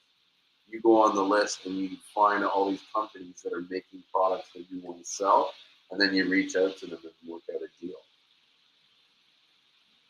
Yeah, no, it's true. And in the skincare group on Facebook, some of them actually complain of how this product is not getting shipped this time. Like a butter, let's say. Hey, like you guys, where else should I like get it from? Uh-huh. Kind of like during that time, like what you're seeing right now is like it happens actually pretty. Yeah. No, I believe that it happens like more often than we realize. For sure. This feeling the weird. The gel that I put on my face, it was like my skin just absorbed it. Like normally there's like a thin layer on the skin afterwards. Like I could peel the gel afterwards. But Yeah. it's like how you have like skin cream? It was like like the skin and it just absorbed it like it was skin cream. And now it's like the dryness is gone. It's moisture there, but it's like it was almost like as if I didn't put anything on my skin. Hey. So you need to get an ashy dude and be like, and just slap him with some sea moss, and all of a sudden, all his ash goes away. Yeah, That'd be dude. Like I'm gonna do that on my. I'm the ashy dude. What do you mean? man, shut you, man. You yellow boy. You don't get ash. Get ashy, bro. You know what's so in Saint Lucia? Mm. Everybody thinks I'm white. For real? Yeah. So when they talk to my partner and they refer to me, they refer to him. They're like, "So where's your white Canadian friend?" And like, yeah, and at first when they first did it, he was confused. He's like, "What the fuck, white Canadian friend? I don't have any white friends." They'd be like, "Yeah, the Canadian you were with last year, he was here. You hung out with him every day." And he's like, "Oh, Julian. Oh, he's not white. He's black." But there, look at that. You're like light brown tone though. I don't know if you could see this. You got that Drake complexion, man. Come on.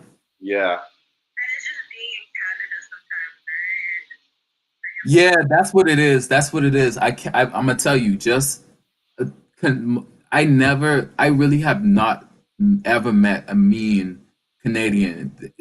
Even when they're assholes, is like, bro, you all right. You a ass, but you all right. It's weird, bro. And I know you live in. You was like, there are some assholes over here. I already know it, right? But every Canadian I've met, they've been so nice, man. Like, You know what it is? They're nice to a point. That's what Canadians are like. They'll be nice to you to a certain point, and then after a certain point, when they lose their patience, that's it. It's like gone. You know? They bring out that like Toronto slang too. Yeah, Toronto could Not be. really Toronto slang. It's more of like I don't know if it's from Patois or like it's like a mix of, I promise, like y'all slang is a mix of like island, English, Mhm. um, I don't know, it's so weird, but I can hear when y'all talking, like y'all get a little, in a little way. I hear it in you, Julian, you too, Maria. I hear it like, especially It's when y'all getting vocal about something, especially when y'all put your A behind it, that A. hey, Yeah. yeah. Yeah.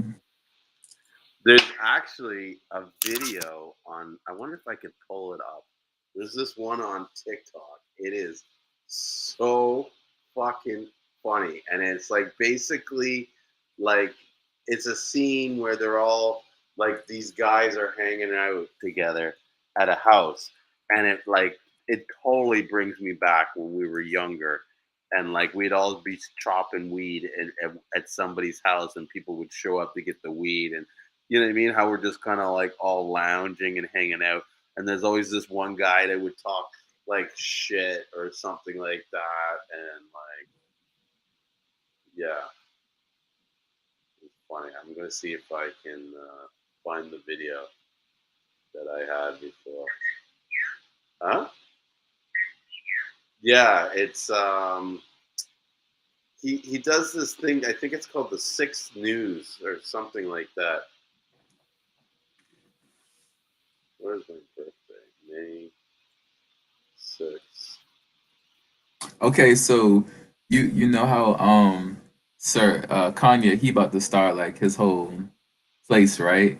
Now listen, Julian, he's about to do everybody and put everybody on, I know, on the Dr. Sebi diet. But look, if he's about to put everybody in who stays in this place, he's about to start a monastery, a whole school, a whole place for people to live, everybody to be on there. They have to be supplied with Seamoss.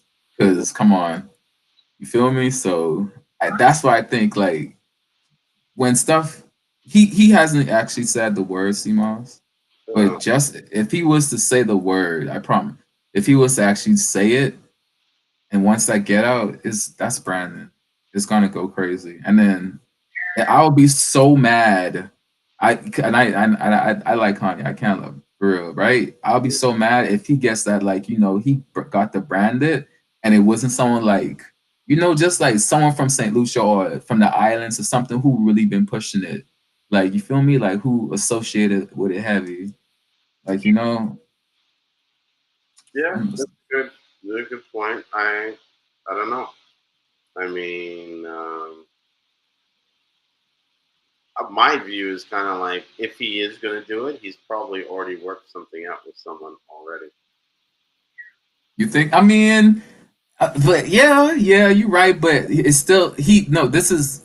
I think when he was like, what he does is he talks about, just like into fruition. Like he talks about a whole bunch of stuff before he actually gets it working out. Every time I see it, I seen him do it. Like like in many interviews when I watched him throughout the years, he would talk about it, and then it will actually. So I don't know if it's actually in the works, but he said that's what he's playing. He's like, and all the kids are gonna be eating on a Dr. Sibi diet.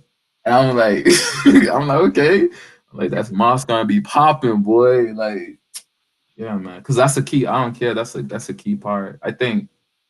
And I it's real. I love it. Anyways. Oh, you found it? No, I'm looking at some other video. That's what happens when you get online. You know what I mean? You start doing one thing, and then you start, you, Yeah. you know. Alice in the Wonderland, man. I'm with you. Yeah, I think it's six news at six. Six.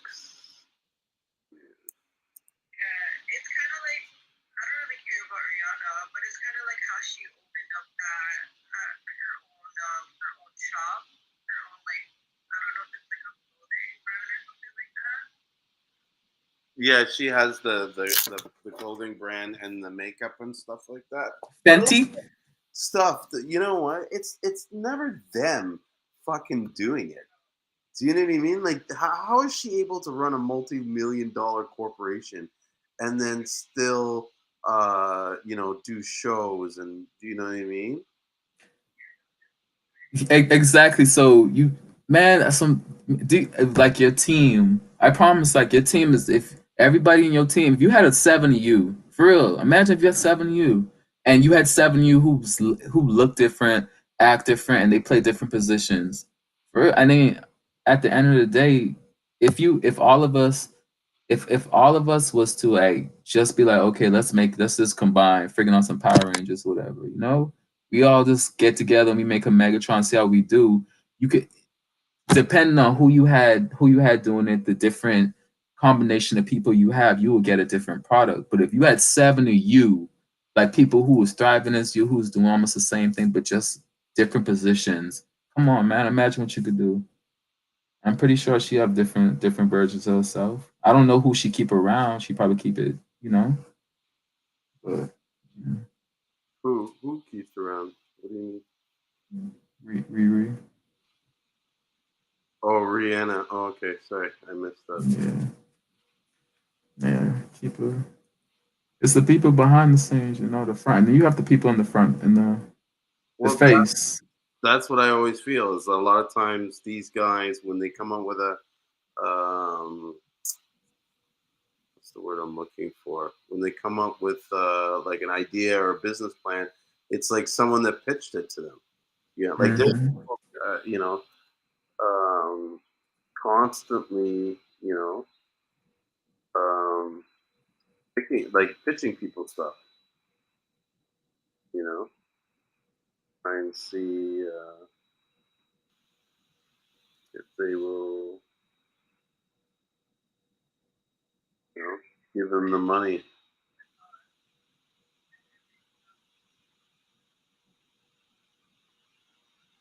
I'm trying to like find this fucking jail because it's like when you see this video, you'll die. It's just so funny. And it's basically like he does it where it's all fruits, and it's like the orange talking to the banana. And Oh yeah, yeah, yeah. I seen that before. Yeah, yeah, yeah.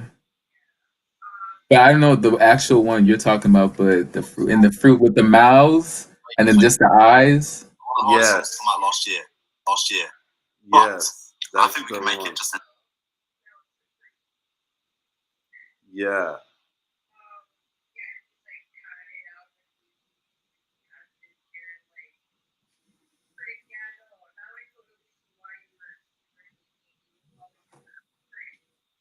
it's six. Like that's his channel. He's a comedian. He's like, it's six news something or 6 9 news or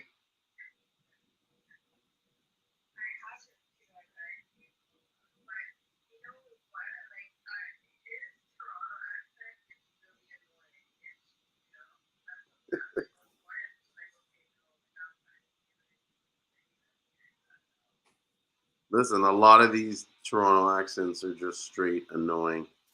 You know, I want to hear it now.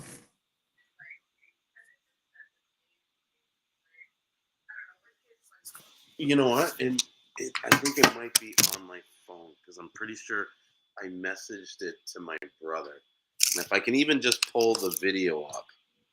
There's this few where he does like the fruit ones and he's like in the basement pretty much.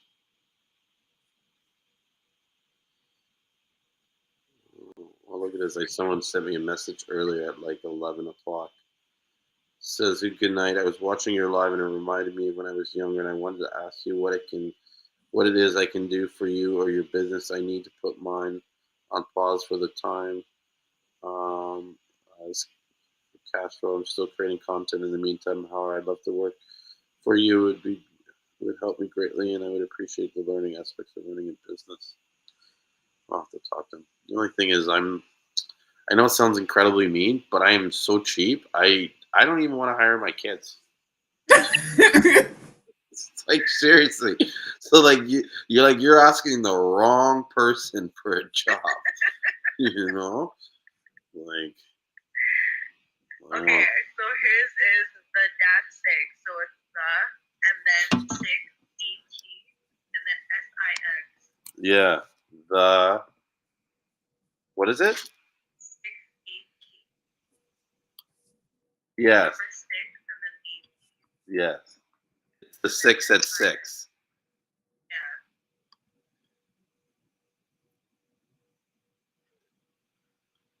Let's see if it loads up here. Come on. Oh, I keep forgetting that I have this computer and the mouse, the trackpad and the mouse is gone. So I keep trying to use the trackpad, but I have a mouse that's like I'm supposed to use. Hey, Here. real quick. Okay. What? No. No, go ahead. I'm ready. No, go ahead. Say what you wanted to say. I can. No. Afterwards, go. Okay. Let me. Hold on. I have to. Some of his stuff is pretty funny. Oh my god. There it is. Share screen. Can you see this? Yeah. Okay. So let me make it full screen. Can I make it full screen? No, you can't. Okay. So anyways, just listen to this. So this reminds me straight up of me growing my boys at like when we first moved out when I was like maybe 18 or not 18 actually alive, like maybe when I was 20, 22. Stop it! Oh, who the fuck are you paging? Are you talking about the page, dog? Let me tell you something right now, eh? Yo, it's a citrus thing, dog. See what I'm saying? No, say it's a citrus thing. Fucking stupid. Nice up. I'll explain myself right now, eh? What's the first thing you think of when you have breakfast, dog? The first thing I think of? Bacon and juice. That's what it is. Apple juice.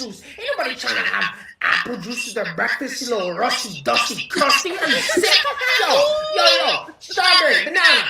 Yo, nobody's trying to have breakfast with you guys. Yo, what did you just say, dog? No disrespect, dog. But yo, y'all are too sweet for breakfast, you know? Yo, Lamar, no disrespect on a citrus level, dog. But yo, you're too bitter, fam. Nobody's trying to have you at their breakfast. No disrespect, fam. It's true. Yo, it's a citrus thing, dog. We run the show. Orange.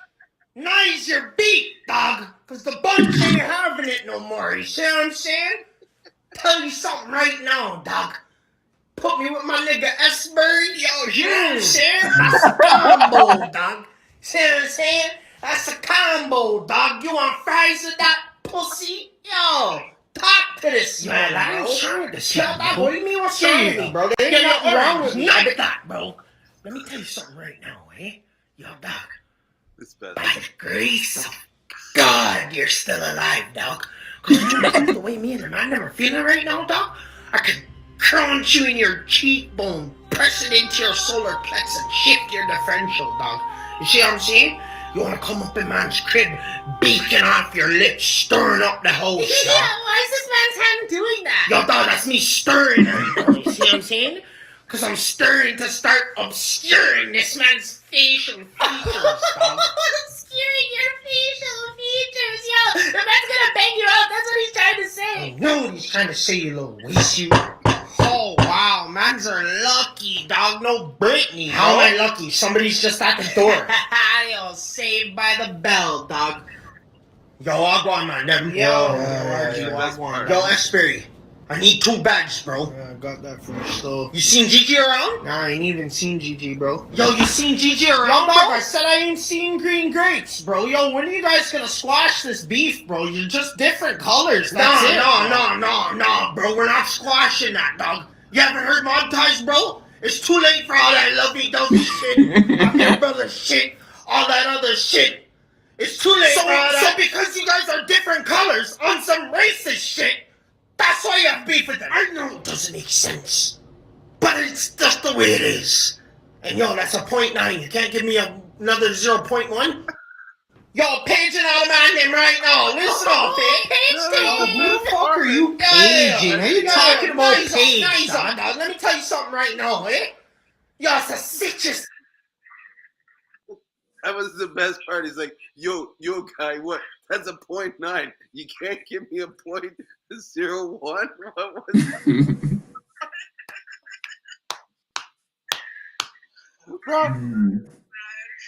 That was pure, like, my place growing up as a kid. You know what I mean? Like, the guy comes in, and then the guy's like, I know it doesn't make sense, but that's just the way it is.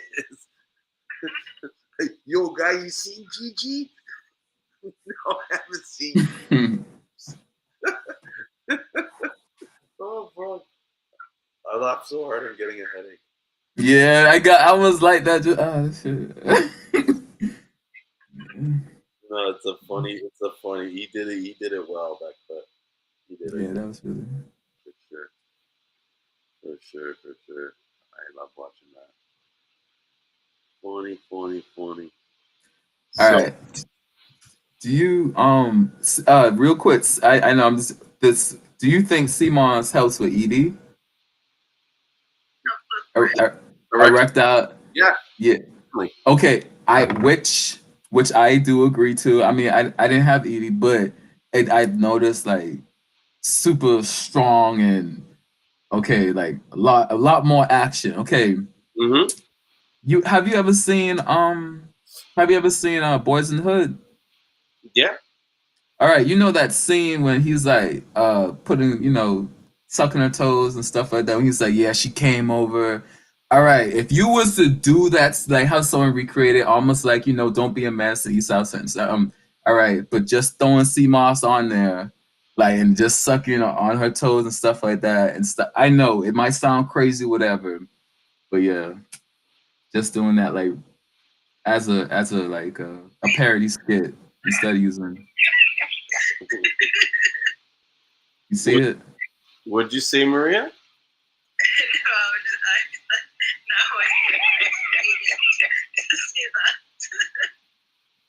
All right, it was hard to hear it because you guys are laughing so hard. I can't hear what you're saying. They could see the sucking of the Seamoss coming off, man. Like I think that'd be glorious. Yeah, maybe if they poured some Seamoss Yep. While they're sucking it. No, it's crazy. Like, even if you just mix Seamoss with, like, burdock root, and, like, half of my buyers, they are men, right? So they surprisingly share this with me, which I'm actually glad because, like, I'm actually, like, curious about these things, right? And what it does to the opposite gender. Mm-hmm. So even just, like, mixing Seamoss and burdock root, like, I know, like, the infamous Seamoss and, like, bladderwrack of burdock root is, like, crazy good. But yeah, even just Seamoss and burdock root, because like burdock root it detoxes your blood and then it just like it keeps things running after, like flowing after,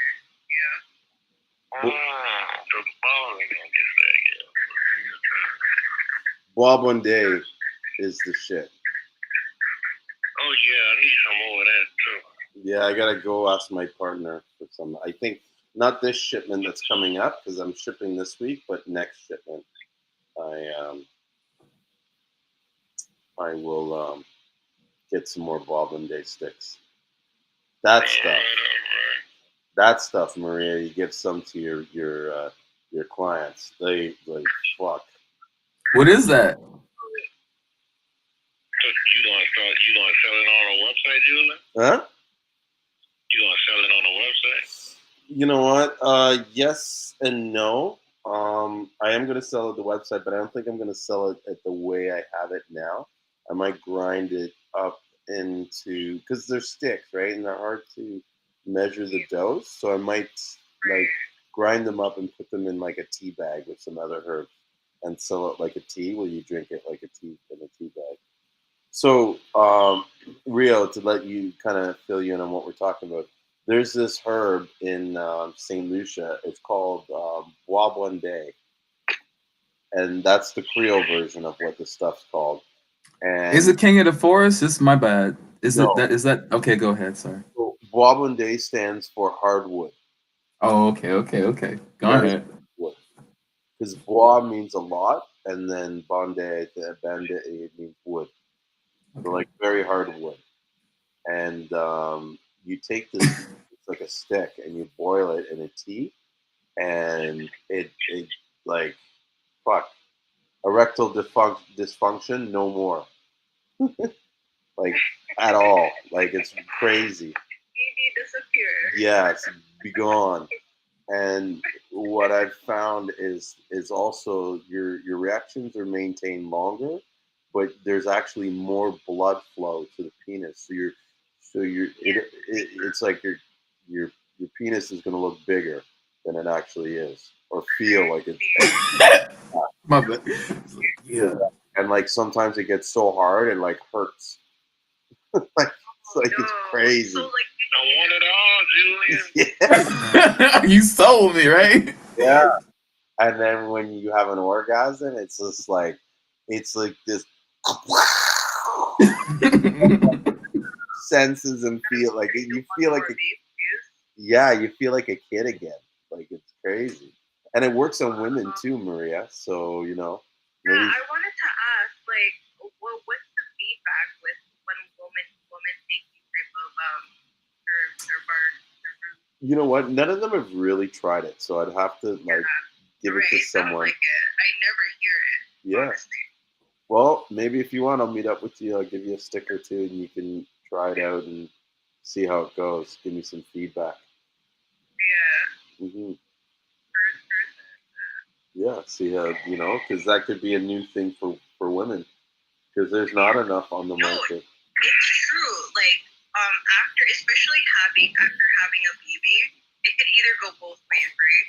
But typically, we're just so stressed and we're so tired that like we're just not like in the mood to like do any of that, right? Hmm. So, yeah, even in like the mommy group, they're just like, what can I do to like kind of get it like happening again Hmm. with my husband type of thing. Hmm. Yeah. Yeah, you could start selling them some ball one day. Let's see how it goes. They might. Oh, Sean I left. still have some too. I still have some. I saw some at Canada when I was at home. Sorry. And you don't need a lot too, eh? For the one day, no, Okay. not a lot at all. You can do it with like just like I usually boil like a big pot, and I'll put maybe one stick or so. But I know that there's companies in St. Lucia that actually make it in a tea, and they grind it up. So I might even just buy the raw materials from them and build our own tea bags, or just have them build a tea bag for us. Hey man, let me know when you get some because I wanted to get some more. I want to see how it works with what is this stuff called? UMB bark, the bark from Africa. I want to see. Oh, Dang. what you handy Burke? You're saying dang to Yeah. you? He about to mix it though. He about to friggin' explode for Yeah. Oh shit. Nah, for real, like, if you do that, please come back and I want to know. I just want like stuff like this. I love experiments and yeah, man. I'm about to just off the strength of I already take like what is that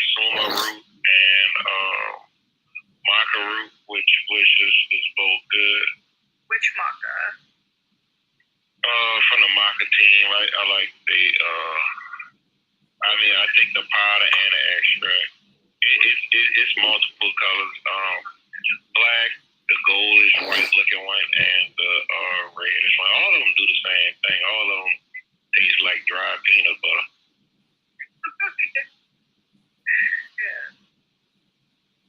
Yeah, no, it's freaking crazy because out here in the West, North America, there's literally men that get ED in their 20s.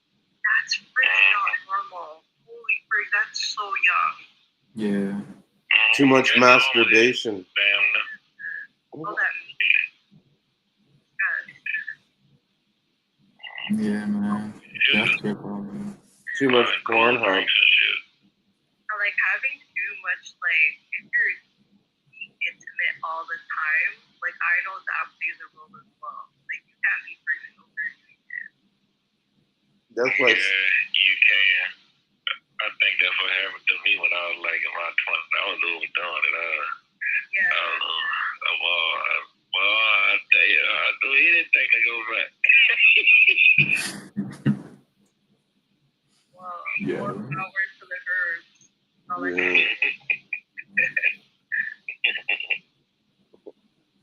That just like fuck. Just made me think about my cousin. I have a cousin. He's single, and he's older now. But it's like he's just like this guy will fucking sleep with anything, and he is no standards, no this. As long as it's just a. And what's crazy is he's a good looking guy. He just doesn't like to put the effort in. Man, that's crazy, man. Yeah. Like anything, I have to connect with somebody, like even if, before I even find them like attractive like that. Like if people always think I'm weird, I'm like, man, I can't mess with a woman if I can't talk to her. If she's not on a certain level of cool, it's nothing. I don't, Okay. I got a question. So, if this woman, if she was like, bogus McGoggis looking, and you connect, and you like, she cool, and she cool, then is a chance. Yeah, because sometimes even a girl that's unattractive physically can become attractive with the right personality. Exactly. Yeah.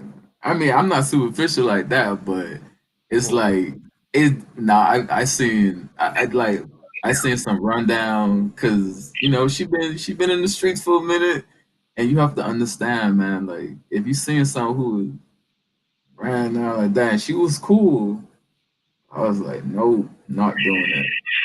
Yeah. Yeah, Some man. people have standards. Some Yeah. people don't. Yeah. I was just thinking about my cousin. This guy's like, I'm more just. Our brother here. Huh? That's how my older brother is. Yeah, I have no standard. That boy, as long as he got to live, as long as he got that thing he needs, he don't care. As long as she got it, he don't care. I'm like, man, bro, like, man, look at her. Yeah. She look like Blanca, bro. Like, what is he doing? You probably smell like you never cared.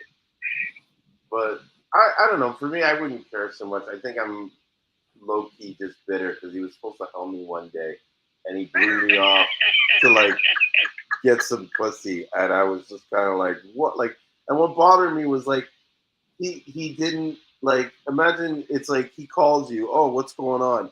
Oh, I'm going up here to pick up some shipment of Seamoss. You want to meet me at the warehouse afterwards? Yeah, I'll meet you at the warehouse afterwards. We'll hang out. I'll help you unload the thing. All right, cool. Yeah, no problem. I go and I do my thing. I'm driving by and his house, and I call him. Oh yeah, I'm passing by your house.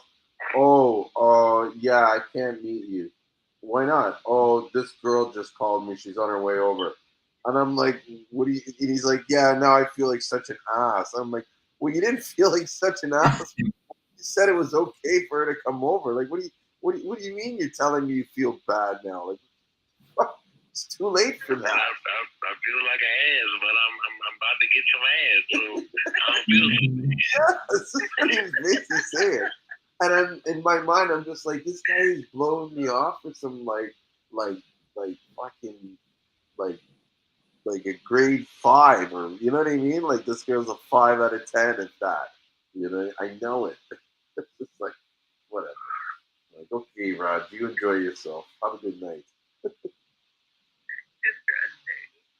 Yeah, but I mean, some people got to get it when they get it. You know what I mean?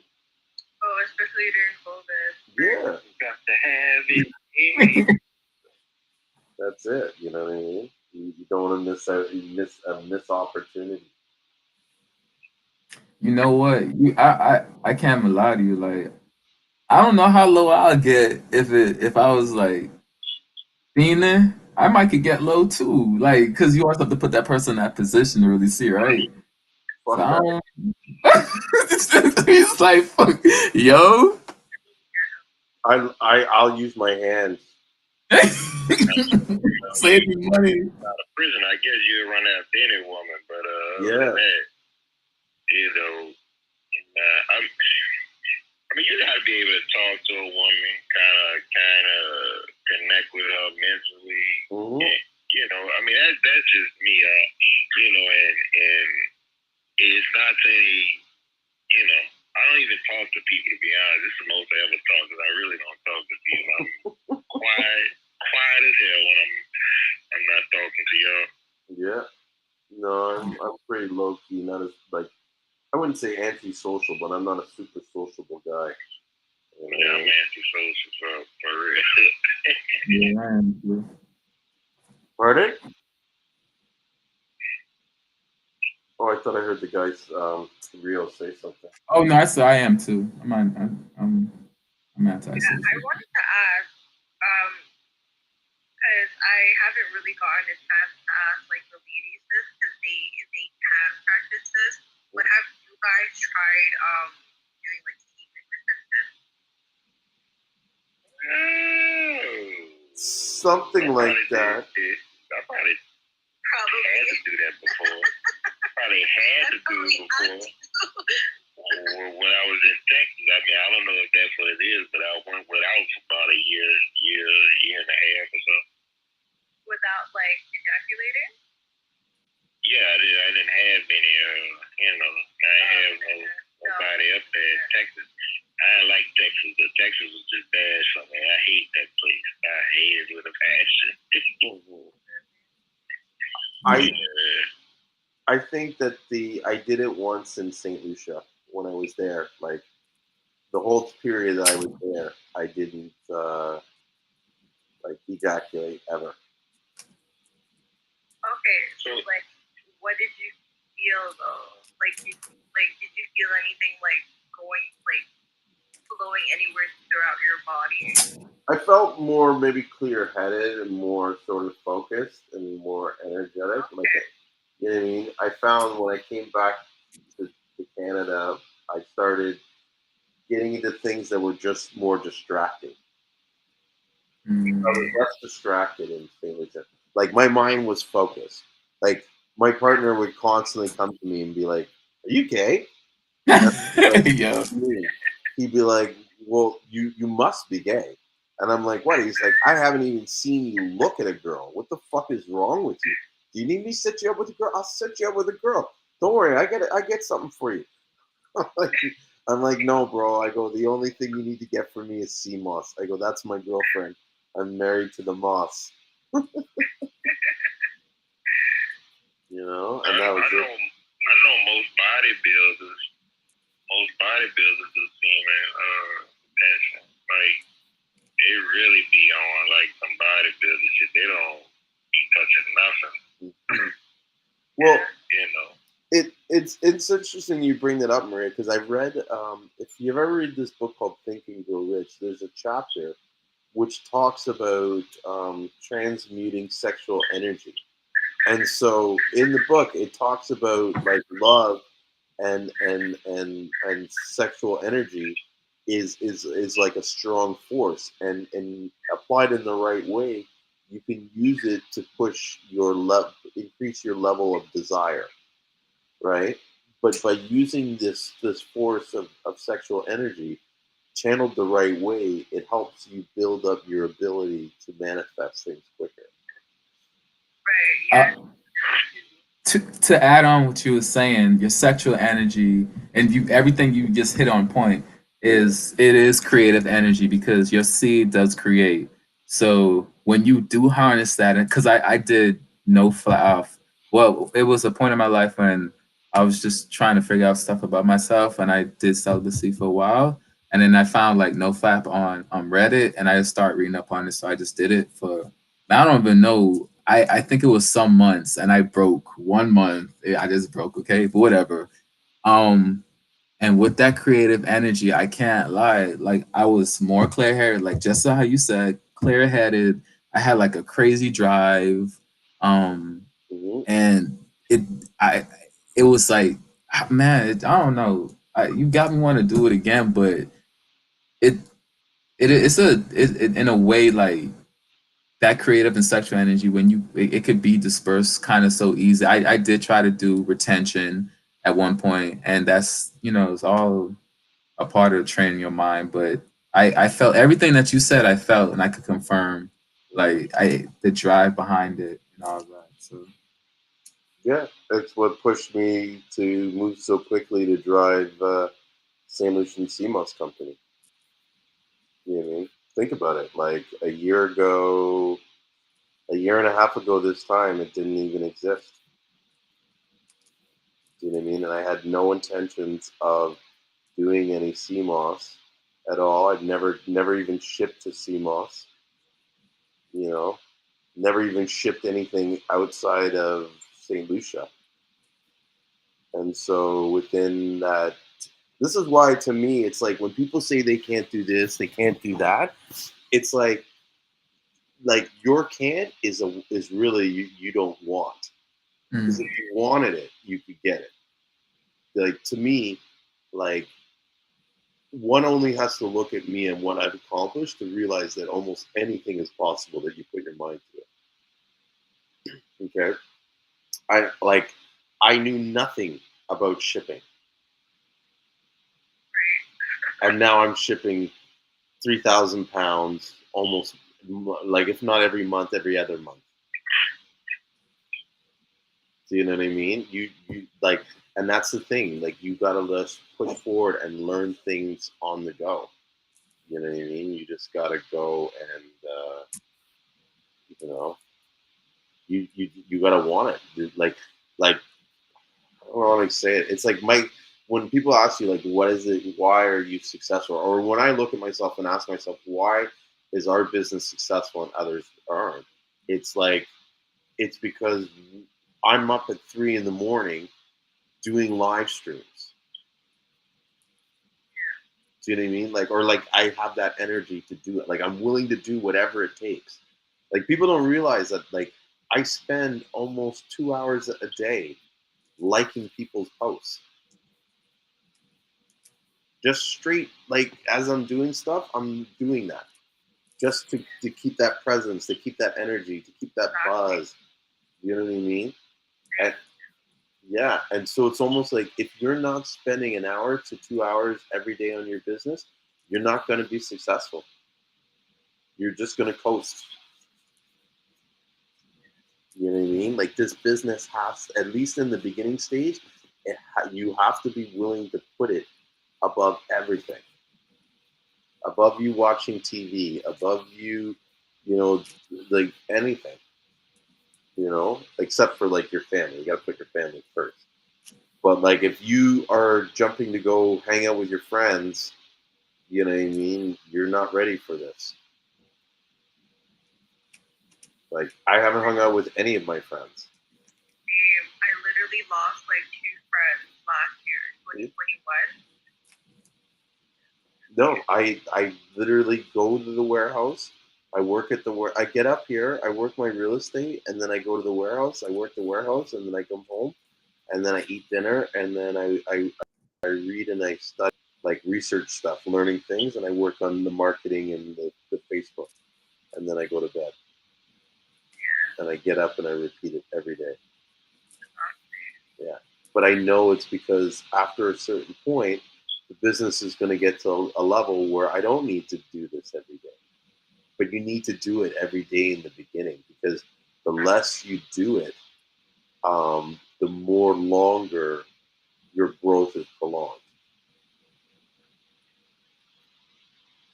It's like a game. It Where, is. yeah. It's a game of life. You know what I mean? And in this game of life for your business, your goal is to get as many people as you can to look at your business. You know what I mean? Like the more people like that look at your business, the more sales you do. You know what I mean? Like, to give you an example, I'll look at my stats. Let's see how many people. Yeah, so yesterday we had 198 visitors visit the site. 162 were new, and then let's see what the analytics is saying, because with analytics they will tell you what the conversion rate is on a particular, let's say, like the last 30 days.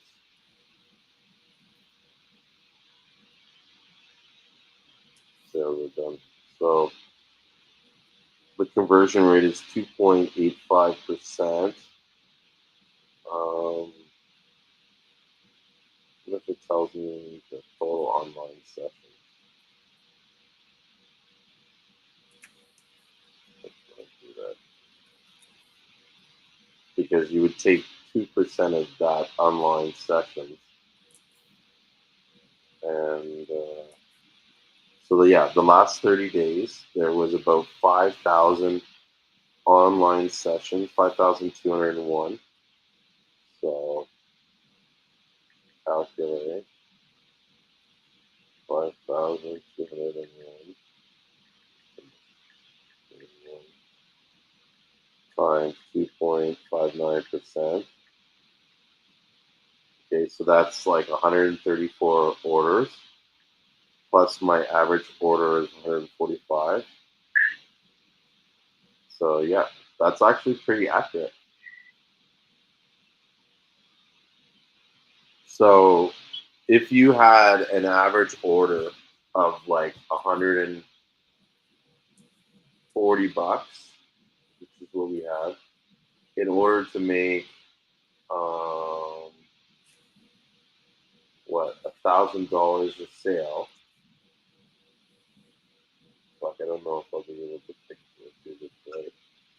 Anyways, forget it. I'm too tired to do math. But basically, you calculate based on the order rate, the conversion rate. You go back to find. You calculate it backwards to find out how many people need to see your site. So you want to know how many, like, say, there's 1,000 people to visit your site. Out of 1,000 people, if your conversion rate is 2.5%, that's 25 people. If each people spends $150, that's 3,750. So ideally, you want to try and get, if you could get 1,000 people to visit your site, you could potentially make $3,750 every day, or every time you put 1,000 people to your site. Yeah. And so, and you know what's interesting? That number is accurate because when I look at today's sales, right? Today's sales in total was something like 379, or yesterday's sales that I did. Yeah, 374. I did 9 orders. So those numbers are almost like they're pretty accurate, because if I did less than 1,000 people, which is 100, that would be 1/10 of the 375, or the 3,700 or whatever, which which makes it $279, which is what I approximately what the sales were yesterday. So it's all a numbers thing. Like I said, if you can get a lot of people to visit your site, you get a lot of sales. All right.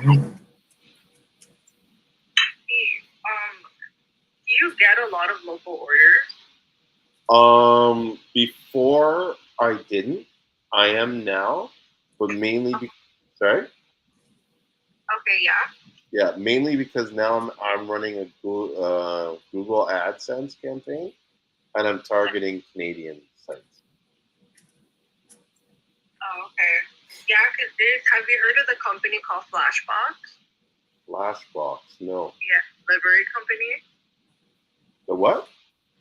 They're a delivery company. Okay. Yeah, so there's literally the only catch to it is that you do have to, like, that same day delivery, it has to be 3 parcels. So each parcel is $6. Uh-huh. It's in like what? Mississauga, Toronto for sure, Woodbridge, not Hamilton. It goes to Oshawa, and those type of places, even Aurora. So if you were interested in that. Yeah, per parcel delivery cross thing with a minimum of 3 parcels. That's not bad price. You know what I mean? Yeah. The only thing is I don't get enough Yeah, me too. shipments across Ontario or in Toronto, and I mean, the shipping is like around $10. With UPS? Yeah. No, how? What? No way. Canada Post is like friggin' like $12. Like it goes up every year. We're same as UPS, but yeah, either it's like $12 or like $13. Yeah, I mean, I've had it between $10 and $13. Oh, okay. $14, and it would be UPS next day. Are you using a third-party label company? Because I'm using eShipper to ship my parcels. Oh, okay. So I buy my labels off eShipper, and then I print them out, and yeah, they're definitely under $14 for Ontario. eShipper, that one will show you the lowest, the bestest prices, right? Yeah, it will go between. I can get better prices with FedEx. I just don't usually ship FedEx. And not a lot of people do, really. Mm-hmm. I'm not a big fan.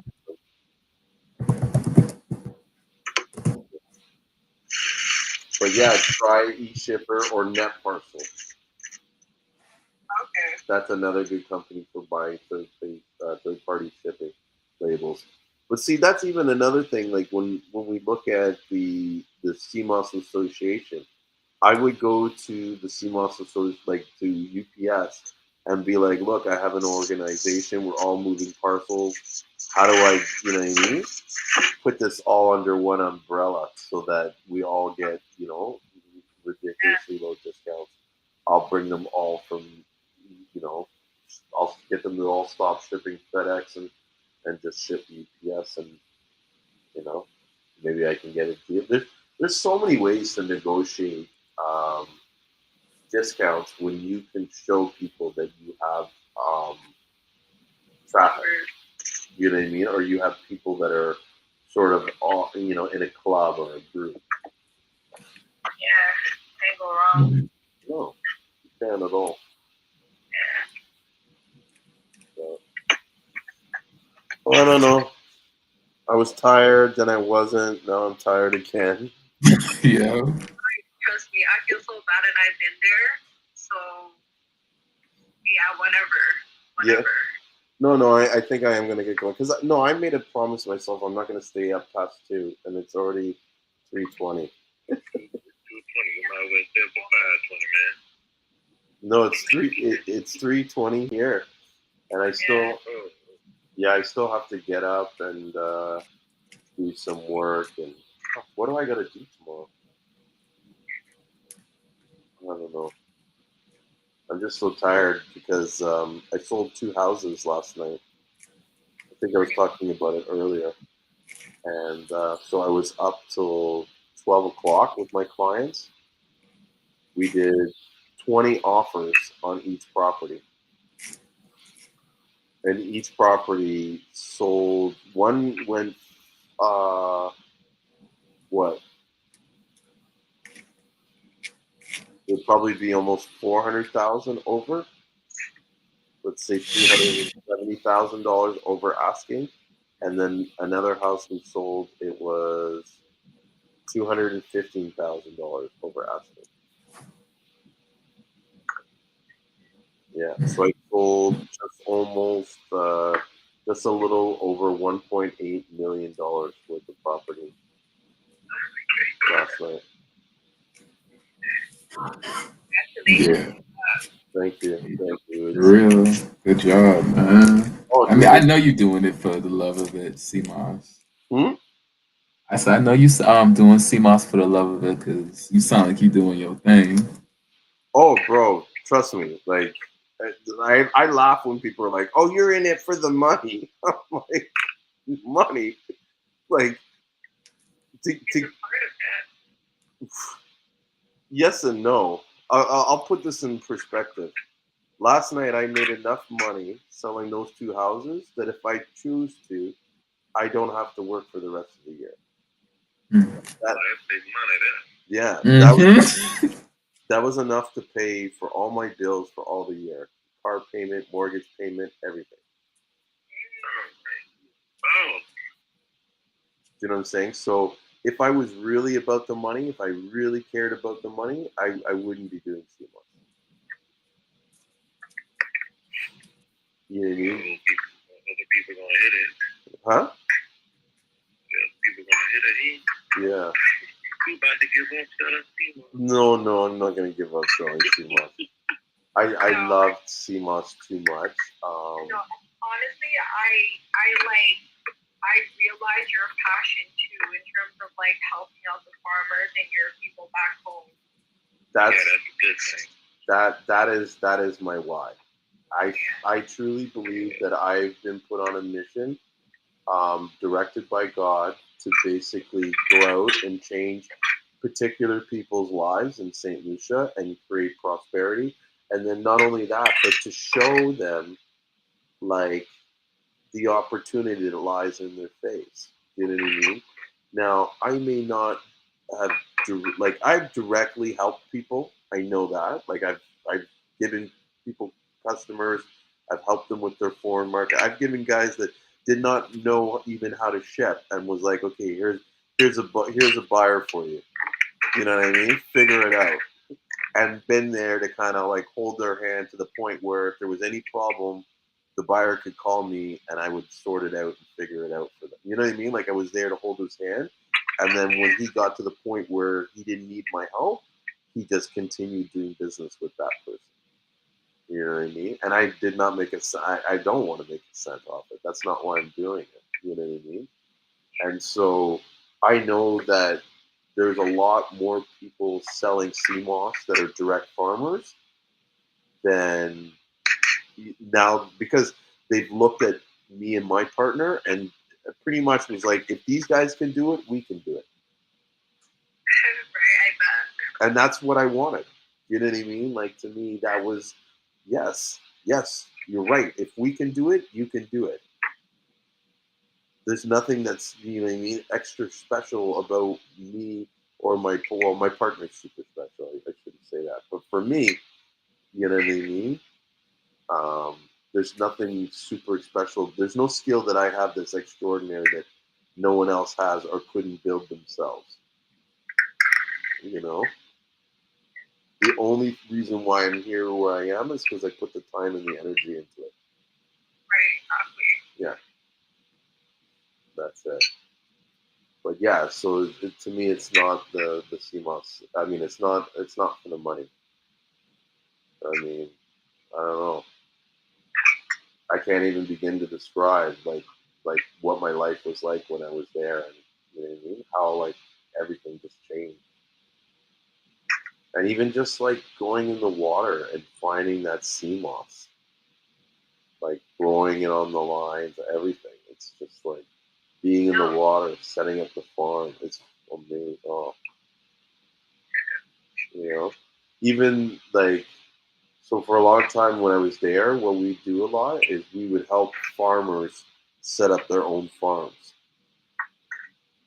And I remember a guy that we helped set up a farm. I don't know if he's still farming now, but to him, it represented such a change and a shift in his life that this guy like literally cried in front of us and thanked us for what we were doing. And we went there and we pretty much almost built his farm. Like put the sticks in, showed him how to make the rope, showed him how his kids stuff. And this guy was like he was in a position where he could look and be proud. And he can look at his kids and be like, yeah, your dad's trying to make something of himself. And these kids are looking up to him, being like, that's my dad. You know what I mean? Like he's trying to be somebody, you know? Yeah. And for me, in life, always, even with real estate, like the reason why I'm in real estate is because I get a rush out of watching people's lives be dramatically changed. And when you buy real estate, it changes your life dramatically, like huge. And so I love that joy. I love that. Like the high I was on last night watching my clients, like imagine a guy who bought his house for $37,000, lived in it, took care of it for the last 40 years, lost his wife in it, everything. And now he's going to sell his house and he's walking away with over $1 million. Mm. Yeah. Tell me that's not life changing. Like Shoo. his face, like he didn't even know how to talk. He didn't know what to say. He's just like, "Wow, thank you, thank you, thank you." That's all he could say to me. Like he couldn't believe it. He was just like, "You guys worked hard. You made it happen. Thank you." You know. And we helped them buy like a beautiful house that their kids like it's basically like a son and his father that are moving into one house with the son's wife and his kid, and so it's like a whole big family together, and this guy loves his dad, and to be able to be closer to his dad, and his dad's got a good place that they're like, it's just fuck, gorgeous. So those are kind of like my whys and a little bit about me and who I am. Yeah, I respect it. Thanks. And I guess with that said, well, let's call it a night. I'm ready to.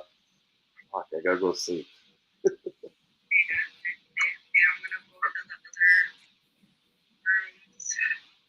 Yeah, do you even?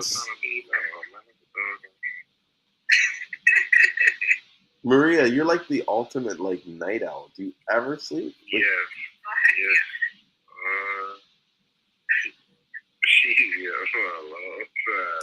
I know. Because I wake up on and on. I be looking on the internet. I be like, oh man, it's still on now.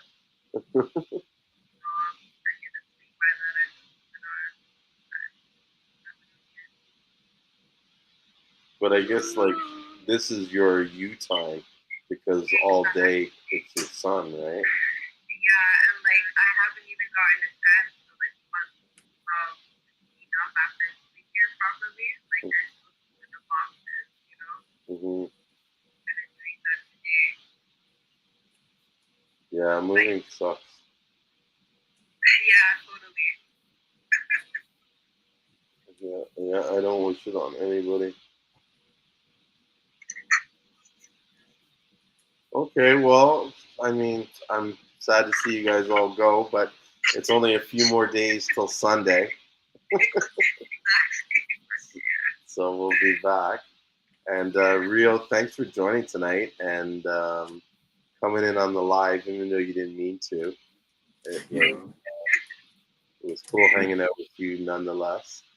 Yeah, man, I appreciate for real. I appreciate all of y'all. I was lurking, so but for real. I'm gonna have to for real, I'm gonna get an iPhone and join freaking Clubhouse with y'all or something. Or I don't have Doesn't Facebook either. Clubhouse have Android or no? No, I'm sorry. We y'all special. I think you can do. I think you can get Clubhouse on Android now. Oh, you can't really? Somebody that has the environment. Yeah, I can Oh, invite. okay. I think All I right. got friends on like. Yeah, there's Clubhouse on Android. Oh, I didn't know this. Okay, cool. So I'm gonna jump on that and Yep, vibe with get it on y'all. Google Play. Yeah, yeah, get Yeah. it on it, and then we'll catch you on the next episode of Let's Talk About Seamoss. I think I gotta build like an intro soon. Yeah, that would be awesome. No, but I totally dig like that thing that you made. That was kind of like the time. But The what? that like intro where like it's kind of counting down when Oh. you're gonna come and like the photos and stuff like that. The great fire. But I know the graphics, the intro graphic. I meant to play it today, and I forgot. I started talking on the phone, and I didn't get it through. But yeah, I think I know what you're talking about.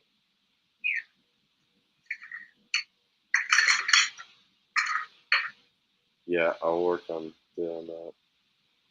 I'll get my buddy Alex to do that.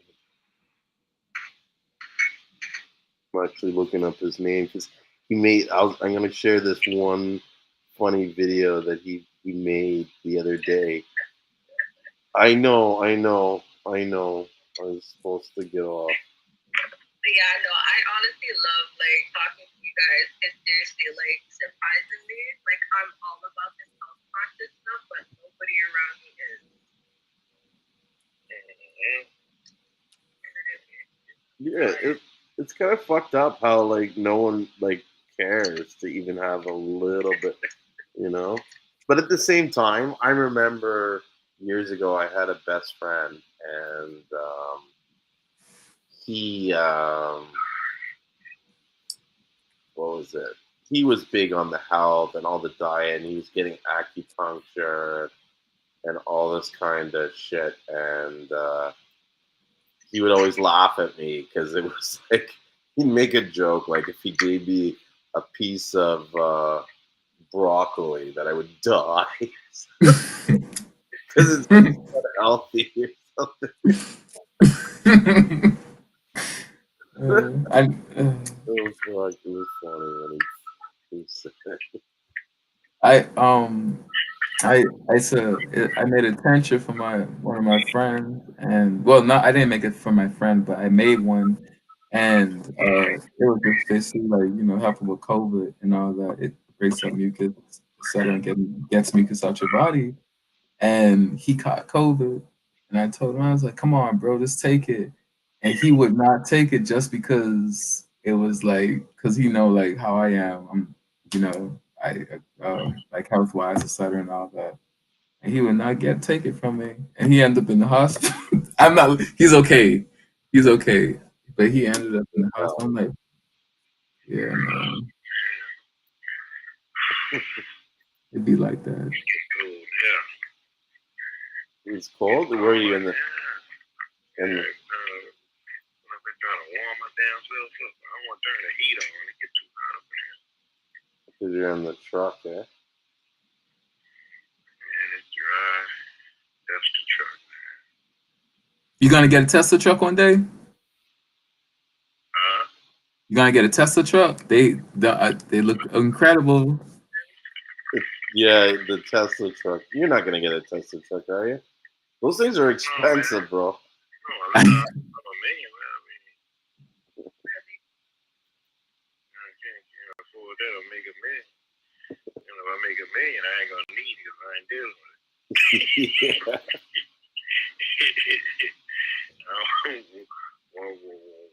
other company, once I move with that, ain't ever think about coming back out here.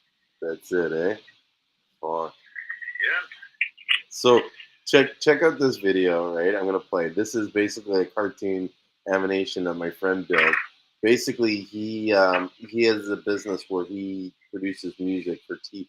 Like he used to be he used to produce music for like NSYNC and Backstreet Boys and Britney and stuff like that.